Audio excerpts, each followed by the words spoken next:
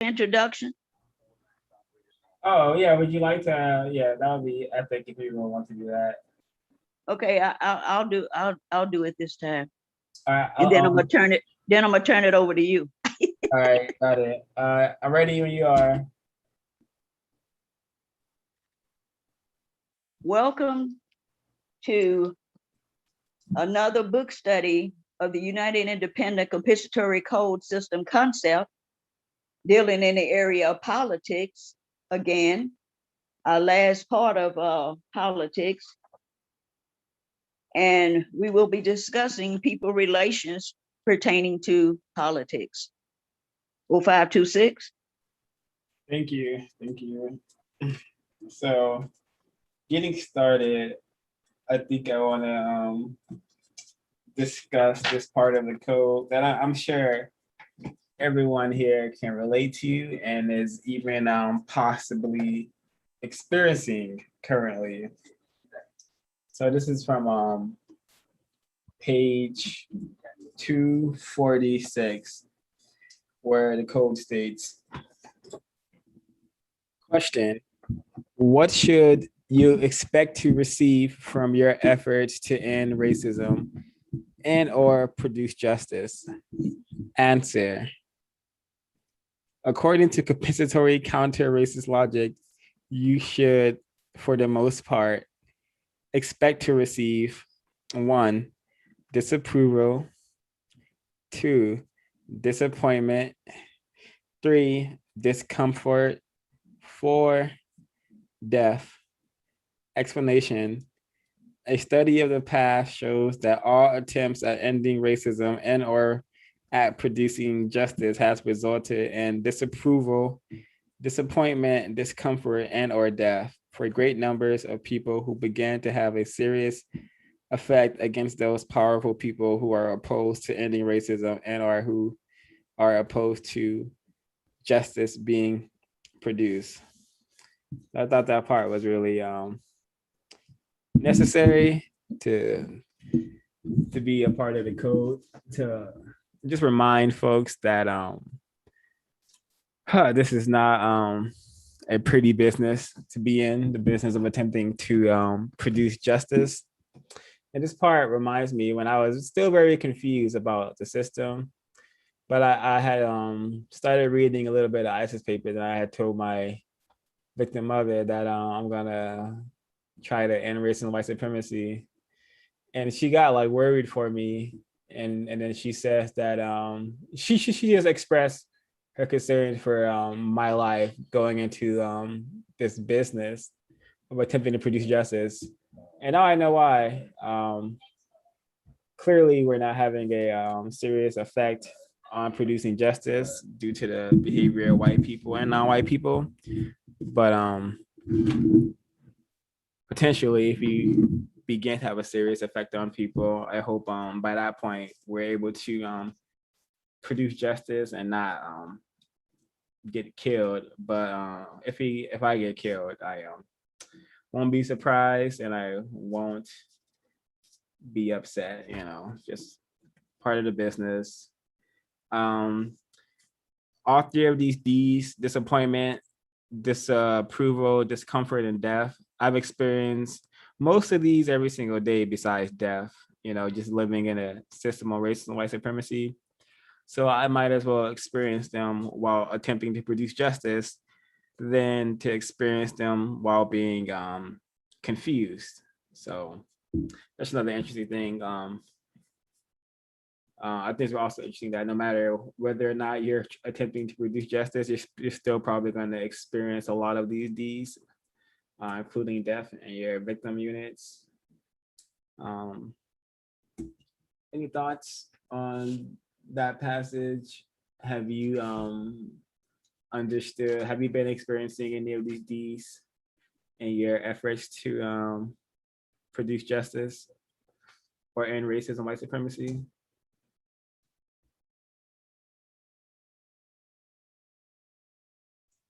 Uh, I just want to add really briefly that our attempted mother made a similar comment about death today, about how keep doing this work, you're gonna end up like George Floyd. So she still believes these type of things, and because of trying to replace the system of racism, white supremacy with justice, it's very possible, and it's really great that it's in a code book. And I think it's important to have it there.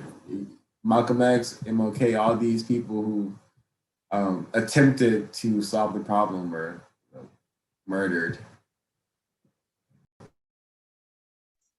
I was gonna say with the number two, the disappointment part.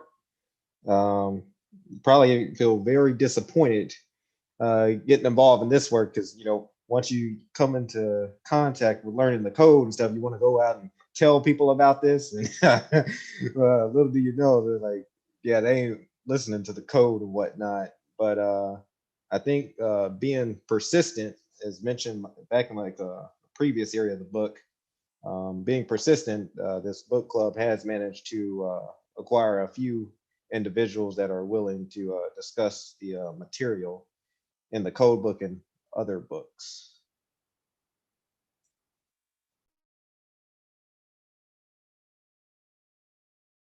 Thank you for your answer, sirs. Anyone else like to comment or answer?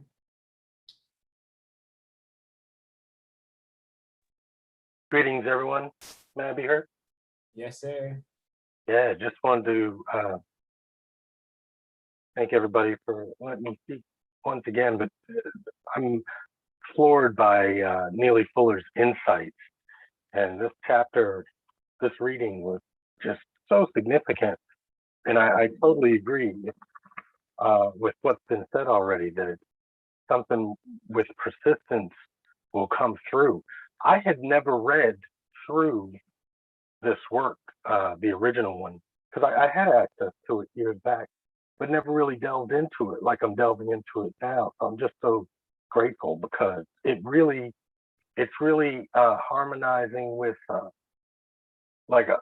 I think a wave of becoming that society is reaching right now.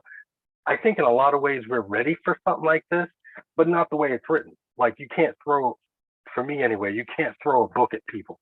People don't read. A lot of people don't read. So I'm big partial. I love how Silent Warrior has been pushing the idea of memes, and visuals are just so helpful. I don't know if anybody's seen some of the videos. Dan, I think you posted a video from, I forgot the name of it, but I think it's Hip Hop Cartoons, where they've taken just Neely Fuller and dramatized it with cartoons. And they're genius, they're fantastic. And just dropping those at people, I'm just so heartened by this work as I'm reading it, because it's speaking to so much and it's providing like an insight to racism that folks, I don't think they really get, but with a little tweaking, it could be palatable. Like I know in the reading this time, he was saying how, what do you say to someone who isn't necessarily practicing, or someone that's telling you that it's not worth it? You don't argue. It's such a good work that's telling us to work on ourselves. I'm just really impressed, and I look forward to hearing everybody else's thoughts. But he said not to push, these ideas on anybody, and that's what's up. It's an internal journey that we're on. How do we get ourselves to be embracing justice and vocally expressing truth and justice without even necessarily calling it white supremacy? Why use something that people would have trouble swallowing when we're not so concerned with the label as we are with the reality becoming more justice oriented. So whatever you want to call it tuna fish on rice, just get it done, and I love the idea of, I ended up changing my last name to the Pina, my dad's name, because my dad wasn't, of course, married to mom's and he wasn't around. So I took his name. But my mom's maiden name is Smith. And Neely Fuller's like, well, if you've got Smith, if you're a common last name, connect with a white person whose name is Smith and be like, yo, you probably, had my people under you back in the day. You need to kick in some assistance. I love that concept. It's just really clear. Like I'm finding that this work is just really clear. Neely Fuller, and this is 60 years ago, did a very clear description of what ways to go about presenting ourselves such that what we could produce is justice. And yeah, I think we're a propaganda machine away. And those of us that are tools, being creative, being marketing, I know you are, Dan, I think, and Ed. But those of us that have that inkling to put it out there in palatable ways, that's what's up, because all of us need to get it, not just Black folk, but everybody. And I'll mute. But thank you again. Thank you. Yeah, I do. I really do agree. You cannot throw a book at victims. I remember in my early days as learning, reading the code, because learning it was something different. Or reading the Right. code, I was trying to. I was trying to dump this info on all the Black people I could, because I'm like, okay, we got the solution now. Let's use it.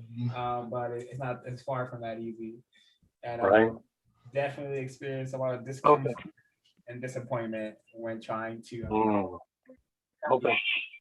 dump this book on people, despite how necessary it is for brain computers, not with the ICE papers as well. I wanted to answer the question.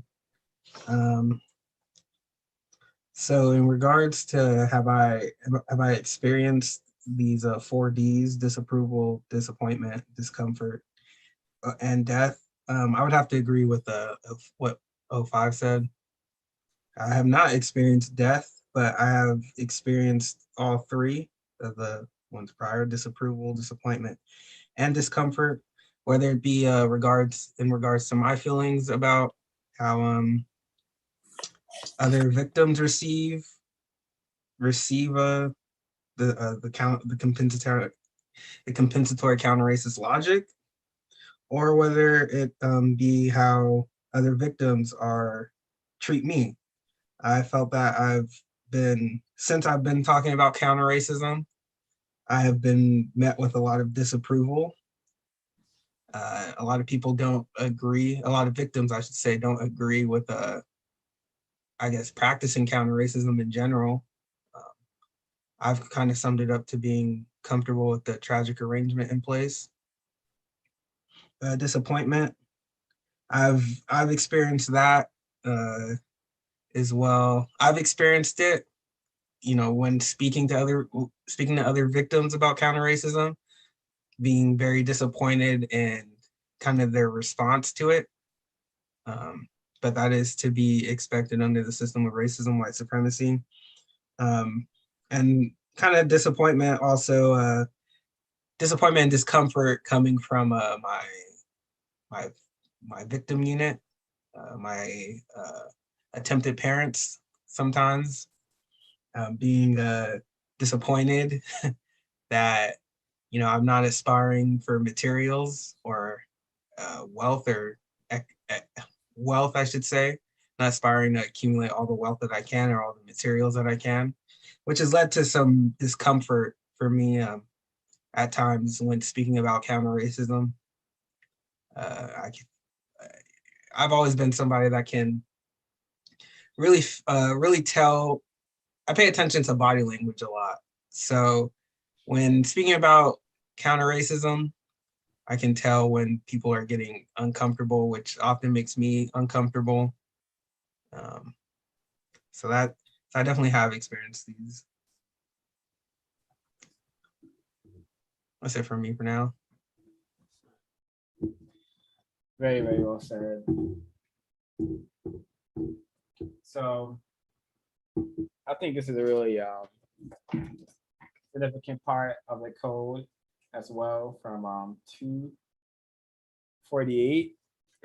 Um, the code states, question, what is the correct thing for you to say when someone suggests that you should use your time and energy doing something other than trying to end racism and or trying to produce justice?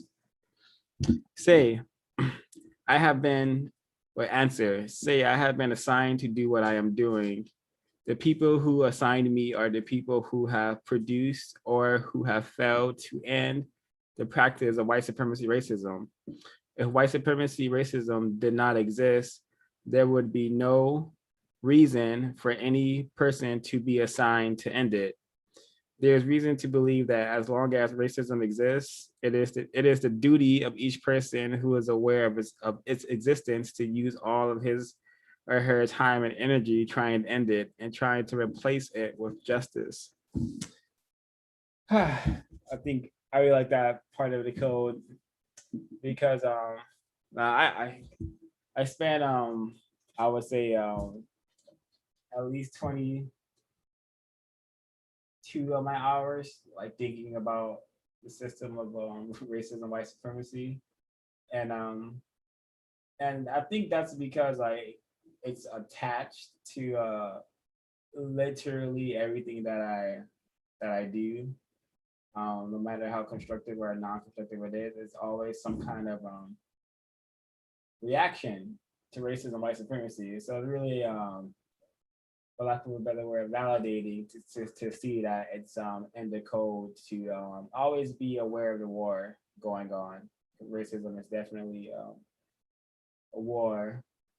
And prior to being attempting to be on code, I was definitely spending a lot of my time and energy very frivolously, doing lots of things while very, very, if at all, not thinking about the system of white supremacy, not even having the awareness that I should be thinking about this problem, even though I have spent a lot of my time and energy like trying to understand why cops keep killing, or why race soldiers keep killing Black people, and why this planet is so messed up.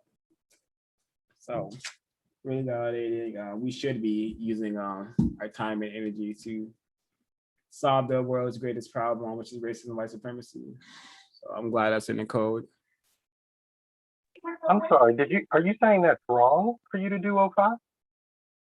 Oh no, I'm saying I like that. I like that it's in the code because it's validating. I think it's really constructive to do that. Oh, yeah, definitely. I was gonna add that I remember in one of Neely Fuller's shows that how when you're younger you're asked like what do you want to be when you grow up, and he said everyone should want to be a problem solver. So I've personally started to say that, like I want to be a problem solver. I've tried to get my younger siblings to say that as well. But the idea that you want to be a problem solver, when you want to be a problem solver, you want to solve the biggest problem, right? And the biggest problem on the planet is racism, white supremacy. So I agree that is a very, nice to hear. Nice that's in the code to be reinforced. Yeah, it's reiterated multiple times in different ways as well. So definitely stresses the importance of thinking about ways to solve this problem. Yeah, I would love to put this in practice and be able to respond to someone who's questioning my use of time and energy in regards to the race problem. Any more comments? I would like to add something. On page 254, it says, what is the correct thing to say when someone criticizes a person's chosen method of speaking or acting to end racism and or speaking or acting to produce justice? And the answer was, I am choosing my method and I expect others to choose theirs. I hope that somebody's method succeeds. And that really just stood out, like out of all the things I've read for this section was just like one of my, I don't want to say my favorite part, but just something that really stood out. Because I feel like sometimes we spend a lot of time just like, well, half the time we're not talking about solutions, but I think some of the things is talking about ways that we like methods of ending racism, white supremacy, and replacing it with a system of justice is like everyone has their own way. And I think like some people are like, oh, that's not going to work, or this is not going to work, you know? So I think it's just like really just having everyone like, hey, just choose a method that you feel or that you believe from your logic or from logic itself that could potentially produce a system of justice or end racism, white supremacy, which will have to happen first. But I think that's something just to think about too, like as we're talking. And that also leads me to my other point that I have when you're speaking to like white people and you are asking them like, hey, do you want to produce a system of justice? Or do you want to end racism, white supremacy? And it's just like when you're asking those questions, it had a section here where it says like almost like help them if they're not there yet, you know, because I feel like even talking to people, like I don't feel like anyone's really there yet until they actually get there or and they actually study it or read about it or hear about it.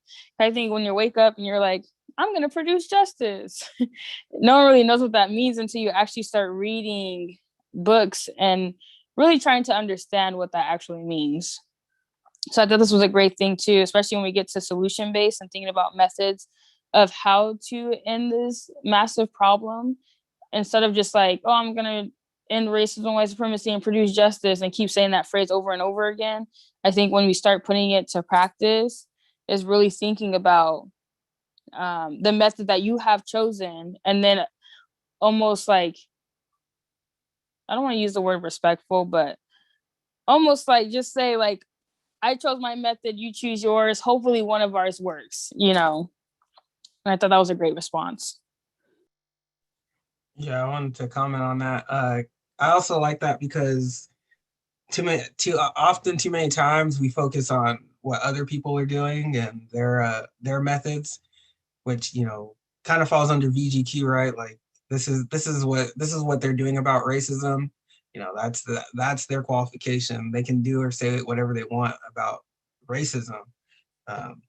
You know, because oftentimes when you're focusing too much on what other people are doing, you tend to, you know, spend a lot of time criticizing them, and you know that's time and energy that can be used towards something else, used towards you developing your methods or you using. If you don't like their method, rather than spend so much time and energy criticizing them, use that time and energy to develop your own method.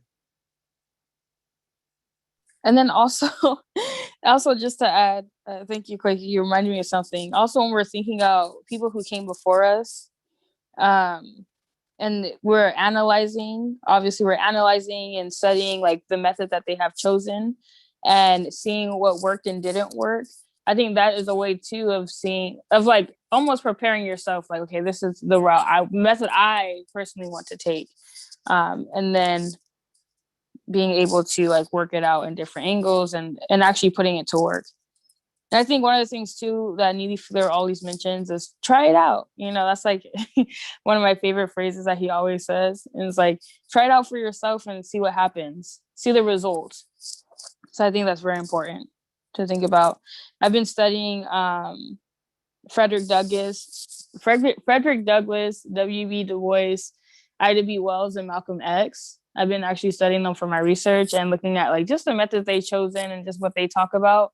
I can't say that they would blatantly say like their problem is racism, white supremacy, but just thinking of like what they saw the problem as and what method they chose, and still like we're here today at the same spot. So I think it's just like some of the things that I'm thinking about as I'm reading this. It's like learning from all of these individuals who came before us, who are currently writing about this and practicing this as a way to like create a method and actually executing it.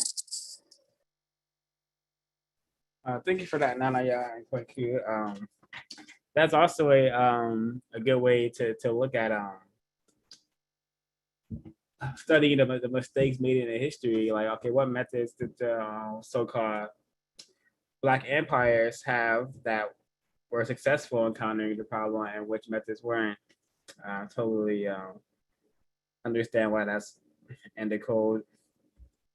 On 250, I really like this part because just lots of logic, and before the counter racism, I wasn't really familiar with logic outside of racist propaganda called philosophy, which doesn't make a whole lot of sense to me. But the code states when other non-white people show little or no interest in trying to end white supremacist racism, regardless of how much you talk to them about the need to do so. So and then there's a bunch of there's like 9 bullet points of like suggestions. And I really like number 6, which says, when all others seem to be disinterested or seem to be unwilling to say or do that which may be of value in helping to end racism and replacing it with justice, continue to do what you can alone. And I really like number 7 as well, which says, do not regard any other activity as a priority. Remember, regard the ending of racism and the production of justice as the assignment, as the dominant purpose for your existence and the known universe at this time. Makes a lot of sense to I guess to be centered around your existence, to understand that my existence is to help to end racism and white supremacy, and this is a task I should be able to work on alone. And I believe that is the United Independent mentality, is to just see that we're in this war essentially alone.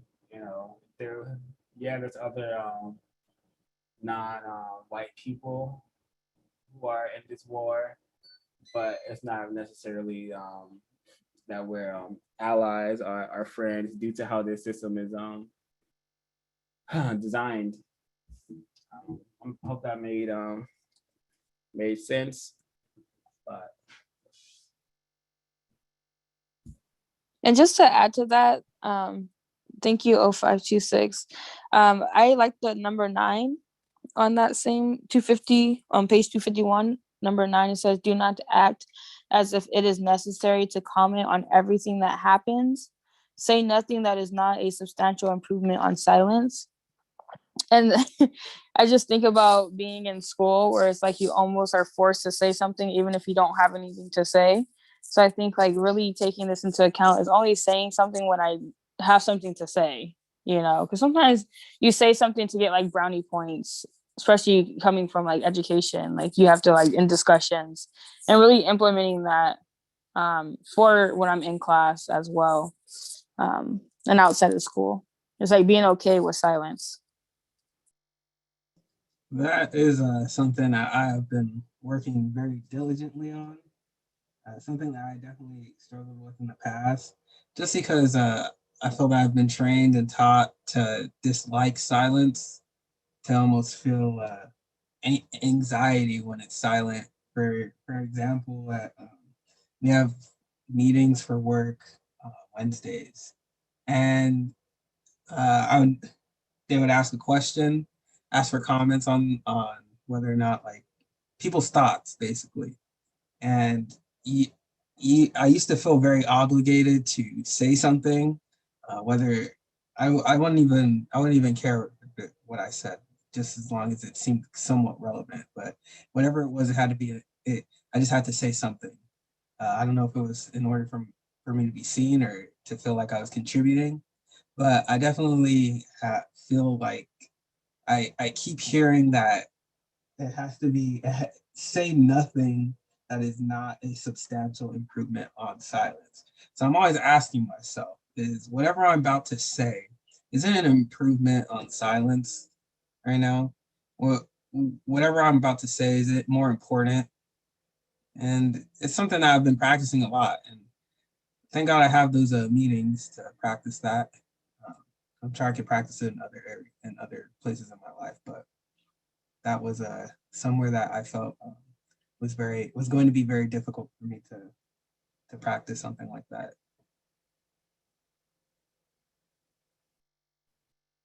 Very, very well said. Did anyone, any others like to share something from the text? Oh, I wanted to also on that of that list. I also I highlighted number 5, which says, "Do not despair.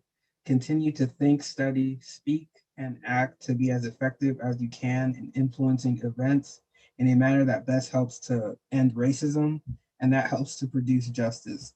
I highlighted, be persistent and practice asking questions more than making statements." So that because talking about counter racism, I always felt that with this particular, I would start to feel very like I don't think desperate, but almost like there's no hope, really. Nobody's getting it. It seems like, oh, we're the only ones out here, or I'm the only one out here, and nobody's understanding it. So I think it was at the Welsing Institute where they mentioned, being the role model, being the model of the people for people to see. So that's kind of what this reminded me of, being like we mentioned, being a counter racist and being in the business of counter racism is definitely not easy, and there aren't a lot of people involved in it. So I think it's important that we do not despair, and we be the role models, like, showing people that, you can still enjoy yourself and be constructive at the same time. It shouldn't only be that engaging in unconstructive activities is what brings enjoyment to your life. Yeah, I agreed. It's very hard not to feel very, very incorrect when thinking about, well, not even thinking about, when living in the system of race and white supremacy. I very, very definitely understand. It's very hard for me to I would suspect most counter racists, but people in general, possibly the system is just so incorrect and just so violent. I particularly don't know how, except for just from discontinuing social media's use, how I'm supposed to not get upset or annoyed when I just see racism and white supremacy 24/7, whether it's in the form of a race soldier killing a Black person, or in the form of a bunch of non-white people being silly on the internet. So just something to counter, I guess. Yes, Ms. Williams. A few things I wanted to point from my observation of reading the chapter. On page 246, where it's talking about, according to the compensatory counter-racist logic, you should, for the most part, expect to receive disapproval, disappointment, discomfort, and death. Now, as I read that, I didn't take that personal because, and no offense to nobody who practiced Christianity, but when I was in Christianity, I learned to deal with all of that, right? And in dealing with that, when they taught us to evangelize, right, that we had to prepare ourselves for disapproval, disappointment, discomfort, and even to the point of death, right? Like so-called Jesus, right? So when I look at countering racism, white supremacy, I see it in that same light. So those things come natural with the territory. And then on page 250, number 6, it says, when others seem to be disinterested or seem to be unwilling to say or to do, which may be of value in helping to end racism and replacing it with justice, continue to do it alone. And that was a part of that training too, right? And it's to the point that when we say we're united and independent, right, is that we know as a group where we're united, but in our approach to counter racism, we have to take it on an individual level. Mine may not be your specific way of how you may do it, and yours may not be mine, but if it produces constructive outcome, then it's still worthwhile. And then another point I wanted to bring out on page 251, his question says, what is correct way to end racism, white supremacy? I love these two answers. Number 1, answer, non-white people putting to use the United Independent Compensatory Code System concept. And number 2, white people doing everything that is necessary to practice the quality relationship required in regards to non-white people at all times, all places, all areas of activity, economics, education, entertainment, labor, law, politics, religion, sex, war, and counter war. I mute my mic. Yeah, I do think those are very viable solutions. We just need to get an effective numbers to test to see if the code is correct. Thanks for all that input, Ms. Williams. Definitely united, independent, united, because we're all tired of not tired, but just have the will to attempt to produce justice while we're on this planet. I had a section I wanted to mention. Please do. On page 249, when it says, when is it correct to argue with non-white people about racism and or counter-racism? Answer, I'm not gonna read the whole thing, just the parts that I highlighted. Answer, never. Present your opinion and do so in a quiet, orderly, courteous manner. Ask them to present their opinion the same way. If there is a difference of opinion, do not shout, use profanity, name call, or be discourteous to those who disagree with you. Deliberately refuse to argue with non-white people about matters of race, racism, and or counter-racism. Instead of arguing endlessly with non-white people about what to do and what not to do about racism, speak against the lack of correct speech and action by those white people who are best able to end racism, but who have not done so. That last paragraph that I read right now, that one was it reminds me of kind of when I think it was at the last meeting for Yoruba, but Silent Warrior had mentioned, always keeping the focus on the racist.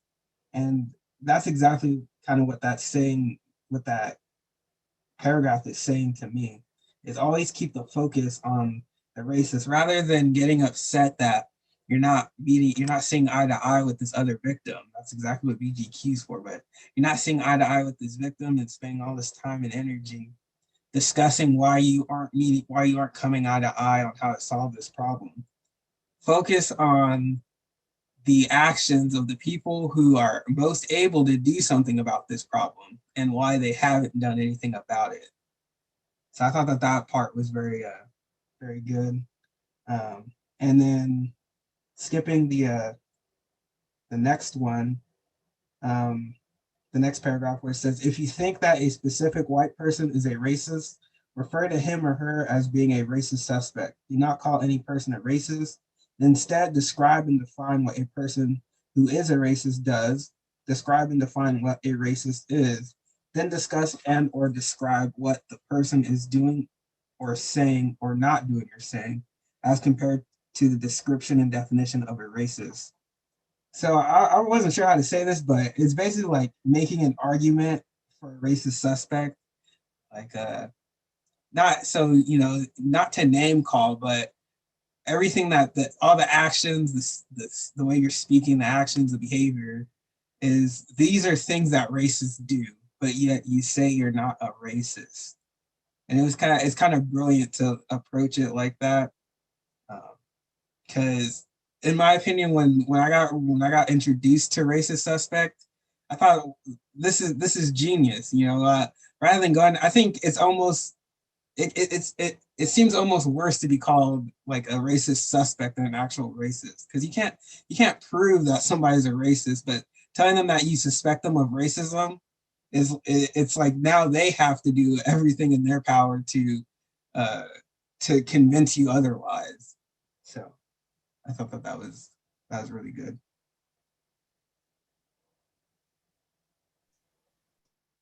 I had something I wanted to add back to that. The one point Nana Yah had brought up on page 254 about whose method would be best for solving the problem. And then what Kwaku said about just victims possibly going back and forth over which method would be best. When it comes to solving this problem, we should be efficient in our interactions with one another, because we are in Area 6, politics, people relations.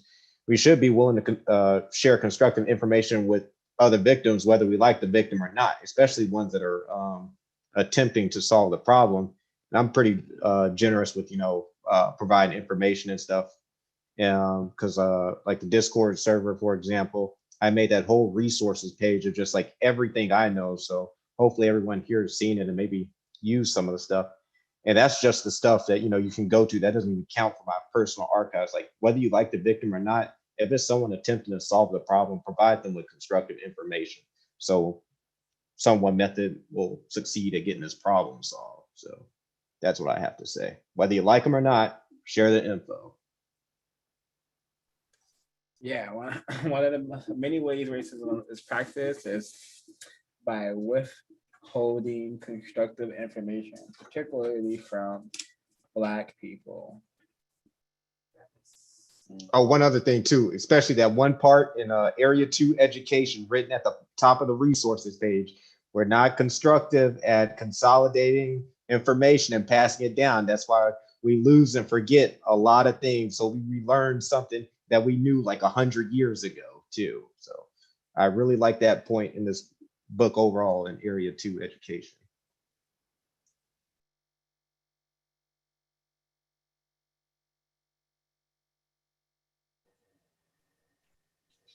Any more Yeah. comments?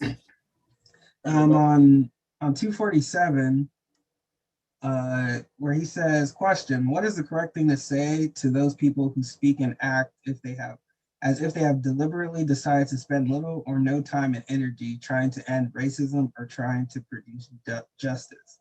Answer, be extremely courteous and at the same time try to say as little to them as is constructively necessary. Also, do not under any circumstance allow someone to talk you into believing that you do not have a constructive assignment. I'm going to end there, but I feel that oftentimes, especially talking of, for example, my attempted parents, when speaking to them, and just people in general, because I've come to understand specifically like on the topic of veganism, being vegan, not eating meat. I've come to understand that the production of meat and fish that is the leading cause, one of the major causes to climate change. The earth basically being eroded because of all the greenhouse gases. There's so much land that needs to be consumed for these animals to live in order so that we can eat them, and they don't provide us with any not nearly enough nutritional value. Basically, it costs way more to take care of these animals than it's worth. So when I'm often talking about how I don't eat meat anymore, I'm speaking that I get a lot of laughs, especially from my attempted parents. Oh, what are you gonna eat? What are you gonna do when you go back to Ghana? What are you gonna eat?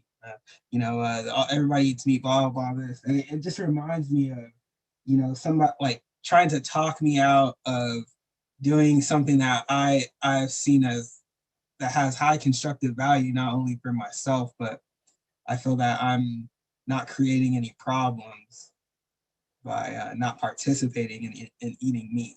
So that's what I was thinking of when in this. So not only does it have to do directly with racism, but like almost indirectly, trying to get me to trying to get me or and trying to get me or sometimes other victims to start engaging in unconstructive activities, even though they've made choices that they would deem of constructive value. Hope that made sense.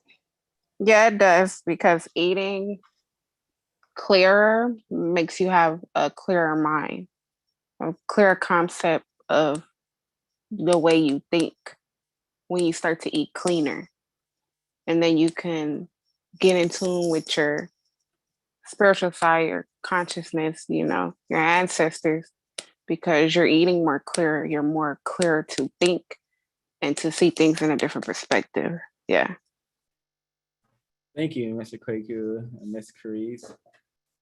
Dr. Senki, would you like to chime in? Yes, I just wanted to say, Kwaku made me think about something that I've observed about the system, and it seems that non-white people, well, white people and non-white people, I would say non-white people are trained to do it. I think white people choose to do it, but it appears to me that the system is the training is designed in a way to make Black people who attempt to do constructive things feel inadequate and insecure about the constructive thing that they're attempting to do. And one of the things that I've found over the years to help me ignore that is it's kind of an affirmation that basically if I hear someone, especially someone who's close to me that I've grown to trust, if they start saying using words to make me feel inadequate and insecure, I'll say I use my name. I say, I, Khalif, will not worry about what other people think, do, or say about my own constructive actions. And I tend to say that to myself while they're saying what they're saying, while I'm remaining silent verbally. I'm not saying anything verbally, but I'm thinking it. And that seems to work for me. That's it. Thank you, sir. Ms. Nanaya? Yeah, and then just to add, as you guys are talking, it kind of reminds me of, I think it's a phrase that says it takes two to party or something like that. Thinking of being unconstructive, if you notice, there's always someone in your life who it almost like wants to invite you to be unconstructive. It's like they can't be unconstructive by themselves, so they invite you to be unconstructive with them to make them feel better about themselves. And it's very interesting to the amount of no invites that I get, or the amount of invites I get, and they're like, hey, let's go to this restaurant. And I'm just like, but what am I going to eat? Like, there's nothing on the menu that I can eat, so I'm not going to go. But it's so easy to just like do that rather than someone saying, oh, you know what, let's go to a place that everyone can eat, or whatever it is. Like, it just reminded me of the whole idea of like, if someone wants to be unconstructive, they have to invite you to do it with them so they can feel good about it. And then oftentimes it's like, well, you did it too. And then I had another thought, but I feel like I forgot it. Oh, yes. And then Kwaku about the being plant-based, just thinking about that. But I think it's one of those things too, is like once you start to look into, like once you start diving into racism, white supremacy itself, and you look at all the avenues again, all the people activities, areas of activities, and you really dive in, it's almost like everything perpetuates racism and white supremacy. So that's why it's so unique to every individual what they decide that they do not want to perpetuate anymore. And I think one of the things I get asked that a lot is like, oh, why don't you eat meat? Or, oh, why don't you do this anymore? Oh, why don't you do that? Or why don't you do this? And it's just like, because I just chosen not to, because it perpetuates racism and white supremacy. But I think it's just like, they'll always come to, well, this perpetuates it too, or this other thing. And it's like, well, that's the areas I've chosen so far. And then thank you, Dr. Seng Kyu, who mentioned like just almost like being okay with the decision that you made, the constructive decision that you made. And I think it's just really sitting with that and saying, I said what I said. Thank you. Yeah, thank you, and thank you, Ikweku, for that. For mentioning that the eating, because we've been definitely trained to eat poison and enjoy poison. I think that also could be added to this list, page 253, eating, because 253 the code states, question: what is the correct thing to say when someone says that trying to end racism, white supremacy is not as important as doing other things? Answer: say speaking and or acting with the intention of ending racism and white supremacy is necessary in order to give constructive meaning to any of the following activities: acquiring great amounts of money, attending church, temple, mosque, synagogue, being a lawyer, being a success, being celebrating anything, choosing a mate, marriage, choosing friends, dancing, happiness, killing people, listening to music, producing self-respect, raising children, sexual intercourse, talking about finding or producing love, talking about justice, telling jokes, traveling for fun or learning, voting, work, labor. You can really add to this list for infinity, but without any like constructive purpose, all of this, as far as I'm concerned, is just nonsense, and helps to maintain and possibly even refine the system of white supremacy if we're delving into these things unaware of that we're living in a system of white supremacy. So I definitely think eating, definitely, especially like participating in your murder by eating murderous foods, is definitely supporting white supremacy for sure. Really appreciated all the dialogue around that. And let's add one more. Yeah, I just have one more thing to add. One of the things too that I was having like not trouble with, but just thinking about continuously is the idea of just like doing a little, whatever you can to produce justice in the moments that you're in, and not always feeling like you have to do something big. Because sometimes we get into these conversations, I can almost count on my hand how many times that I've been asked a question, or I heard someone ask someone else the same question is, so what are you doing to produce justice or solve the problem? Or what have you done? Like it has to be like this elaborate thing. Because once you start going off the list of things that you have done to produce justice or attempt to produce justice, and whether they're small, big, whatever, it's like they always ask you, like, what have you done? Like, have you started this educational system? Have you done this? Have you done these big old things? And it almost like makes you feel some type of way. Like, so are you like not degrading, but dismissing like the little things that have to be done, like before the big things, if that makes sense. It's They very make interesting. you feel like you're not doing enough.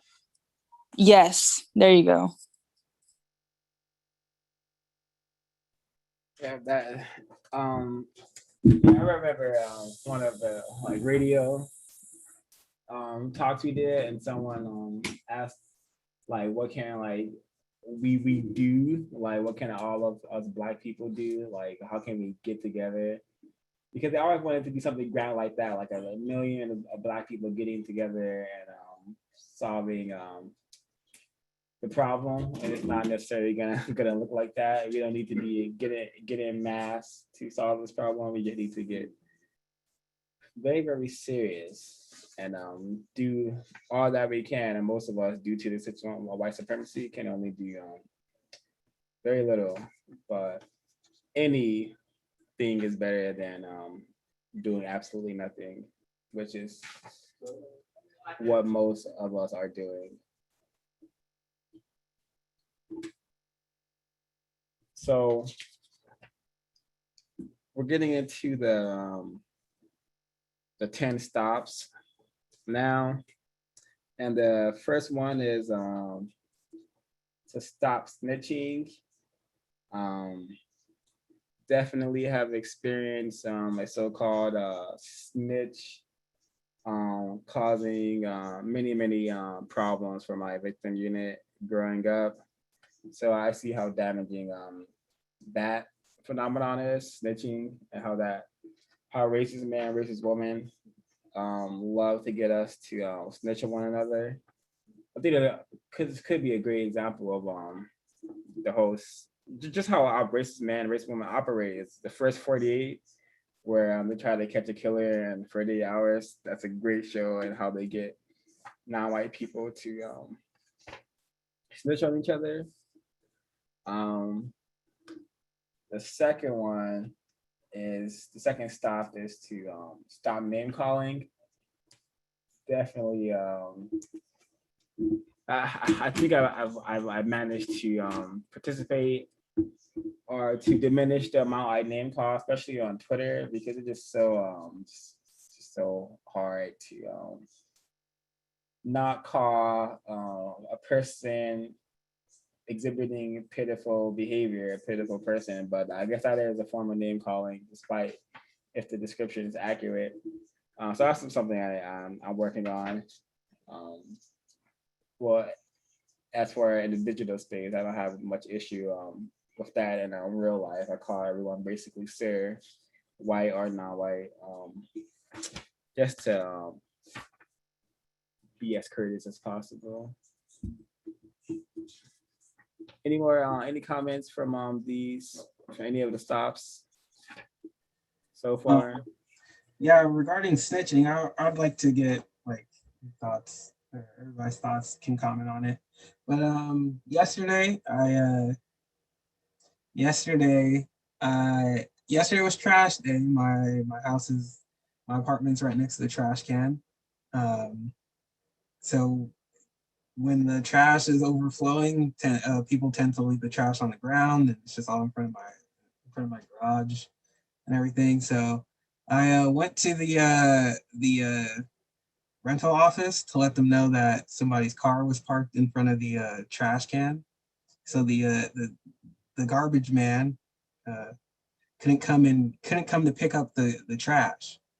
So I was asking them, oh, can you like leave a notice or something on the trash can to let them know, like to let people know that trash is coming on Tuesday. So just so they're aware of when the trash comes. Do you think that is a form of snitching? No.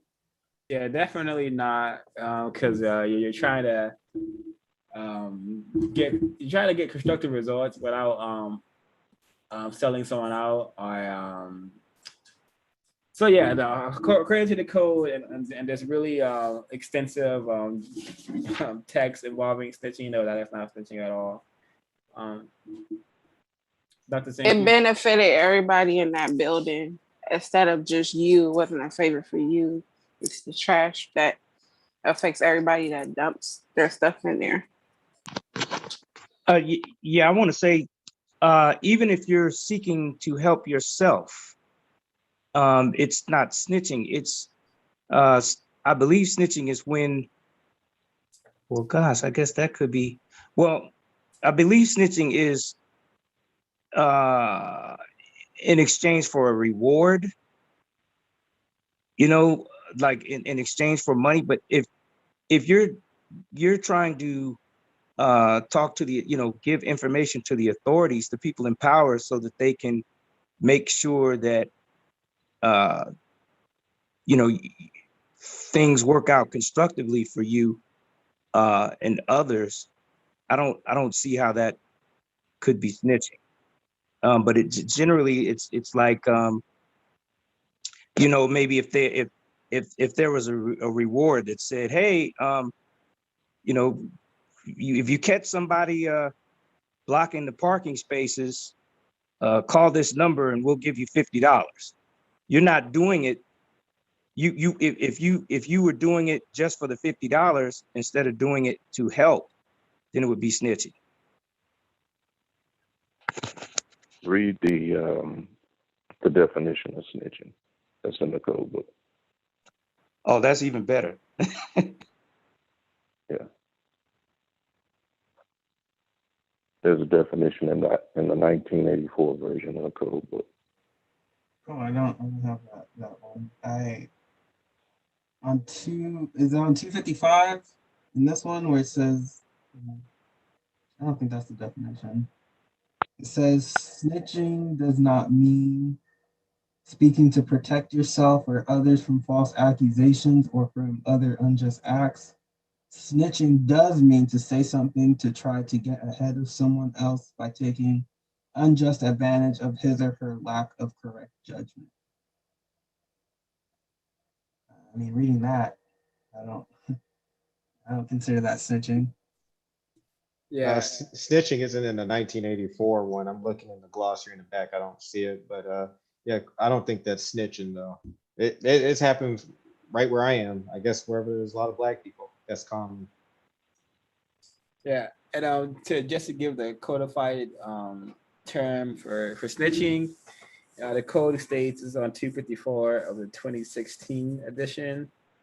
To snitch is to willfully and deliberately volunteer information about a person with the specific intention of gaining direct or indirect personal favors and or praise from the racist white supremacists. So you definitely were not snitching, but we're just looking for constructive results and to solve a problem, I believe. Not in the word guide either. Thank you. Yeah, there was that's the same definition as it was in the 84 version, but in the 84 version, it's not in the glossary section. It's in a different section of the book.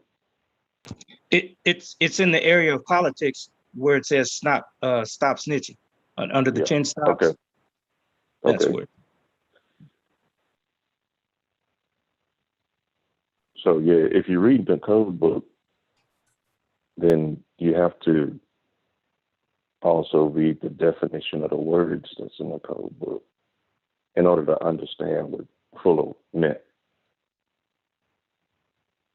Now, you may not agree with it, and it's fine, but you still have to, everything comes down to the definition, everything. So if you gloss over that and try to, in a practical sense, try to understand the code book from the perspective of how words are defined in Merriam-Webster, then you're going to lose sight of what's being said. So anytime you come across something that you don't understand, make sure you look up that definition in the code. Now, if it's not in the code, call Mr. Fuller. Okay, I found it in the 1984 one. Now, it is on page 49 of the 1984 one. This is the 10 stops from 1984. Number 1, stop snitching. Reason, explanation. To snitch is to willfully and deliberately volunteer information about a person or persons with the specific intention of gaining direct or indirect personal favors and or praise from racists.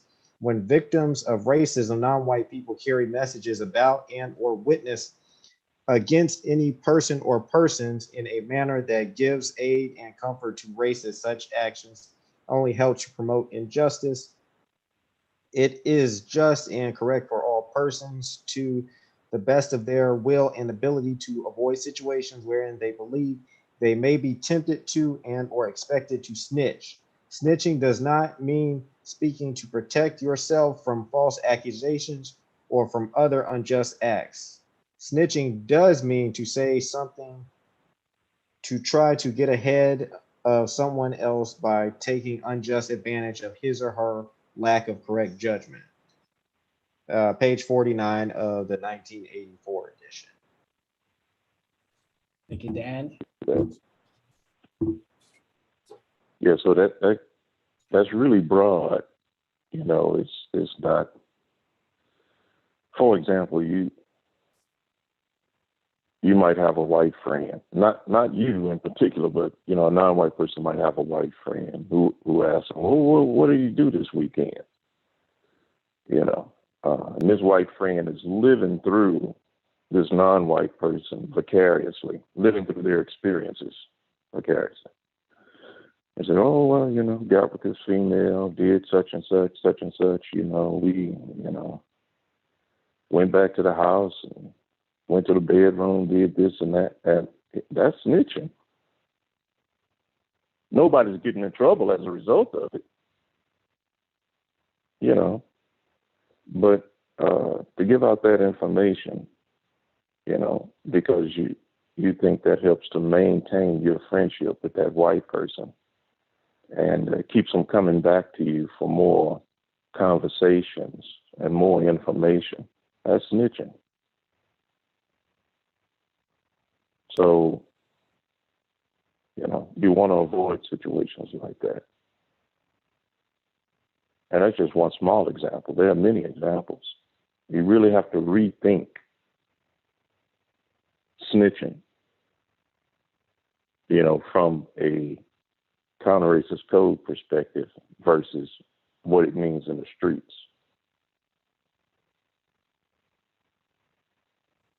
Exactly. Yeah, I think that example falls into example of gossiping. I think that was as well. Number 3 on the 10 stops is to stop cursing. I'm definitely working on this one as well. And to curse, the codified definition of this is to curse people is to use profanity towards them in a manner that is likely to be thought of as insulting or aggressive. This often results in the promotion of hostility. The hostility promoted oftentimes serves no constructive purposes. Using curse words oftentimes promotes name calling, discourtesy, and unnecessary fighting and or killing. So yeah, even when I get into Twitter beefs, and I'm getting called all types of niggas and lame niggas and bum ass niggas, I still don't curse or call them curse words, even if I am name calling in other ways. So I think this is also one of the ways to maintain that conversational power, because if someone's cursing at you, then you're clearly doing something something that they feel it takes if someone's cursing at you, they are already losing the conversation, argument, or debate, or whatever it is. Not that we should be debating or arguing with one another, but that's what cursing means as far as I'm concerned. Sure, it probably has some like spiritual or metaphysical connotations to what cursing means, but I don't know about any of that. Just they wouldn't call it cursing if it didn't have something to do with that. I believe it is a variation of the word curse. So number 4, stop gossiping. We would save a lot of time and energy if we practice stop gossiping.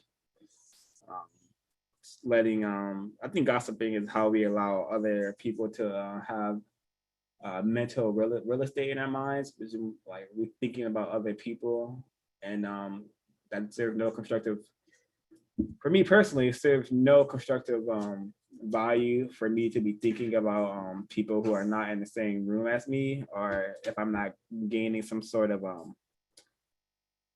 some kind of just sort of constructive value. Like I think gossiping allows people to live in your head rent free, which is not a good way to use your head, as far as I'm concerned.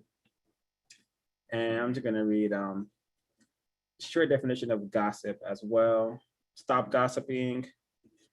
This is on 256. To gossip about a person is to say something about that person to someone other than that person that you would not be willing to say directly to that person at the same time in place with those other persons listening. Gossip promotes injustice. Oftentimes, it leads to hostility, which in turn often leads to snitching, name calling, cursing, fighting, and/or killing. Gossip promotes confusion and unnecessary suspicion.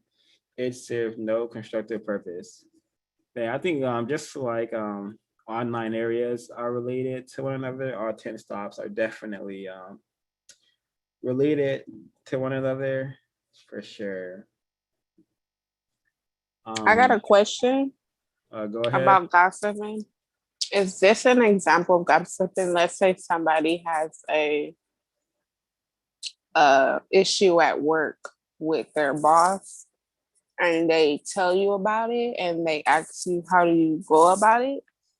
Is that a form considered of gossiping because it's of course of somebody else that you're having an issue with? Not unless you're unwilling to repeat what was said to that person.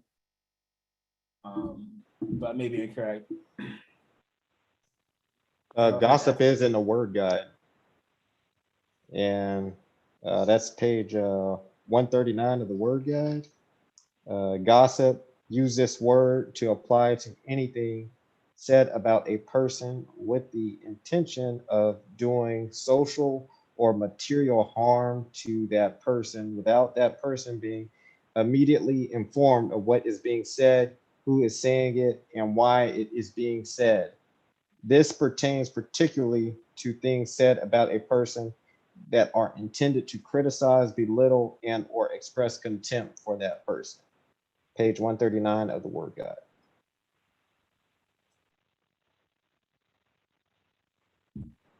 Hopefully that answers the question. Yes, it does. But stop being discourteous.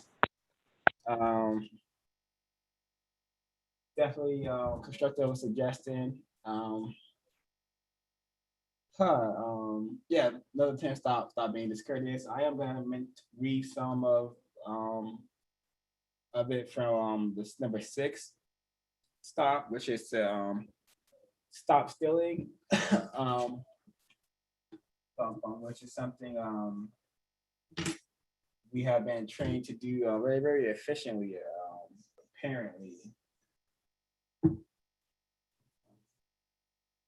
Okay, so part of the reasons to stop stealing, I'm only going to read some of it because it's a huge explanation. In a world social material system dominated by white supremacists, all people are enticed to steal or condone stealing by some people under some conditions. Those white people who practice white supremacy have stolen more things from people and have stolen more people from themselves than any other category of people in a known universe. So, the biggest thieves, the biggest stealers are racist man and racist woman. And I just thought it was really, really interesting how we are literally owned by people who classify themselves as white, whether we like to look at it as not. So yeah, unless you can compete with that kind of theft, you probably shouldn't be stealing. The code says it's better to beg than to steal. And as a person who's been a victim of theft, it's very, very annoying to be stolen from, especially from other non-white people. So we should stop doing that. In regards to stealing, I thought that this was there's a lot more I don't want to say effort, but he definitely went into detail about this. I didn't think stealing would take up so much. I'm trying to find the right words. I didn't think stealing would be so important, but you know, after reading it, it makes a lot of sense. One part that I highlighted was stealing causes a person to put a greater value on the thing stolen rather than on the value of justice.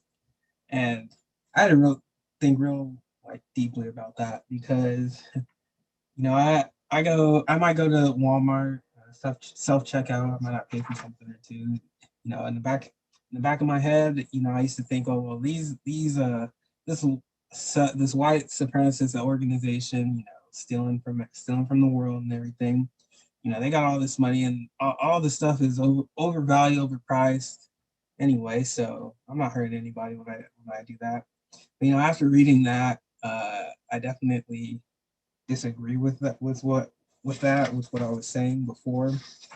I think that, you know, when you are stealing, it's almost saying you don't care for the imbalance. You don't care about balance between all people. You only care about getting what you think you deserve. So stop stealing. I'm trying to, sorry, I lost my page. Yeah, so stop stealing. That was one thing. And one thing that I found like I kind of needed another explanation, but on page 257, the second paragraph towards the end, where he says, when stealing helps to maintain, expand, and or refine the practice of white supremacy, it is generally not considered to be stealing. It is oftentimes called progress. So I didn't understand that last part, where this is oftentimes called progress. Anybody Can I jump? Yeah, quickly. Can I? For me, the code is almost bringing us back to a semblance of what normalcy, what a connected tribal village, just world would be like. It's like Neely is trying to describe how everything we do in our behavioral system is codified supremacy, white supremacy. And this is breaking us out of that spell, if you will. It's almost like we're hoodwinked into behaving in this white codified way of stealing is right, it's correct. And everything that we're supposed to be doing, one of the cartoons I peeped earlier today was talking about hair, how us as Black folk are programmed to just be thinking about our hair all the darn time and what we're going to do with our hair. And because we're doing that, we're not thinking about anything else, including dismantling white supremacy. So for me, it's that larger context, if that makes sense, Kwaku. Like Neely is trying to open the door or take away the veil on what society is programming us to be. And that is ingrate, non-productive copies, and not good copies of white supremacists, but copies of this perverted system. And stealing, like the other piece that I think 05 was just reading, it's all under that context of destroying the precepts of what white culture is teaching us and replacing it also subtly with justice and or not so subtly, but you know, replacing it with real just decency. Like, how do you be a decent person? How do you be a decent human being? It's so foreign to what we're being programmed with, whether it's through TV or other socialized humans. It's Am I helping clarify it at all? Yes, yeah, that was very well said. I definitely would agree with that. I think when you say he's trying to almost, kind of help us reprogram ourselves to not Yeah. not partake in, the codified white supremacy and, their behaviors, I would definitely agree with that. Yeah, and to answer the question further, in regards to the last couple of sentences, when stealing helps to maintain, expand, and or refine the practice of white supremacy, it is not generally considered to be stealing. It is oftentimes called progress. This is takes us back to Yurugu and how we have determined that progress is always at the cost of non-white people, at the cost of their resources, their land, and their lives. So white people have developed a system where they could go conquer, take people's resources, take their lives, kill them, rape them, subjugate them, and they call that progress. That is the true progress, us being mistreated and them being able to expand their mistreatment to other parts of the globe. So yeah, definitely a Eureka moment if we're contextualizing the text. So disgusting when you recognize it. Yeah, this entire system is very disgusting, to say the least. To say the least.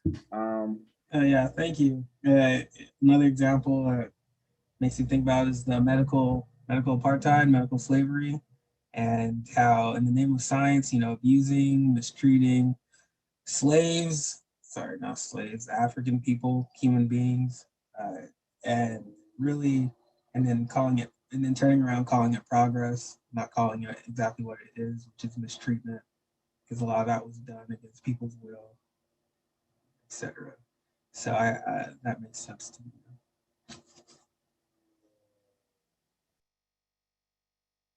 So the last three are to stop robbing, which is to steal from someone and they know that you did it. Stop fighting, stop killing, except when defending your own life or some kind of really precious piece of property. I don't really yeah, I guess I understand that property bit, but I wanted to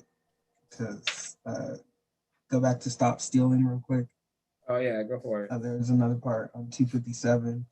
We're at the top of the second to last paragraph where he says, racists oftentimes ridicule their subjects because they do not have or do not want to have many things that the racists say that a subject should strive to obtain. The racists say that their subjects are backwards if they do not want and strive to get all the things that racists say that a subject should have. I like how he put that backwards in quotation marks. This kind of reminds me of kind of like a Yurugu a little bit because subjects of victims of racism oftentimes kind of do that to other victims. They ridicule them for not having these material possessions, and if another victim has no intentions or no desire to have that which they believe they should strive for, they're often ridiculed at times as well. And then when he put it backwards in quotation marks, so my attempted parent, Shia, grew up in Ghana in the village, and she was telling me about how they used to like preserve their food. She said that they would kind of like dig a hole, and like I think it had to do with a certain like vegetables. Like they would dig a hole in the ground and they would preserve their vegetables like that. You know where the food is, and then you take it back out. All you gotta do is wash it, and food could last for months like that. And just thinking about that, I thought like, wow, that's such a smart, sustainable way to take care of like food. You don't need you don't need anything else. Like you're using what's around and available to you. But then thinking how the Europeans would come in and say that these people are backwards, they're uncivilized because they don't want like refrigerators or something, right? They don't like. Meanwhile, you have to. It really requires that somebody's mistreated to create a refrigerator. I don't know where they get the materials from, but I know that in order to make metals and all this, those come. Somebody is being mistreated somewhere to create that. So when he put that in and called it backwards, like that's exactly what the racists call those type of those kind of activities or those kind of those tactics, I guess. You know, using what's available to you, using the resources that you have, often sustainable resources, would oftentimes be considered backwards to racists. You know, and sometimes even to, I guess, to the victims nowadays through no fault of their own, just because of the system. Yeah, it seems like they had a code for how to preserve food that was very constructive. So, yeah, thanks for sharing that, Mr. Kwaku. Oh, so the final, well, the last two stops are to stop killing one another. No, just stop killing in general. And then number 10 is to stop squabbling among yourselves and asking the racist white supremacists to settle it. This reminds me of someone in my victim unit who recently got into like a habit of calling race soldiers on other people and their victim unit. She would get drunk and just cause problems, and then she would call the racist suspects, the race soldiers, to help squabble her like the mess she literally created. And I remember her doing this one night, and I was there. I was very much confused and not familiar with the code or totally unaware of its existence and its need. So I see that my victim unit, someone in my victim unit had literally called the cops on her offspring, and I'm yelling, you know, it's the middle of the night yelling that you called the effing ops on your daughter. Like, what the F is wrong with you? Or, like, you called the effing ops, and the cops like were like, yeah, you come here, and I was like, I cursed them out, and then I went upstairs because I was confused, but I wasn't that, you know, that confused to know that why would I walk towards a gang of cops in the middle of the night while cursing at them. So I went back, and it was just wow, a great example of why we should stop squabbling among ourselves, because we usually got to get white people involved to solve our problems, and that is how the system has been designed. I'm gonna read but for the last bit of I wanted to comment on 10, or you said you were gonna read from 10? Yeah, you can make the comment. Go ahead. So 10 I thought was pretty much I would deem the most important one. I thought the first thing that came to mind was I watched a documentary on the Civil War, on a civil war in Nigeria.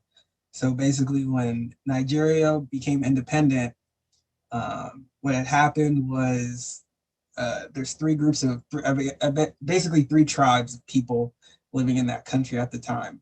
When the white supremacists left, they left their institutions, so their like political structure, and the people elected to keep that structure.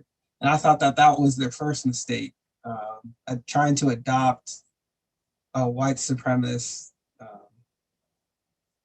institution or political structure, whatever you want to call it. And so they went into a civil war. It's called the Biafran War. And all I could think about was, you know, that it took these white people to come back for them to end that war. They went out and were, you know, killing one another, and the war wouldn't stop unless the white supremacists came back. There was even points in time where they went out to seek help from the United States, Europe, etc., to help them end the war. But then at the same time, they're using these weapons, and I know, these countries don't have the resources to create such weapons, so they're obviously getting those weapons from the white supremacists. The white supremacists giving them those weapons so that they can kill each other. So when he says racists do not approve of any fights or arguments between non-white people, that non-white people settle among themselves without the so-called help of racists, that whole war was just something that lit up to me, and really put into context what he means when he says we need to stop squabbling amongst ourselves and asking racists to settle it. I think that's a major, example, but there's definitely smaller ones, but that's just one in particular. Yeah, just I do believe a lot of victims could have been would still be alive if they were not in some sort of like victim squabble and the race soldier needed to be called and then someone ended up getting killed, or some name calling occurred and a fight occurred and someone ended up getting killed. So it's important to note that oftentimes they're behind some of the squabbling. I want to point out a situation that I remember when I was a part of the it was the attempt at forwallism. It's called the National Alliance of Black Panthers, and right around the time that that the Katrina situation happened, one of the members she wanted to she started a food drive at a local school. She spoke with the principal, who was a racist suspect, and the principal told her, yeah, sure, great idea. We'll reserve a room. She gave her a classroom that no one was using to put all the food in, and all of the children in the school and their attempted parents, they donated. So she had like so much food that she needed to get a U-Haul truck to get all to load up all of the food. So the principal told her, "Hey, look, I'm going to need this classroom back, so you're going to have to get all this food out." So the victim left to go get a U-Haul truck, and it took her, I guess it took her all day, but by the time she came back with the U-Haul truck, all of the food and everything was gone. And the principal, the racist suspect principal, told the victim that the enforcement officials came by and took all of the food. And she gave a specific name of another victim who was an enforcement official. And this victim happened to go to that same school. They attended school together. The victim that was the enforcement official and the one that was the National Alliance of Black Panthers. They attended school together. So this principal knew this. And the victim, when she got upset, she called me, raising hell, saying that the police had stolen all the food and everything. And so I called the principal, and she explained to me that the enforcement official volunteered to take the stuff. So when I spoke to the enforcement official, she told me that the principal had called her and told her about it. She didn't even know anything about the food being there until the principal called her. So it was like the principal was, this racist suspect had attempted to cause, well, she succeeded in causing a conflict between these two individuals, these two victims that knew each other growing up, and tried to make it look like it was the police going after the National Alliance of Black Panthers instead of these two individuals. You guys see what I'm saying? Wow, she literally like would just using it seems like she was using the victim as pawns to get some sort of satisfaction, some sort of to have fun. Right. You know, Right. She caused the conflict. And if right around that time was when I first started reading the code. And that's why I was able to easily see what was going on. And so I was able to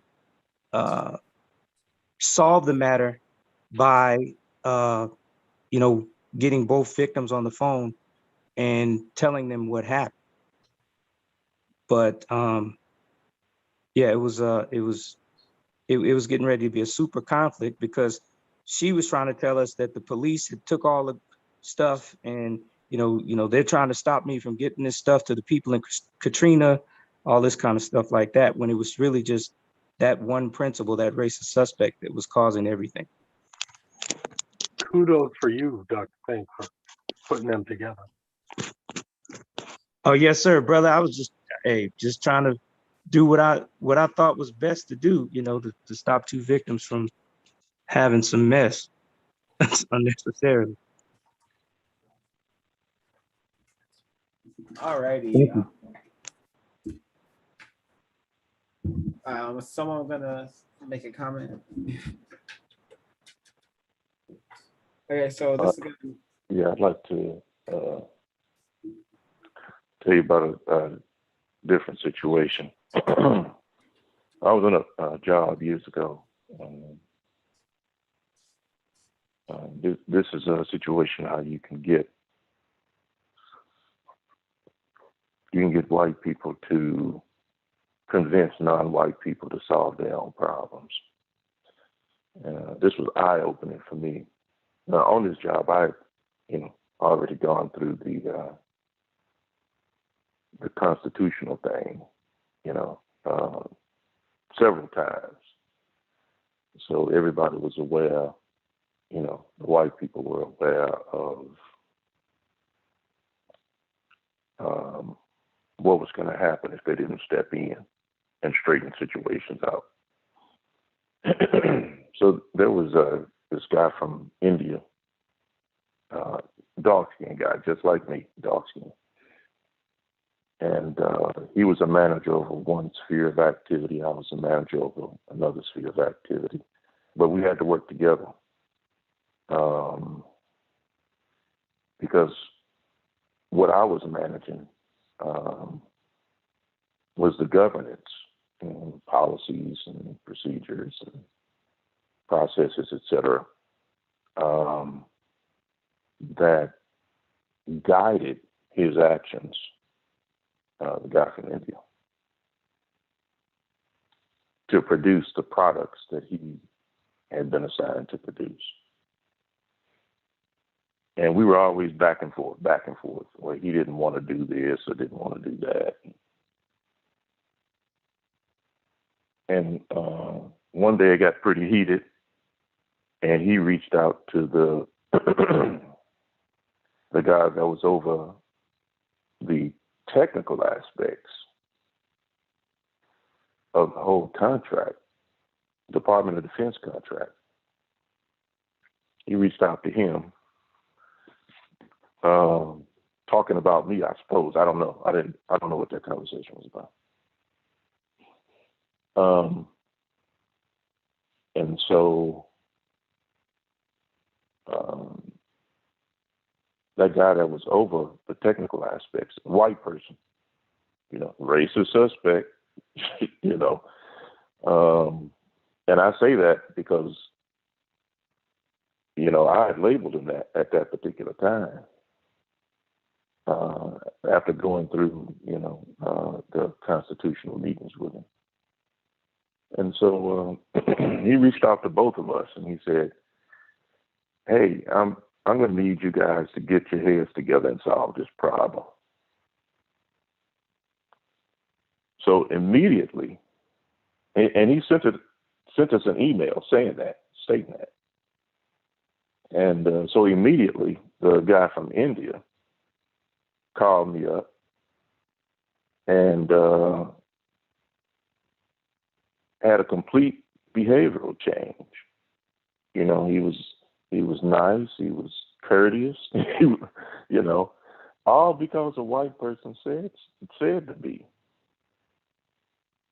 You know, that was like really eye-opening for me. That you know, generally it might take that for some non-white people, just for white people to say, you know, do this or do that, and do it in a courteous manner, and do it in, you know, none of that was in the email. He just said, you know, you got to put your heads together and solve the problem. But that changed this guy's whole behavior about how he interacted with me in order to get the problem solved. And we got the problem solved, you know. But that's something that I don't think many non-white people actually experience or know that they experience in their lifetime. That sometimes the reason that non-white people are so courteous, especially on the job, like in this job situation, is because a white person has directed them to be. You know, and you never know what's going on behind the scenes. You just know all of a sudden, you know, there's no conflict between the non-white people. And you hardly ever know why. I don't think, you know, a lot of people even know why or even want to know why. They just, you know, push forward and try to get the problem solved. So that was an interesting experience for me. Yeah, I think that's, wow. White power. So I think that's a great segue into reading this last portion. From 259, stop squabbling among yourselves and asking the racist white supremacists to settle it. The racists want non-white people to continue to be their subjects and victims. While using non-white people as victims, the racists particularly want the non-white people to squabble among themselves and then beg them, the racists, to settle the squabbles. This is one of the major ways that racists have of maintaining their power. They also do this to prove their power, feed their egos, and amuse themselves. They do this for fun, glory, and or material comfort. And then, actually, I'm going to read on the rest of it because it's pretty significant as well. Racists do not approve of any fights or arguments between non-white people that non-white people settle among themselves without the so-called help of racists. Racists do not knowingly allow any non-white person to do anything that does not directly or indirectly help to promote racism. White supremacy. Racists approve of and entice non-white people to fight each other, to kill each other, to squabble with each other, to name call each other, and or to do anything that best helps non-white people to remain confused and non-constructive. So I think this is where we're at right now. We're in this state, the non-white collective, particularly the non-white collective is very much a confused and non-constructive collective. I think that is an easier truth to swallow than being called silly, pitiful, primitive, and or stupid, even though those are also pretty correct terms to describe the behavior patterns that we can see ourselves partaking in. But yeah, very important to practice the 10 stops, to attempt to practice, to practice the 10 stops if you want to do some serious damage to the system of racism, white supremacy. So I think we could get into closing comments before we have our guest. Anyone like to start? Try to make them concise.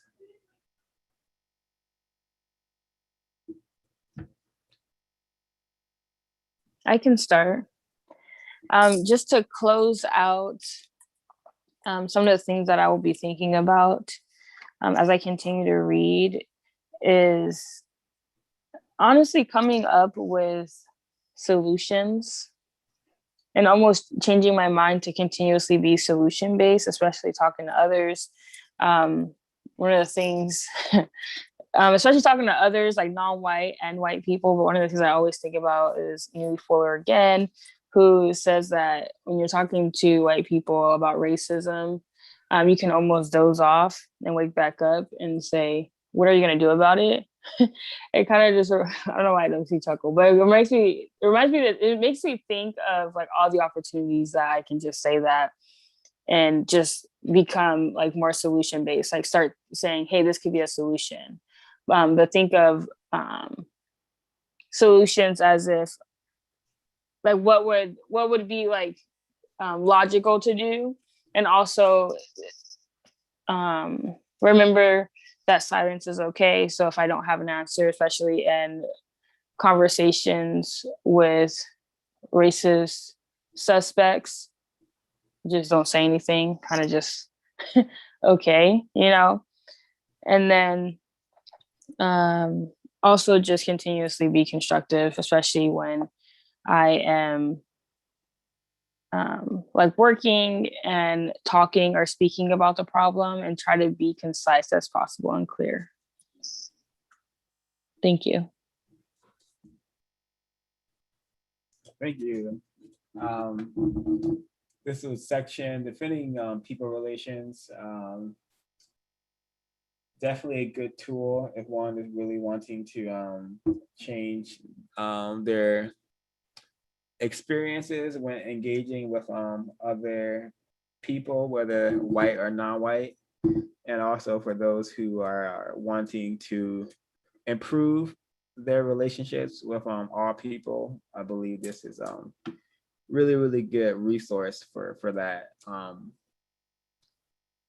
Yeah, very constructive.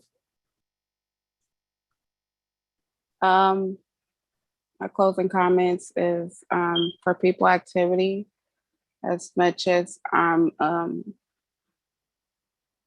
to myself, it taught me how to conduct myself with non-whites and whites, due to the fact that I don't know how to be or act a way towards towards white people. So now it puts a code that I can follow to be or say when it comes to white people and non-white people. I learned that asking questions is important and not to glorify the struggles that we have, but to always be consistent and try to always be on code the way that you can and be on code, because everybody's on code in different ways. But to follow the guidelines of, snitching, not cursing, not gossiping,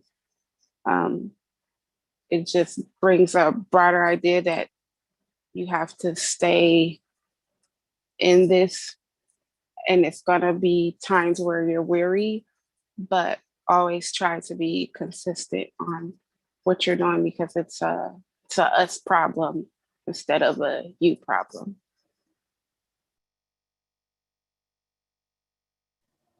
For me, my closing comments are Area 6, politics, people relations.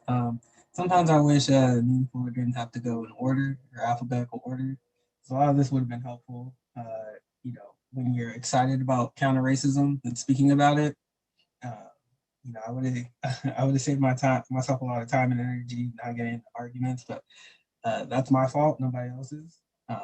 So this has been definitely very helpful, and and interacting with people, especially victims and I guess white people as well. So thank you for that, Neely Fuller. That's it for my closing comment.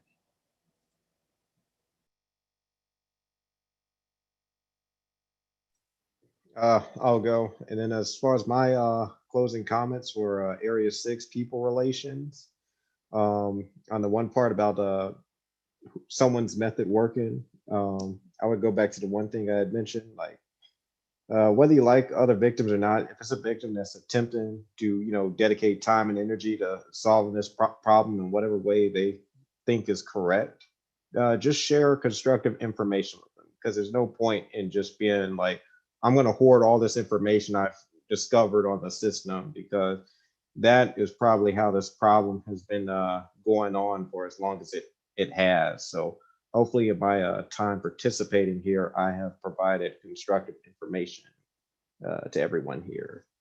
And that's what I got for Area 6. And I'm looking forward to the next area, number 7, religion. Thank you for the check-ins, everyone. I believe that is everyone who's going to give one. So. My closing comments are thank you for a constructive conversation.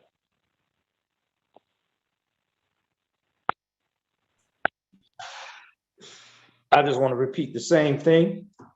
This was very constructive. Okay, we have one of our guests, Mr. SKO. Hello. Was that what you would like to be called, sir? You could call me Steven, or that's just my it's my Google username, and that's just how I logged into Zoom. Sorry, I keep interrupting your sessions. Oh no, don't worry about it. We are taught to be early for Ding, so I understand. Awesome. How's it been going? I've been maintaining quite okay. How about yourself? Pretty well. Did your cat manage to escape that jug of water is what I really want to know. Yeah. Sorry, I'm kind of an idiot. Oh. No, so am I. I am quite retarded. Dude, it's been a long time since I've heard your voice. You sound so different. Oh. And you said, yeah. What's up? So I know that my guests have arrived, Miss Lilia, Mr. Steven Singleton. We may have other guests joining, but so far this is seems to be the panel. We are here to discuss how can we solve the race problem, which is racism, white supremacy. That is a problem we have decided to dedicate some time to solve. And I'd like to thank the guests for joining us. And if you would like to just to give like a brief introduction as to your name and why you're here, that would be great, and we could get started. Absolutely. I guess I'll jump in. My name's Steven Singleton. I am a Los Angeles native, and I'm happy to be on this. This is great, and happy to talk about subject matter. It's very important to cover. Anything else you'd like me to tell about myself? That was fine.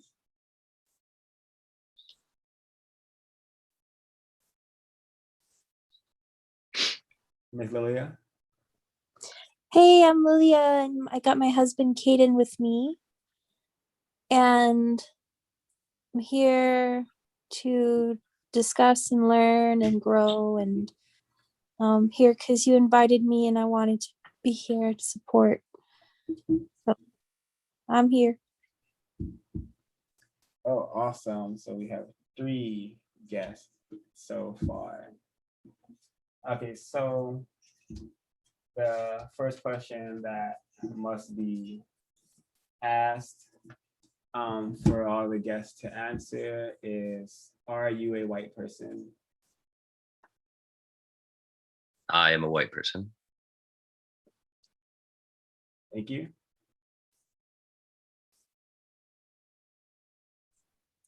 I'm white, and Caden is white too. Okay, so I have something that I want to discuss after maybe some other folks ask some questions. So yeah, Miss Helen, please go ahead. Hello, can I be heard? Yes, ma'am. Hi, SKO. That's what you want to be called? Steven's fine. Okay, Steven. Hello. Hello. What does it mean to be white? What does it mean to be white? It means that my parents are white and that I have had the fortune of, not being typically racially profiled in a negative way, I suppose. I don't know what else would you like me to say? I'm sorry, I don't know how you'd like me to answer. All we're looking for is concise, honest answers. What does it mean? It means that I've definitely had the ability to not be racially profiled negatively in a lot of ways. A lot of things that I have, I remain very naive to, and like Lilia, I'm here to learn a bit more about the other sides.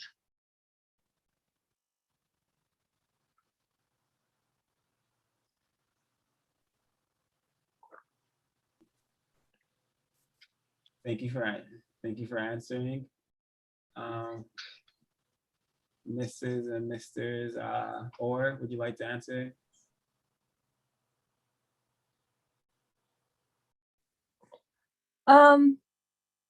Caden's kind of just listening. He's really shy, especially since this is live on YouTube, but he's here and he's listening. The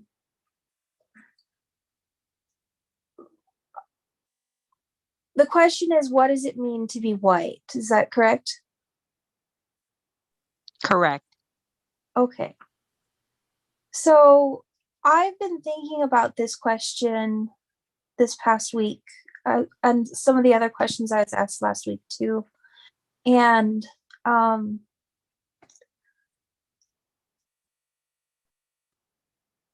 like some of the things you guys said really stood out to me. Like I'm not really white in the sense of it, of like a piece of paper, a piece of lined paper is white, but I'm white in the sense that I have certain like privileges imbued upon me because of the color of my skin that I was just kind of born into. I was born into this like society of racism and white supremacy. And I happened to be born on, you know, with white skin. So to be white to me is kind of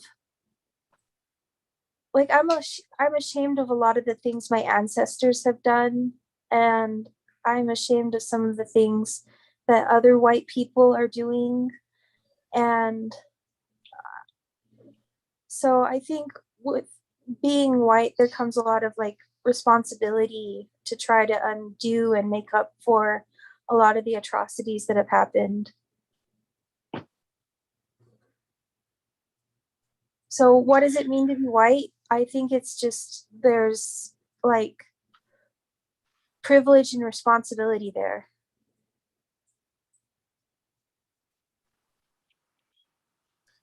Thank you for your answer. Ms. Kim, we would like for you to also answer the question, but first I have to ask you, are you a white person, Ms. Kim? Yes, ma'am. All right. Okay, Ms. Kim, would you like to, can you answer the question, what does it mean to be white? Of course. Now I'm gonna have to disagree with what is it Lillian?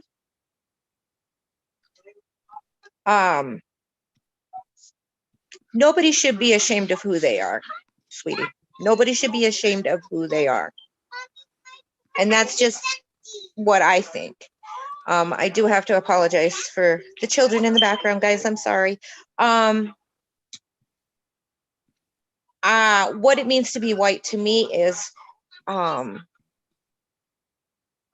watching what my culture has done to other cultures.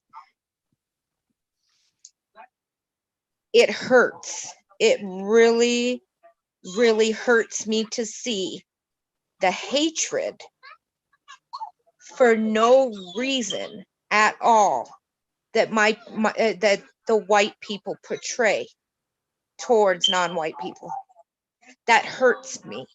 It hurts my heart to know that when I look at what is happening in this world today, and I see this day, you know, the whole issues of what's going on with the police officers, you know, and if we just kind of throw out the fact and just throw away the fact, because it's not just police officers that are doing this. My people, yes, they're police officers, but they're also white people who don't even have that kind of authority that are doing it. And so to me, being white means like I said, I'm not afraid, I'm not ashamed of being me. But what I am ashamed of is that my culture, of the white culture, has made it okay for this to happen. And I know that Christine and I have talked about this before. We have talked on this, and I really believe, because I had somebody ask me, what is it to be white in America? Wait, can we keep it focused on what does it mean to be white, and let's try to keep our answers very, very concise, because me personally, I'm not very bright. I'm very, really slow. It's hard for me to retain a lot of information. So can you please try to make it so like a 7-year-old could understand? I'm not the brightest, as I said. Oh, I'm sure you're fine. That goes for me too. I'm heavily If I asked retarded. okay, since we're gonna break it down to like as simple as possible,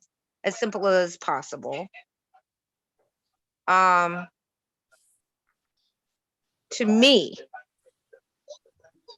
to me, being white means that I have privilege that other people don't. Now, what I mean by privilege is I can get away with things that other people wouldn't. Although that's not the way it should be. Does it make it right? Nope. It doesn't. Doesn't make it right, but that's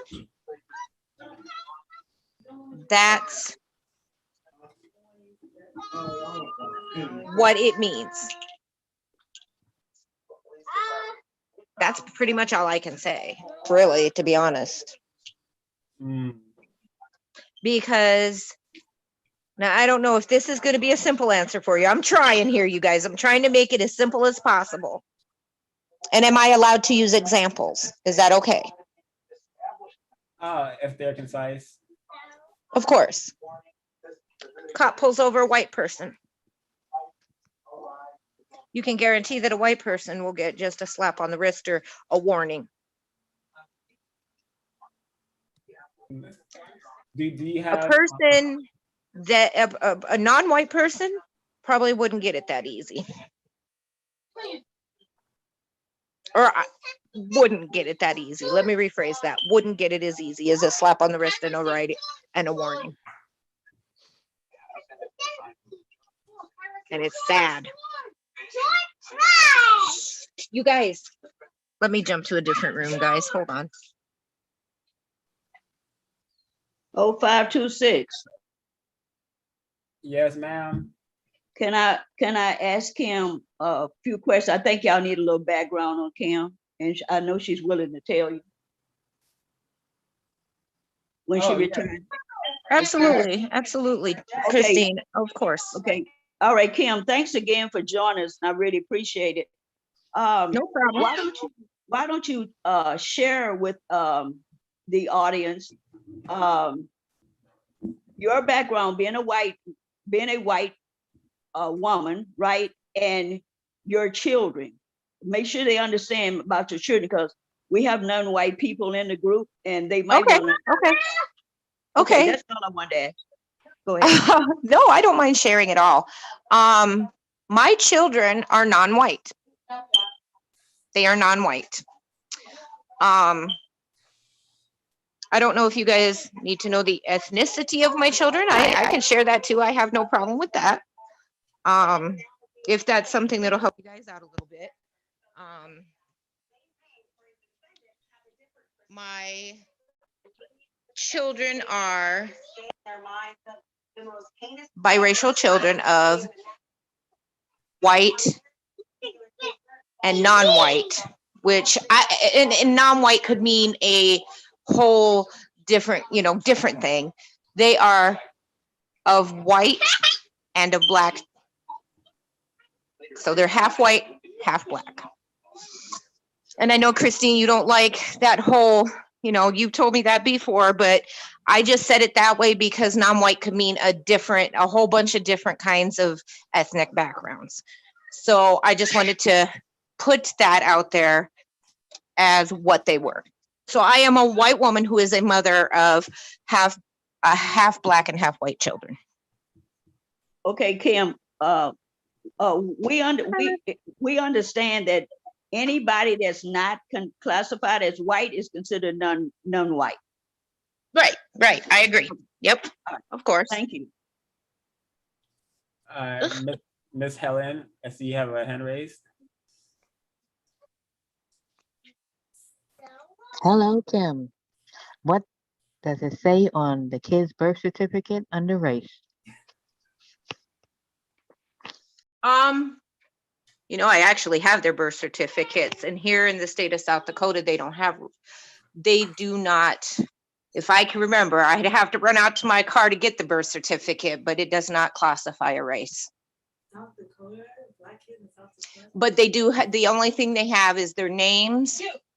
My name is their mother, their father's name, their date of birth, and the county that they live in. It does not classify a race.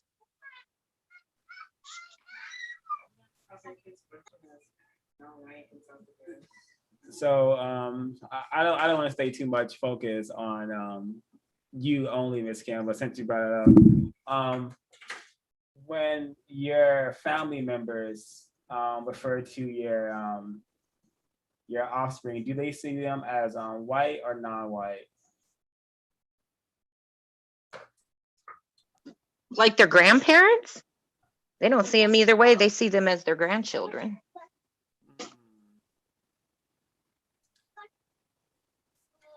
I don't know if that's answering your question, my dear, but they have never voiced their opinion either way. Definitely an answer.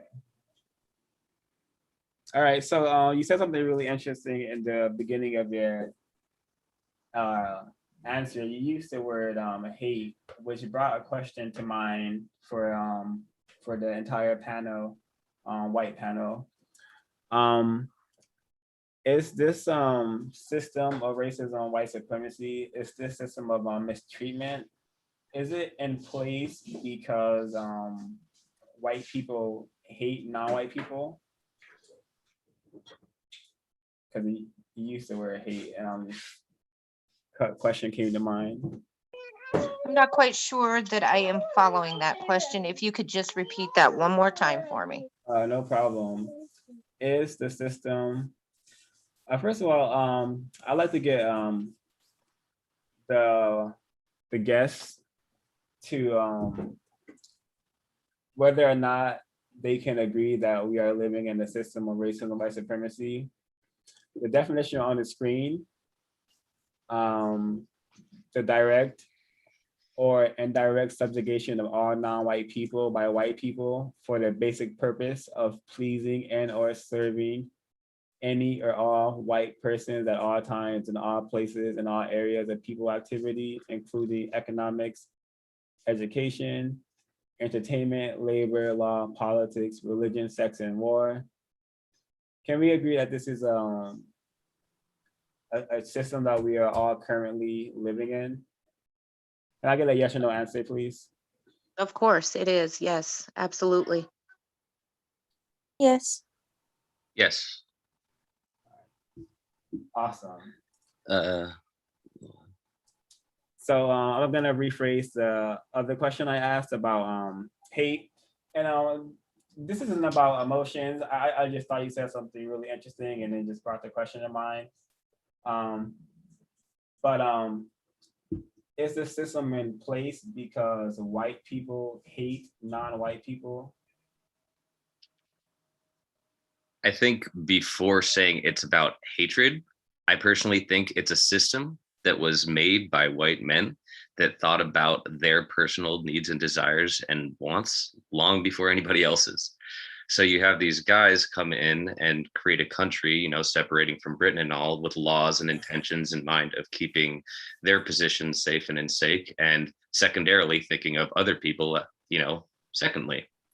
It's not a matter of, I do think it is certainly a matter for a lot of people of pushing others down and thinking that their place is behind their own in line. And unfortunately, that is something that is certainly dragged through the structure of the system that we live in today. It's just kind of embedded in the foundation of this country. And that structure, unfortunately, you know, you've heard the saying where it's like, you know, everything is kind of based off its foundation, and its foundation was written with certain people's mindsets and intentions in mind. And it's something that has definitely lived throughout the ages, and it's a fucking curse, you know. It's something that needs to be broken, and ways to do that are incredibly hard to do. And I want to help see that procedure through. And, you know, that's my personal concept in mind. I do think that it's definitely serving white people far better than anybody else in this system, and it's not okay. I'm going to have to agree with you on that one. I really am. I also think it's like I'm going to piggyback off what he said on that, is a lot of, and I don't know where everybody is located in this country or in the state, you know, in the United States. I can only tell you about my state, and Christine knows she knows where I'm from. But I think that it's a lot of we have a lot of followers and not enough people that'll go and beyond and be leaders. And what I mean by that is we have a lot of people that see how other people act towards non-white people. I know, that's pretty. They see how other people are acting and how other people are doing things. And instead of making up their own minds and saying it's not right, or this isn't right, shouldn't be, and having their own brain to use and setting their own mindset, they follow after what they see. And that means that, for example, if a child goes and jumps off a monkey bar and a kid sees them do it, instead of saying that's probably not the safest thing to do, they follow right and do the same thing. And I really believe that this country has a lot of followers and not enough leaders.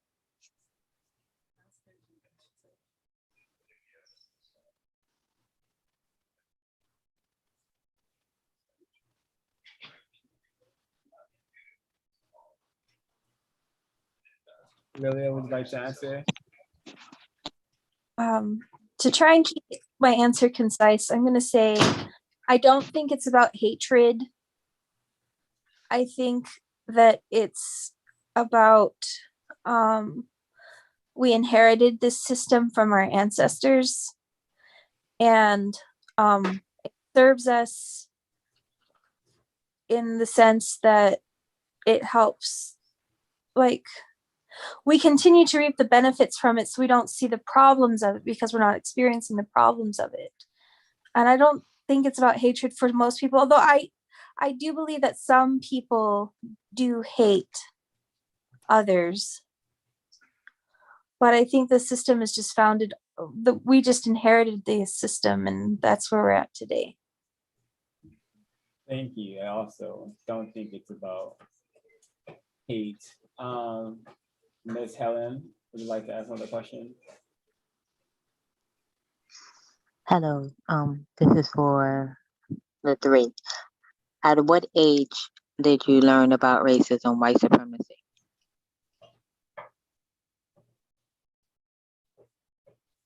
I can go ahead and answer that first if you don't mind.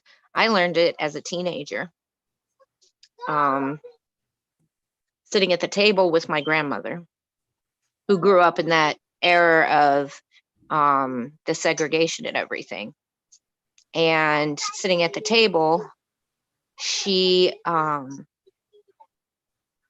out that I was interested in a non-white man. And she made some comments that were very not shocking, because I knew where she was growing up, but the comments she made me look at her in a different light. She made comments that she was not worried about me and him. She was worried about the children and how my children would grow up. I was a teenager, you guys. I wasn't even thinking about having children with this person.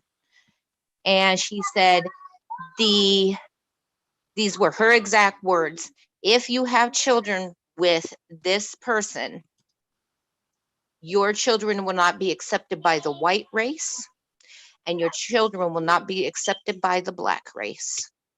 And I looked at her in shock. So at a young age, at about 15 is when I was introduced to it.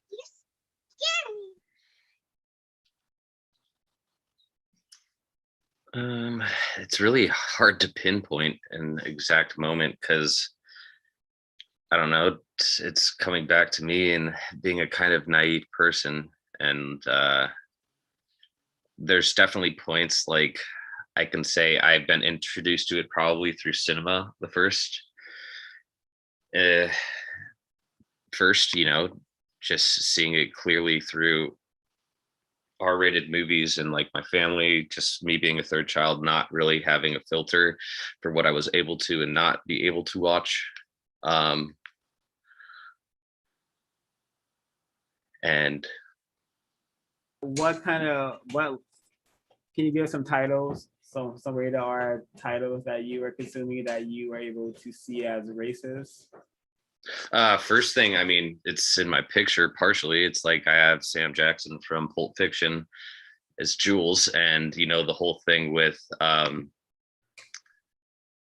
Wallace, and him getting fucked over in that basement scene was probably like the most notable first moment of racism that I hadn't seen firsthand in like an actual life experience.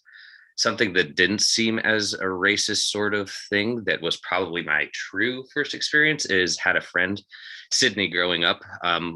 When he first came into the school that I was going to, which was my first year transferred into, was in second grade in Kenter Canyon. He wanted to be called Wellington because he thought of it as more formal, and it was a name that wasn't, his first. And he, I don't know, felt like he fit more into the white crowd with that name. So that was just kind of a sort of concealment that was, shouldn't be necessary, but he felt was necessary, and that was probably an actual, like a soft introduction to it, but didn't really kind of consider it until we got more into our middle school years. Well, that's really interesting. It seems like you were able to distinguish the mistreatment by as early as second grade. I don't know how old second graders are, but it seems he's like a very smart guy. I mean, even as little kids, I don't know if you remember Sidney Stovall from high school. He's a smart guy, and I don't know why a second grader would have to feel this way with concealment and stuff. But he was probably my first introduction to it, and I didn't really get it until later on, and he had to go more into description. But with that. Miss Lilia? My question is for Kim. Kim. Wait. I don't know if Lilia got the answer. Oh, let Lydia go, and then I can go. Oh, I learned about racism, white supremacy as a child. I would say in my elementary school years, where the school would put on events for Martin Luther King Jr. Day about Black History Month, and they would educate us about like the wrongness of the KKK and things like that. And that's where I learned about racism. I experienced some racism like growing up, but I'm not like recalling specific instances off the top of my head. So I'll just try and leave it concise at that. Yeah, the best answers are those pulled from lived examples. Thank you for answering those questions. Ms. Williams?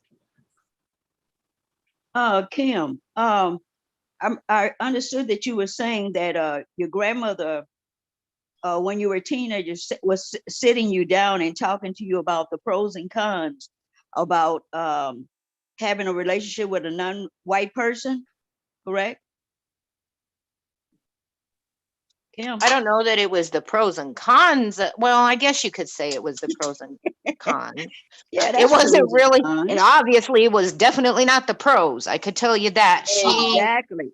She could find every, rest your soul, Grandma. I love you with all my heart. But she, like I said, she grew up in the era of all of that stuff that went on with the segregation and the white only bathrooms and the black only bathrooms. And that's what she knew. So exactly. But what I wanted to ask was, You knowing what the grandmother told you about the hardships that you could encounter if you did that, you chose to do it anyway. Why? Because the way I see things, Christine, is, and this is just my personal belief as a white person, is that love sees no color. I do not believe that if you say you love somebody and that you truly, truly have a deep love for that person, that it shouldn't matter what the outside looks like. Okay, but you are aware that racism does see color. Yes or no? Of course, I do see that, but at the same time, I do believe that not everybody feels that way. Not everybody feels that way. Kim, look, this is no personal attack against you. I'm just No, trying I'm to. not saying it is. I'm not saying it Okay. is. I'm not. No, I not just at all. want you to know that, right? No, Because no, we're no. just trying to get answers to questions that we have. And that was just something that as a non-white person, I was just interested to know, why would a white person do that? Because I've never had a chance to ask one. No, you're absolutely fine, Christine. No, I get it. I get it. And for me personally, I'm gonna just say it for me personally, because I can't speak for the other people on the panel. But for me personally, I look at the people for, and this is I'm not sure that this is gonna ruffle a feather or two, but I look at the people's character and who they are. And I told you this before, Christine, I look at people on how they're going to treat me as a person. Are you going to disrespect me? Are you going to treat me disrespectfully? Because I can guarantee you disrespect doesn't see color, because you can be a white person, you can be a non-white person, you can, and I've seen it in all kinds of different races, where if you're going to just be a plain out jerk and just be mean and nasty, I really don't believe that it's really a race thing. If that's your character and that's how you are, for whatever reason, whether you grew up that way or whether you just kind of decided one day you woke up and said, I just want to be a jerk today to whoever comes in my path. I don't really honestly believe, now this is my opinion, that has to do with race. Yes, I will say that there are people out there that do hate people because of the color of their skin. Don't get me wrong. There are plenty of people that are like that. But then there just are some people that are just downright jerks. And I've had people that I come across that are white people, non-white people of, all kinds of different backgrounds, that they're just going to be a jerk, they're just going to be a jerk. Okay. Okay. So thanks for that response. But one more question. Okay. So by you having non-white children, how does that affect your children, or do they ever talk about how they feel, or are they harassed because of that, or any of those things? Well, my daughter is still too little to really grasp this kind of a concept. She's only almost 3, so she really doesn't have the whole concept of what it is. But I do have my 12-year-old son, and he has experienced it. I don't know if I'm allowed to share Yeah, an you can share experience. that. We would like to know. Well, what is he expressing to you about people saying things? There's actually 2 instances, but to keep it concise, I'm only going to share one. And it's kind of like, which one do I share? But in 1st grade, my son is kind of likes to play by himself, and he's not really an outgoing kind of kid. And in first grade, there was a kid on the playground who was white that came up to him and said he needed to take a bath because he was dirty because his skin was brown. Oh my God. Oh, but you know, this mama bear didn't play with that. I don't know, Christine, you want me to tell the background of what mama bear went and did? The short version, Kim. I went into that. I know, because Christine heard it already and she was probably thinking, hurry it up. But I went in and I confronted that mother. In a nutshell, I confronted that mother in front of that principal. And I told her, if my son comes to me again and this is still an issue, I'm coming for you.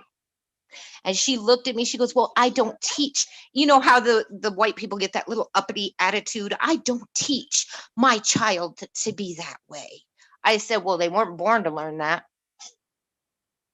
So somebody in your household had to have said something derogatory or said something in earshot of your child for them to think it's okay to be that way. Don't let me hear it again. Okay, so that was when your son was 1. You have any other things you might want to share about him being older, experiencing any type of racism?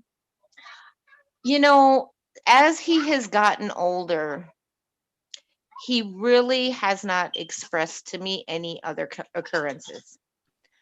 Not to say that there haven't been any, but he has not really expressed any to me that I've been aware of.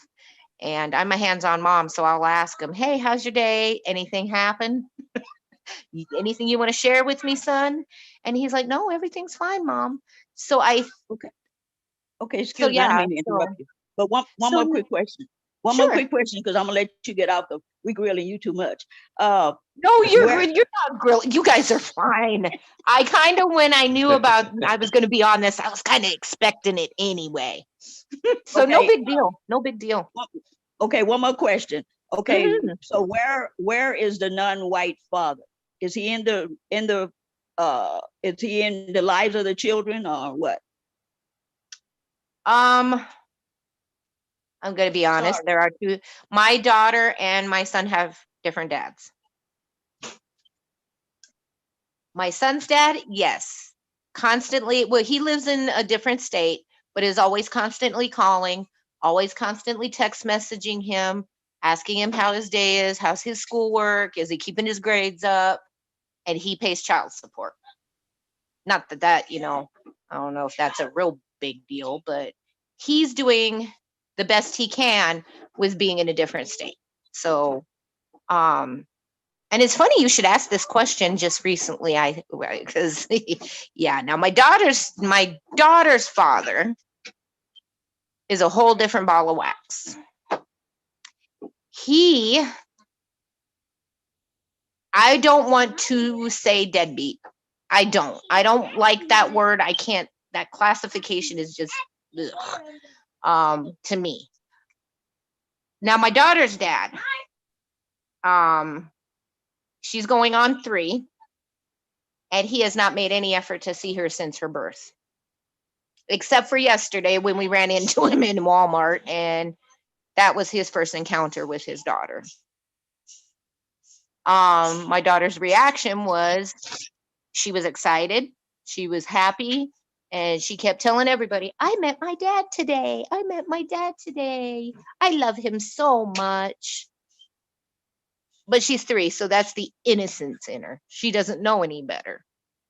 The encounter with him was he wanted me to drop child support. He gave me all kinds of excuses as to why I should drop my child support. And I told him I'll have to think about it. Have to think about that one. So did you drop it, yes or no? No, I have not. Okay, I mute my mic, Kim. Thanks so much for all your responses. I appreciate it. Can I You're also welcome, ask you a Christine. question, Kim? I just want to, I'm just curious, did the school or the principal do any sort of follow-up with that statement the kid said to your child? Well, I'm glad you asked that because Wait, can we get a yes or no answer? A yes or no answer? see, that's been so long ago that that was like first grade. So he's in Okay. 7th grade now. So that was like 6 years ago. Yeah. I don't know. She said she was going to, but as far as whether they did or not, I'm not sure.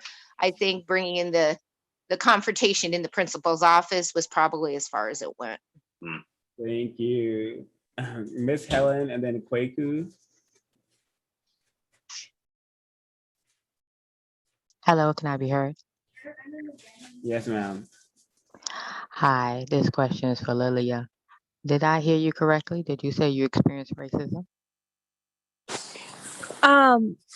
Not I've witnessed it. If I said I experienced it, I didn't mean it as in I experienced it against myself. You witnessed it how? Like, I've seen others be racist.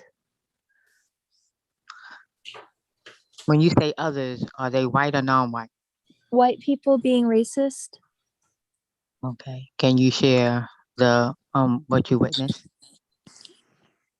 For example, I went to the store to pick up something with my Black neighbor, and we were at the store shopping, and I got something that was more inexpensive than she did. She got something like really valuable or whatever. Like no, mine. Wait, hold on. Let me see. Let me recall. My item was more valuable than her item, and she got stopped and like told to go buy that at the front. Like they would put that at the front for her to buy, whereas I was allowed to carry my item around in the store with me, even though my item was more expensive than hers.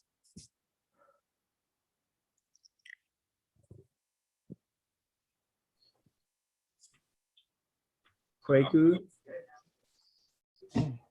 Thank you for your honest answers to our guest. So I wanted to clarify, to the guest, do you believe that white supremacy is global? Is a global system? So meaning not only in the United States. Yeah, it's a worldwide issue.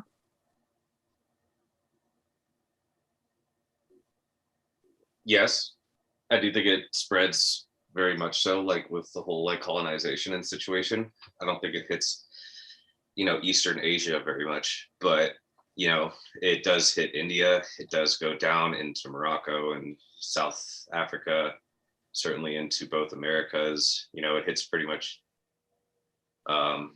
all continents, and I'm sure it does have its influence also on trade routes in like old days and how it's affected Eastern culture development as well. Maybe not as directly though, but yes.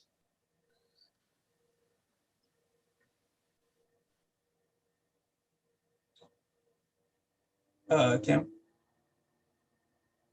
I do believe so. I believe that it's not just in the United States. I believe that it is everywhere. Are we allowed to give examples if we have them? Short ones? Yeah, if as long as they're concise. The whole issue with what happened in the UK with Prince Harry and Meghan Markle. And the interview that they gave, because Meghan Markle is a non-white person, and the way that the British royalty treated her. Okay, thank you. I have a follow-up question. My follow-up question is, just had it off the top of my head. Do you believe that, so given the definition that we have for white supremacy being the direct or indirect subjugation of all non-white people by white people, do you believe that non-white people are able to practice racism? Yes, I No. do think so. Oh, go for it. No, I think that non-white people can have prejudice, they can have biases, but they can't be racist. I believe that they can. Anybody who judges anybody on their skin tone certainly is a matter of race, in my opinion. Even if white people are shitty and have the upper hand. Now, I guess my question would be towards white people. Are you asking, are non-white people racist towards white people? Is that the question? The question is, are non-white people able to practice racism?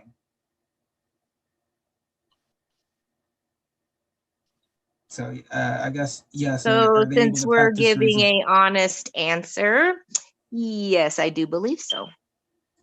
Okay. For Stephen and Kim, can you tell me, Stephen, you kind of said it a little bit, but if you could elaborate, and Kim, why do you believe non-white people are able to practice racism? I think a really good example is the Hutu and Tutsi in Rwanda. Mass genocide against a group of people of a different skin tone is a pretty prime example for me, and thinking that that is certainly a case of racism. It was based off skin tone. They were labeled different, basically factions of people, and that led to a genocide, which is horrible.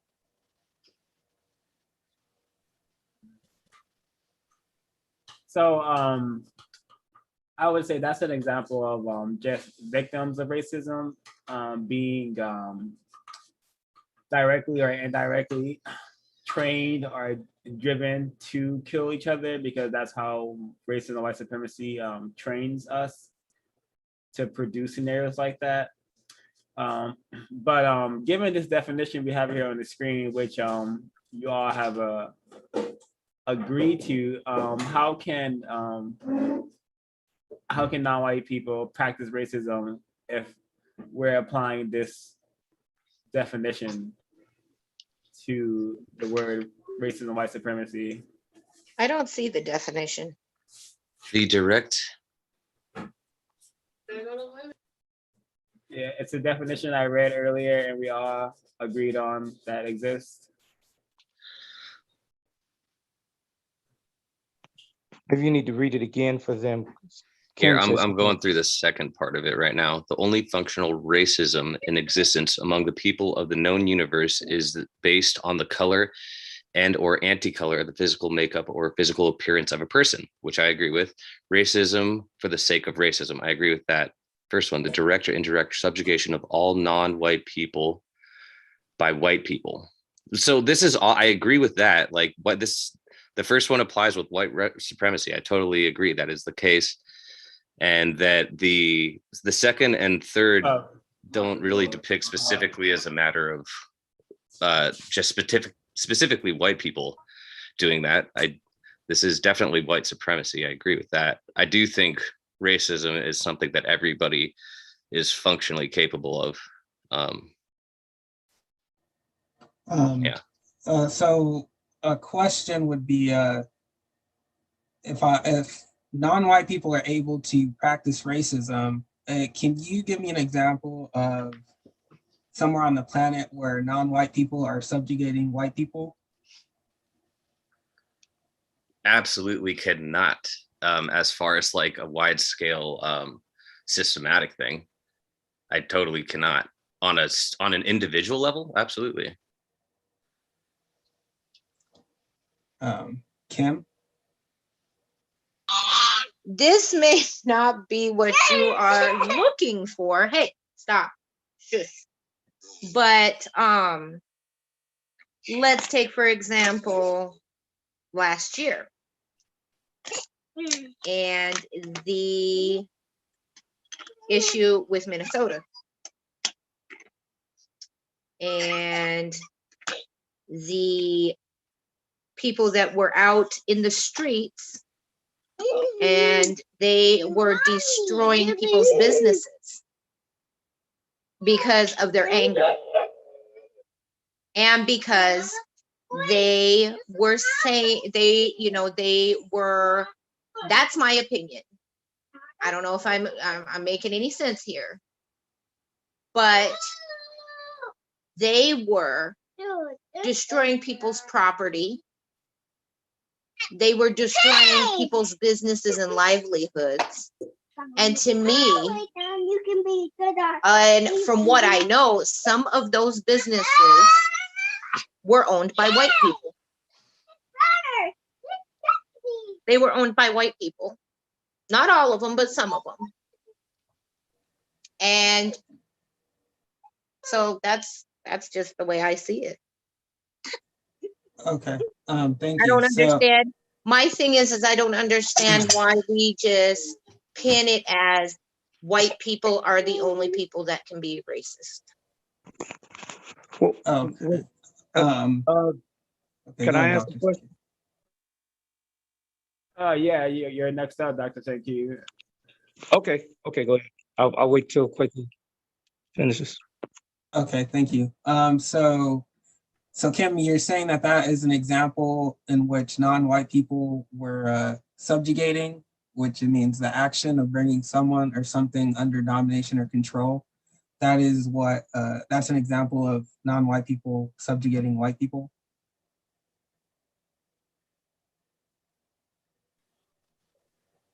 That's the questions for Kim.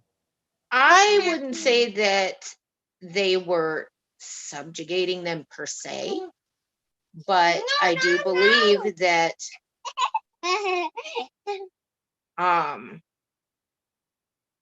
I think there were possible agendas behind it.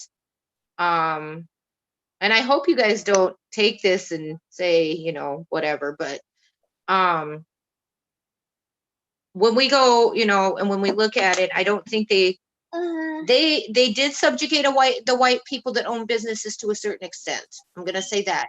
They subjugated the white people to have to start all over again with businesses that should have never been destroyed. I understand the whole anger part of the whole thing, and I get that 100%, that they were angry, that they were pissed off. I understand that. But there are other ways besides destroying businesses that it can be taken care of. So did they subjugate these people? Yes, they did. They subjugated these people by destroying their businesses, so that now they have to wonder where their income is coming from. How are they going to provide for their families?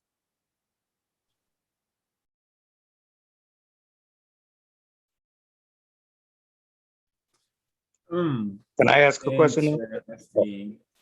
Super duper interesting. Dr. Sekou? Yes, I had questions for everyone else, but real quick, based on what Kim just said, Kim, I'd like to know what was your source of information for the non-white people destroying the white businesses in Minnesota? What do you mean by where I got my information? Yes, how did you get that information? From people that I know that live there. From people that I know that are actually in the heart of Minnesota, that were every day seeing what was going on. Okay. I have a lot of people that I know in Minnesota that would tell me what would be going on. Kim, this is awful. This is terrible. And giving me descriptions of what was going on. I got it, Kim. I got it. From people in Minnesota. Were those people in Minnesota white people? No, not all of them. Okay. Did you happen to see anything on the news about that on your own? From time to time I would look, but I wouldn't make it a priority to watch it constantly. At any time that you looked, did the people that you saw riding, were they all non-white? Or did you see any white people in the crowd? Yes, I did see white people in the crowd. Okay. So would you then say that white people were participating in the rioting? I wouldn't say they weren't, because it was probably an easy way for them to, I don't think they were participating in it in the right frame of mind. Okay. Thank you. On that question, so now my next question is, well, okay, this is for Kim too, real quick. What made you choose to have children with a non-white male? What made me say that again? I'm sorry. What made you choose to have children with a non-white male?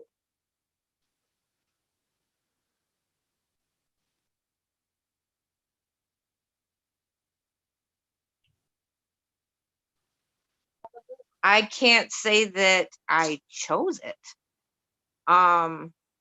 I dated their fathers, and I can't answer that because I honestly cannot say that I know how to answer that.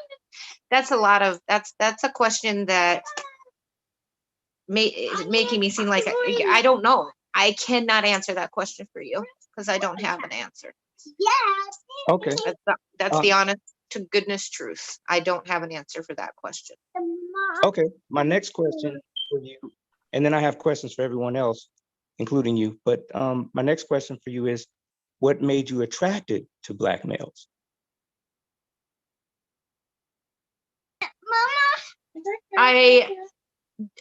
What made me attracted to them is Yes, the Black way males. the way they carry themselves. They don't put up with BS. They are very they carry themselves in a manner where they do not. Is it okay to cuss on here or no? I mean, I'm just asking because this is my first time doing it. But they don't take crap. They don't take crap from anybody. And that's the kind of person that I'm attracted to, is somebody that can stand up and say, and be a man's man, if you would.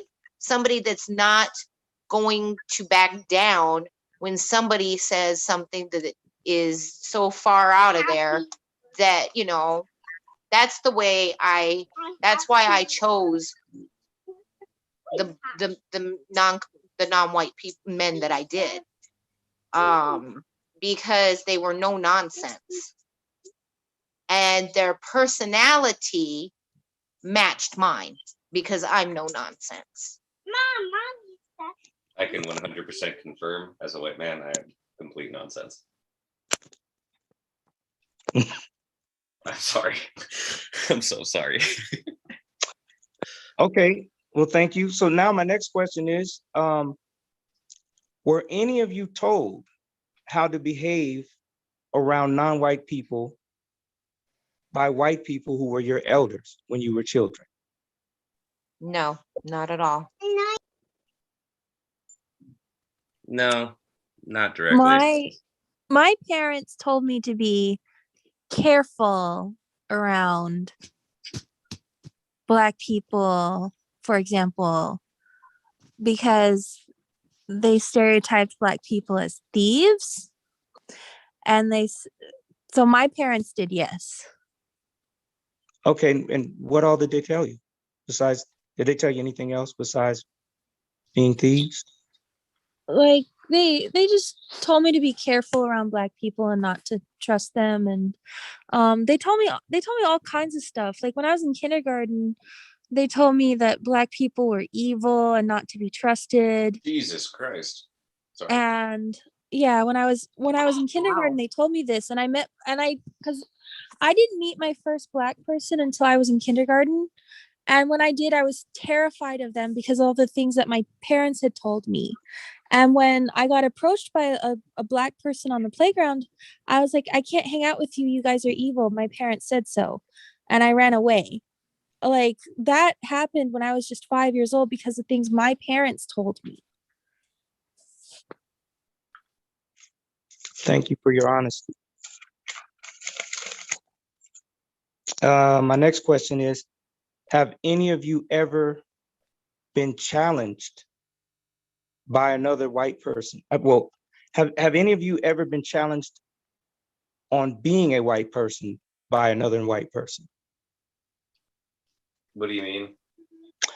I Has- have. Okay. Oh, yes, I have. Mhm. My uncle, well, when I my uncle would call like my sis, well, it wasn't like me, but because I never,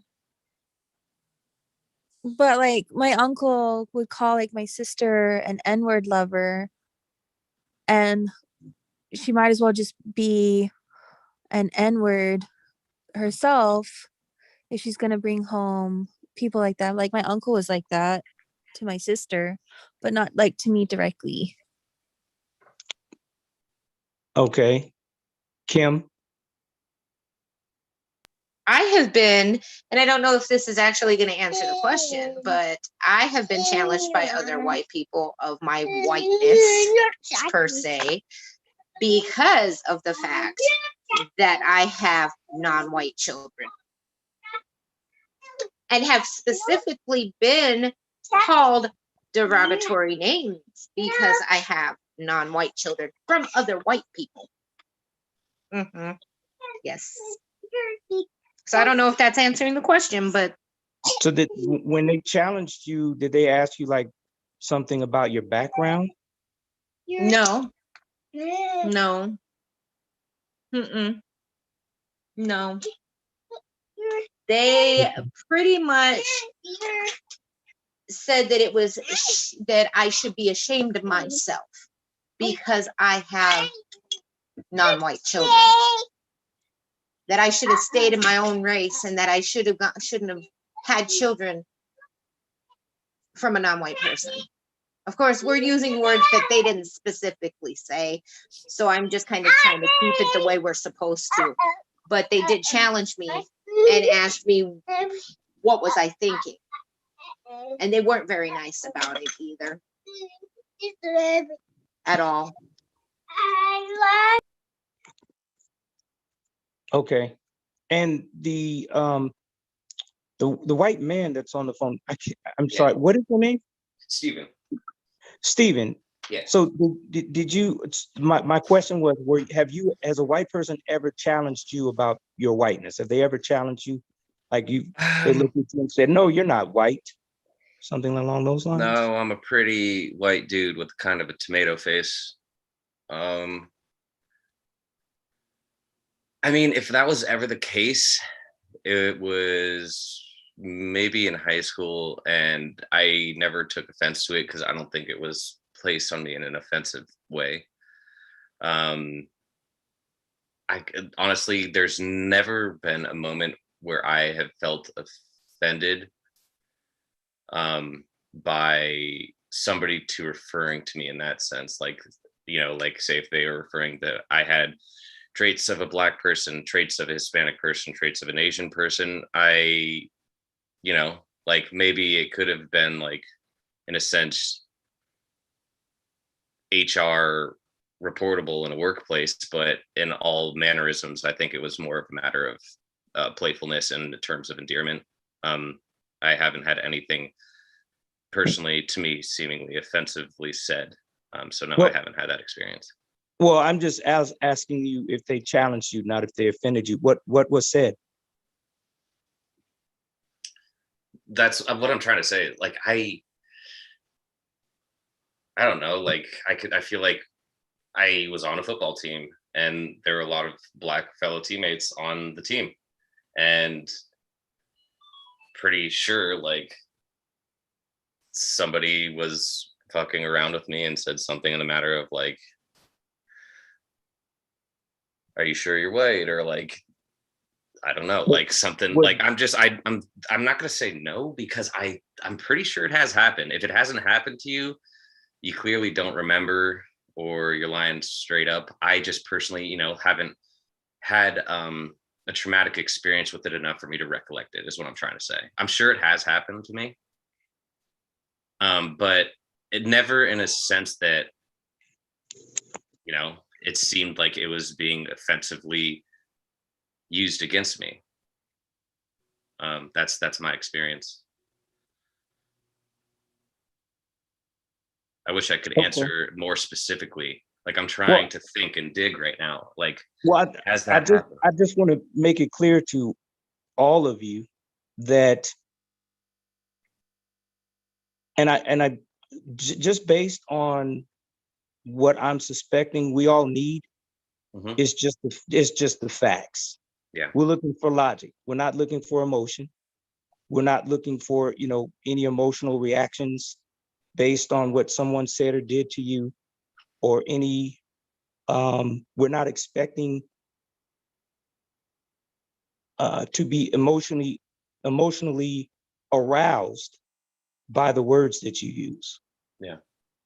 We're just trying to get the facts. Okay. And thank you. Yeah.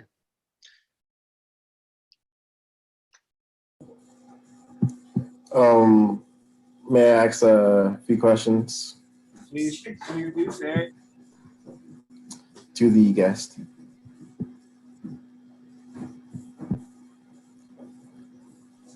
Yes, go ahead. So, Mr. Steven or Miss Lily or Kim, feel free to answer. Don't mind who answers first, but have you ever witnessed a white person mistreating a non-person? And if so, what happened? Yes, I have. Please share. I was at a gas station, and I was coming out from the gas station, and there was a non-white person sitting on a bike, and it looked like he had fallen asleep or whatever he was doing. And the manager decided to watch him from the window. And so I'm like, I'm not leaving. I'm just going to play this out and see what happens. And so he watched him for about a good 10, maybe 15 minutes. And then about after the 10 or 15 minutes, he comes outside and he approaches him. And because I live in a small town, the parking lots in our areas aren't very big, so you can hear everybody's talking and conversation. And he said, "Look, man, you got to go." And the gentleman said, "I am just waiting for my ride." He said, "You have a bike, just get out, just go, just get out of here." And so he went back inside and stood at that window for another good 10 to 15 minutes, watching him until he left. But before he left, he came out a second time. Now, I know you guys don't know me, but I'm not going to just sit there and let something happen like that. So I voiced my opinion, and I told him, instead of griping and bitching and telling him to leave, don't you think you might want to ask him if he's all right? Is there something you can do for him instead of making yourself look bad in front of this parking lot and the patrons? So he went back over there and asked him, "Do you need anything? Are you all right?" But I just shook my head because it shouldn't have been me that made him go back over there to say something. She can sit in the back. Okay, thanks for answering the question. My follow-up question is, have you ever indirectly or directly mistreated a non-white person?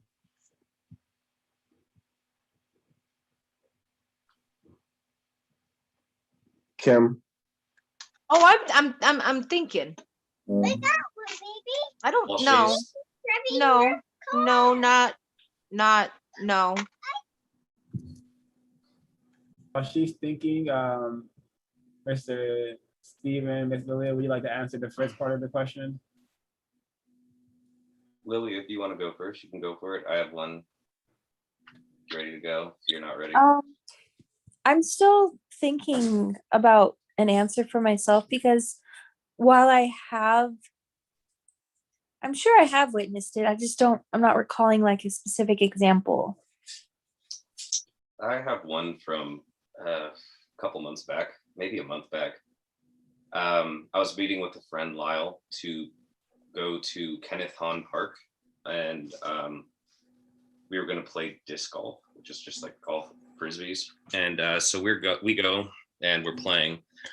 We eventually get to a certain like hole where we're supposed to like start throwing, the discs. And there was a group ahead of us, and they weren't throwing because there were two mothers with their two children hanging out and playing around one of the spots, just where you're supposed to like, start the hole. So some of these guys, they're all white guys, like, I don't know, 20 something. And they're just like, hey, can you move? Can you get off the spot? This is where we're supposed to throw. And the women said, no, we're occupying the space. We're not going to. And they're like, well, you have to. This is where we're supposed to throw. And they say, can't you just throw from, the side? And they're like, this is the place where we're supposed to throw. One of them goes further and escalates it and starts essentially yelling at them. The women say, like, if you keep doing this, we're going to get our husbands in here and they're going to kick your ass. And the guy says, yeah, I bet they're not even around for your children. Like, try and do that. They're not going to show up. And that was that experience. At that point, myself and my friend Lyle walk up. There are two other passerbyers that overheard that. We got involved. They got involved. We just kind of tried to de-escalate the moment and tell those people, go around them. One guy really took charge. He was like driving this little RC car around, and like he was a black man, and he did a really good job of taking hold of this, like de-escalating it. And just said, like, kind of stay to your own parts and just let the woman exercise, and you could throw over there. And we followed him on that. So that was a really unique experience. Just all from what's supposed to be like an enjoyable, like weekend moment at the park. But yeah, that was my moment that I'm recollecting. 0526, I don't mean to cut this short, guys. I am so sorry, but my son has tons of homework he has to get done for tomorrow. So I'm going to have to kind of like 86 myself out of here. But if you guys do this again, I would love to join the panel again. And we can keep this going, because this is, to me, this has been very interesting. I have loved to hear all of everybody's opinions and how they see things, so that I can, kind of broaden my thoughts a little bit on certain subjects. But it's 7 o'clock here. It's 7 o'clock at night, and he's a dinker, so I gotta go ahead and go help him with his homework, guys. Oh, no problem. Take care. Appreciate your time and energy. Not a problem, guys. And you guys all stay blessed and have a good day. Thank you. Good meeting you. Thanks, Ms. Kim. Thanks for answering the question, Mr. Singleton. I do want to ask if you have directly or indirectly mistreated a non-person, and this could be you're in a group of people and someone's making fun of a non-white person, and you remain silent. So in a way, you kind of become complacent in the situation. Or have you seen a non-white person being targeted and being made fun of in a classroom, perhaps? Just any situation when you witnessed it and could have said something but didn't. I think the situation at the I guess it was a golf course or some type of Kenneth Hahn. I know exactly where that's at. Yeah, Kenneth Hahn Park. No, Kenneth Hahn. But try to think back to a time. Is it possible for you to recall a moment you have directly or indirectly mistreated a non-white person? I'd love to say no, but to be perfectly honest, I'm pretty sure that's not the case.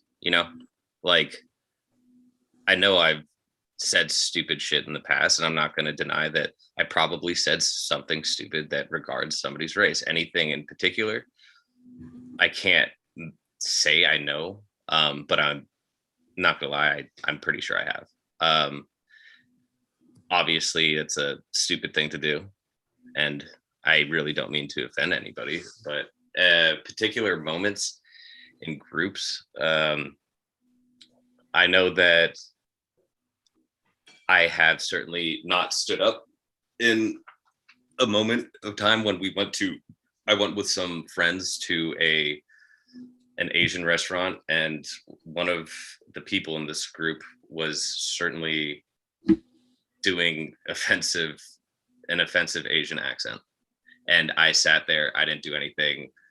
Other friends, Alex and Sydney, didn't stop this person as well. We sat awkwardly, and he was clearly being offensive, and none of us did anything about it. We were uncomfortable with the moment, but we didn't stand up and do anything about it. Thanks so much for being honest. Keep in mind, it's like I'm a bit lagged. It's 2 a.m. over here. I live in London.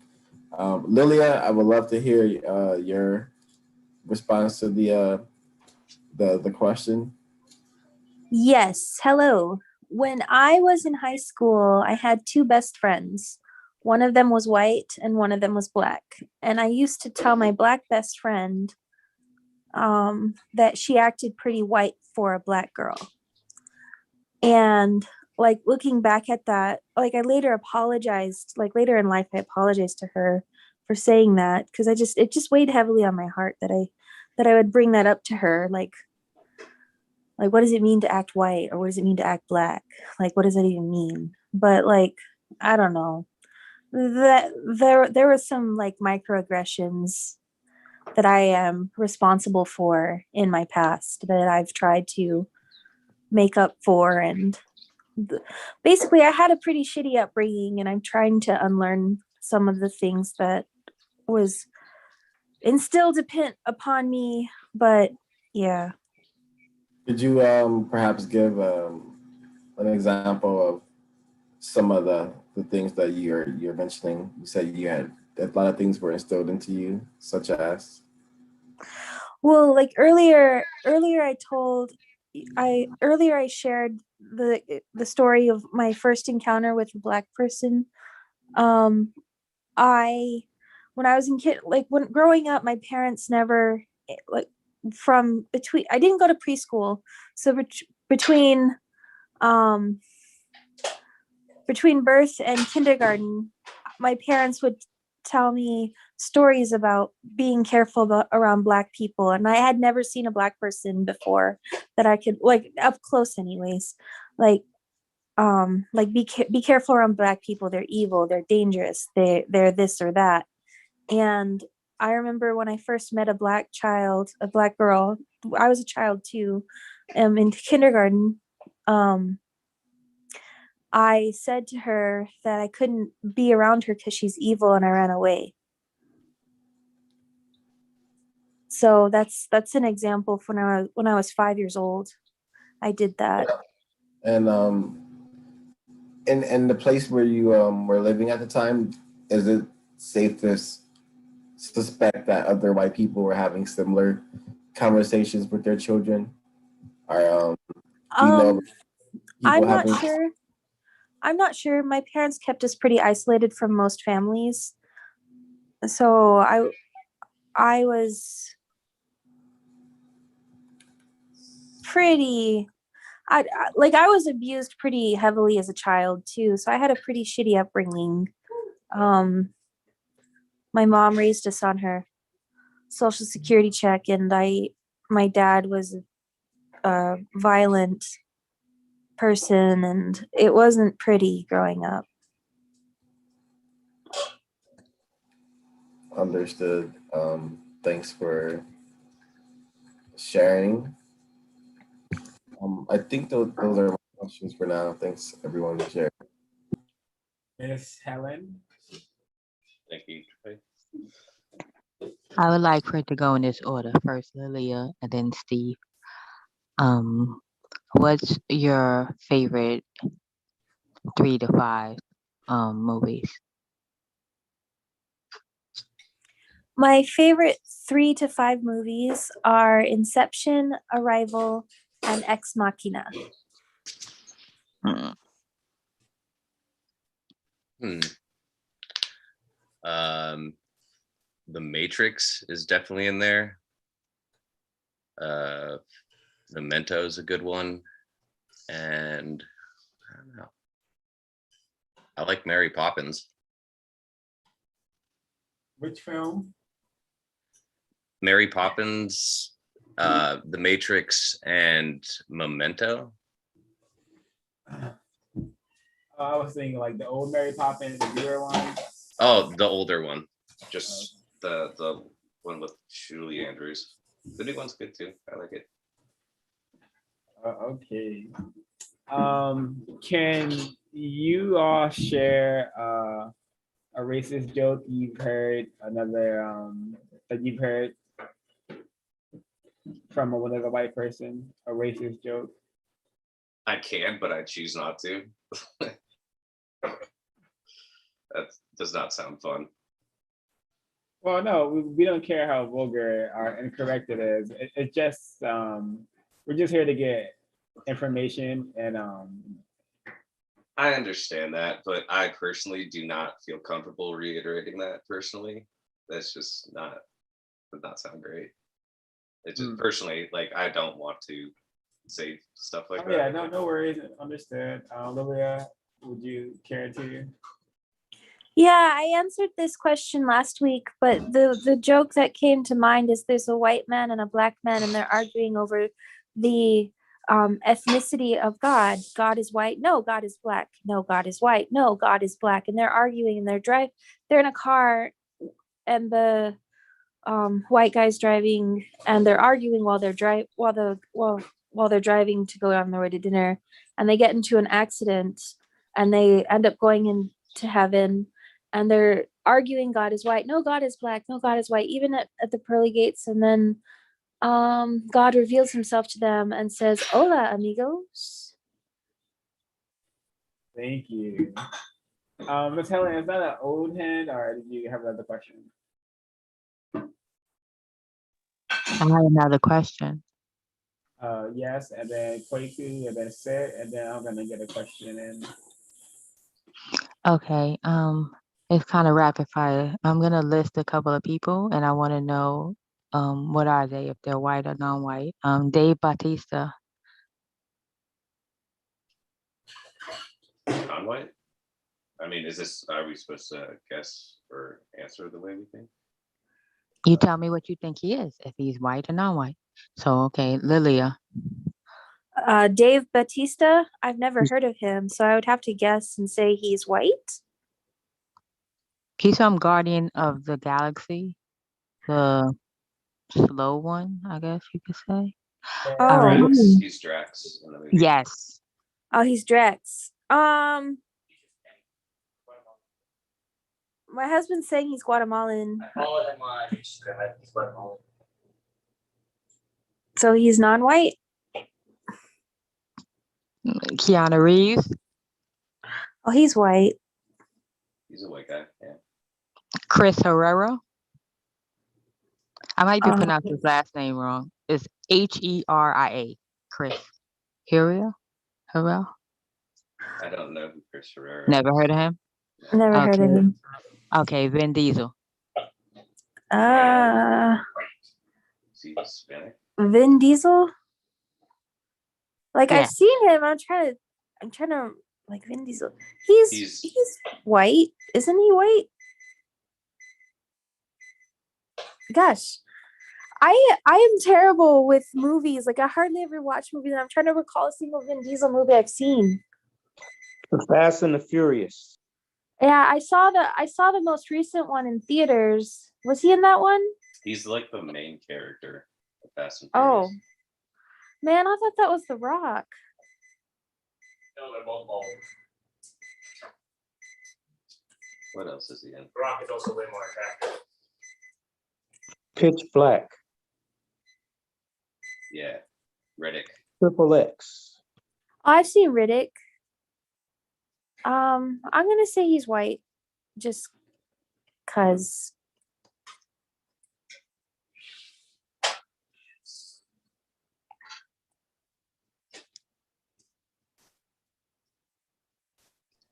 Oh, okay. I'll go. Thank you for your answers. So can you tell me what do you think?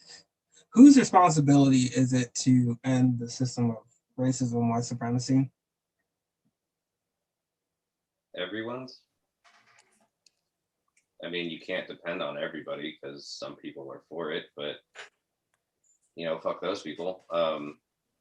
Everybody has to show up. You know, it's not. This is a big fight. You know, and it takes every willing soul, and even those who aren't willing, every person that's standing by needs to show up for it. Dog button. Thank you, Stephen. Lilia? I would say that it is everyone's responsibility to end it, but I would say probably the onus is probably particularly on white people, although good luck getting white people to do that. Like I want to help do it, but like I don't have a lot of belief or faith in the white people. I agree with that. I don't have faith in it too much either with like the white masses. I think the biggest thing is just fear, like not to kind of work off of your upbringing, Lilia, but it's just like when you have these blinders on and you don't get exposed in like a light and experience where you get to just genuinely learn about people and who they are, and you don't get to connect with people from other races, you don't get to see like them as a person and them as individuals and how great everybody can be and how shitty other people can be that maybe put blinders on you. It's a really shitty thing, and like when you have isolation from other races, then you can't really get the chance to empathize, and that's an important thing to have. So I think mixing and mingling among all people is a very important step forward, because without it, then you'll never be able to understand the other side. You won't be able to genuinely care enough to do anything about it. So I think that's what needs to be a big part of the works. Okay, thank you. My next question is Wait, one second. I believe we have another white guest. David, are you there? Are you able to participate? Yeah, let me see him. I'm here. I'm here for like a little bit. I was gonna say to that question, because I am white, I was gonna say like for there to like what needs to be done to fix racism. I mean, like yes, there'd be like it would involve everybody. Hold on. No, that's not the question. The question was whose responsibility is it to end racism, white supremacy? Okay, yeah, it's everybody's, mostly white people, but because I don't think there's like enough for white people to gain from addressing racism, I don't think it will end. Thank you for your concise answer. So both my follow-up to that would be all of you kind of said white people. Why do you believe white people, I guess, have the biggest responsibility to end racism? I guess I can try to go first. I feel like, well, I don't know where it started. I personally feel that, whoever started it, they are responsible for ending it. But I think that you also have to look at like, what majority of people are responsible for are racist, and it's really, I don't know. And I guess it sounds weird. I feel like if there is one group of people that has the power to end racism, it is white people, just because we are the problem.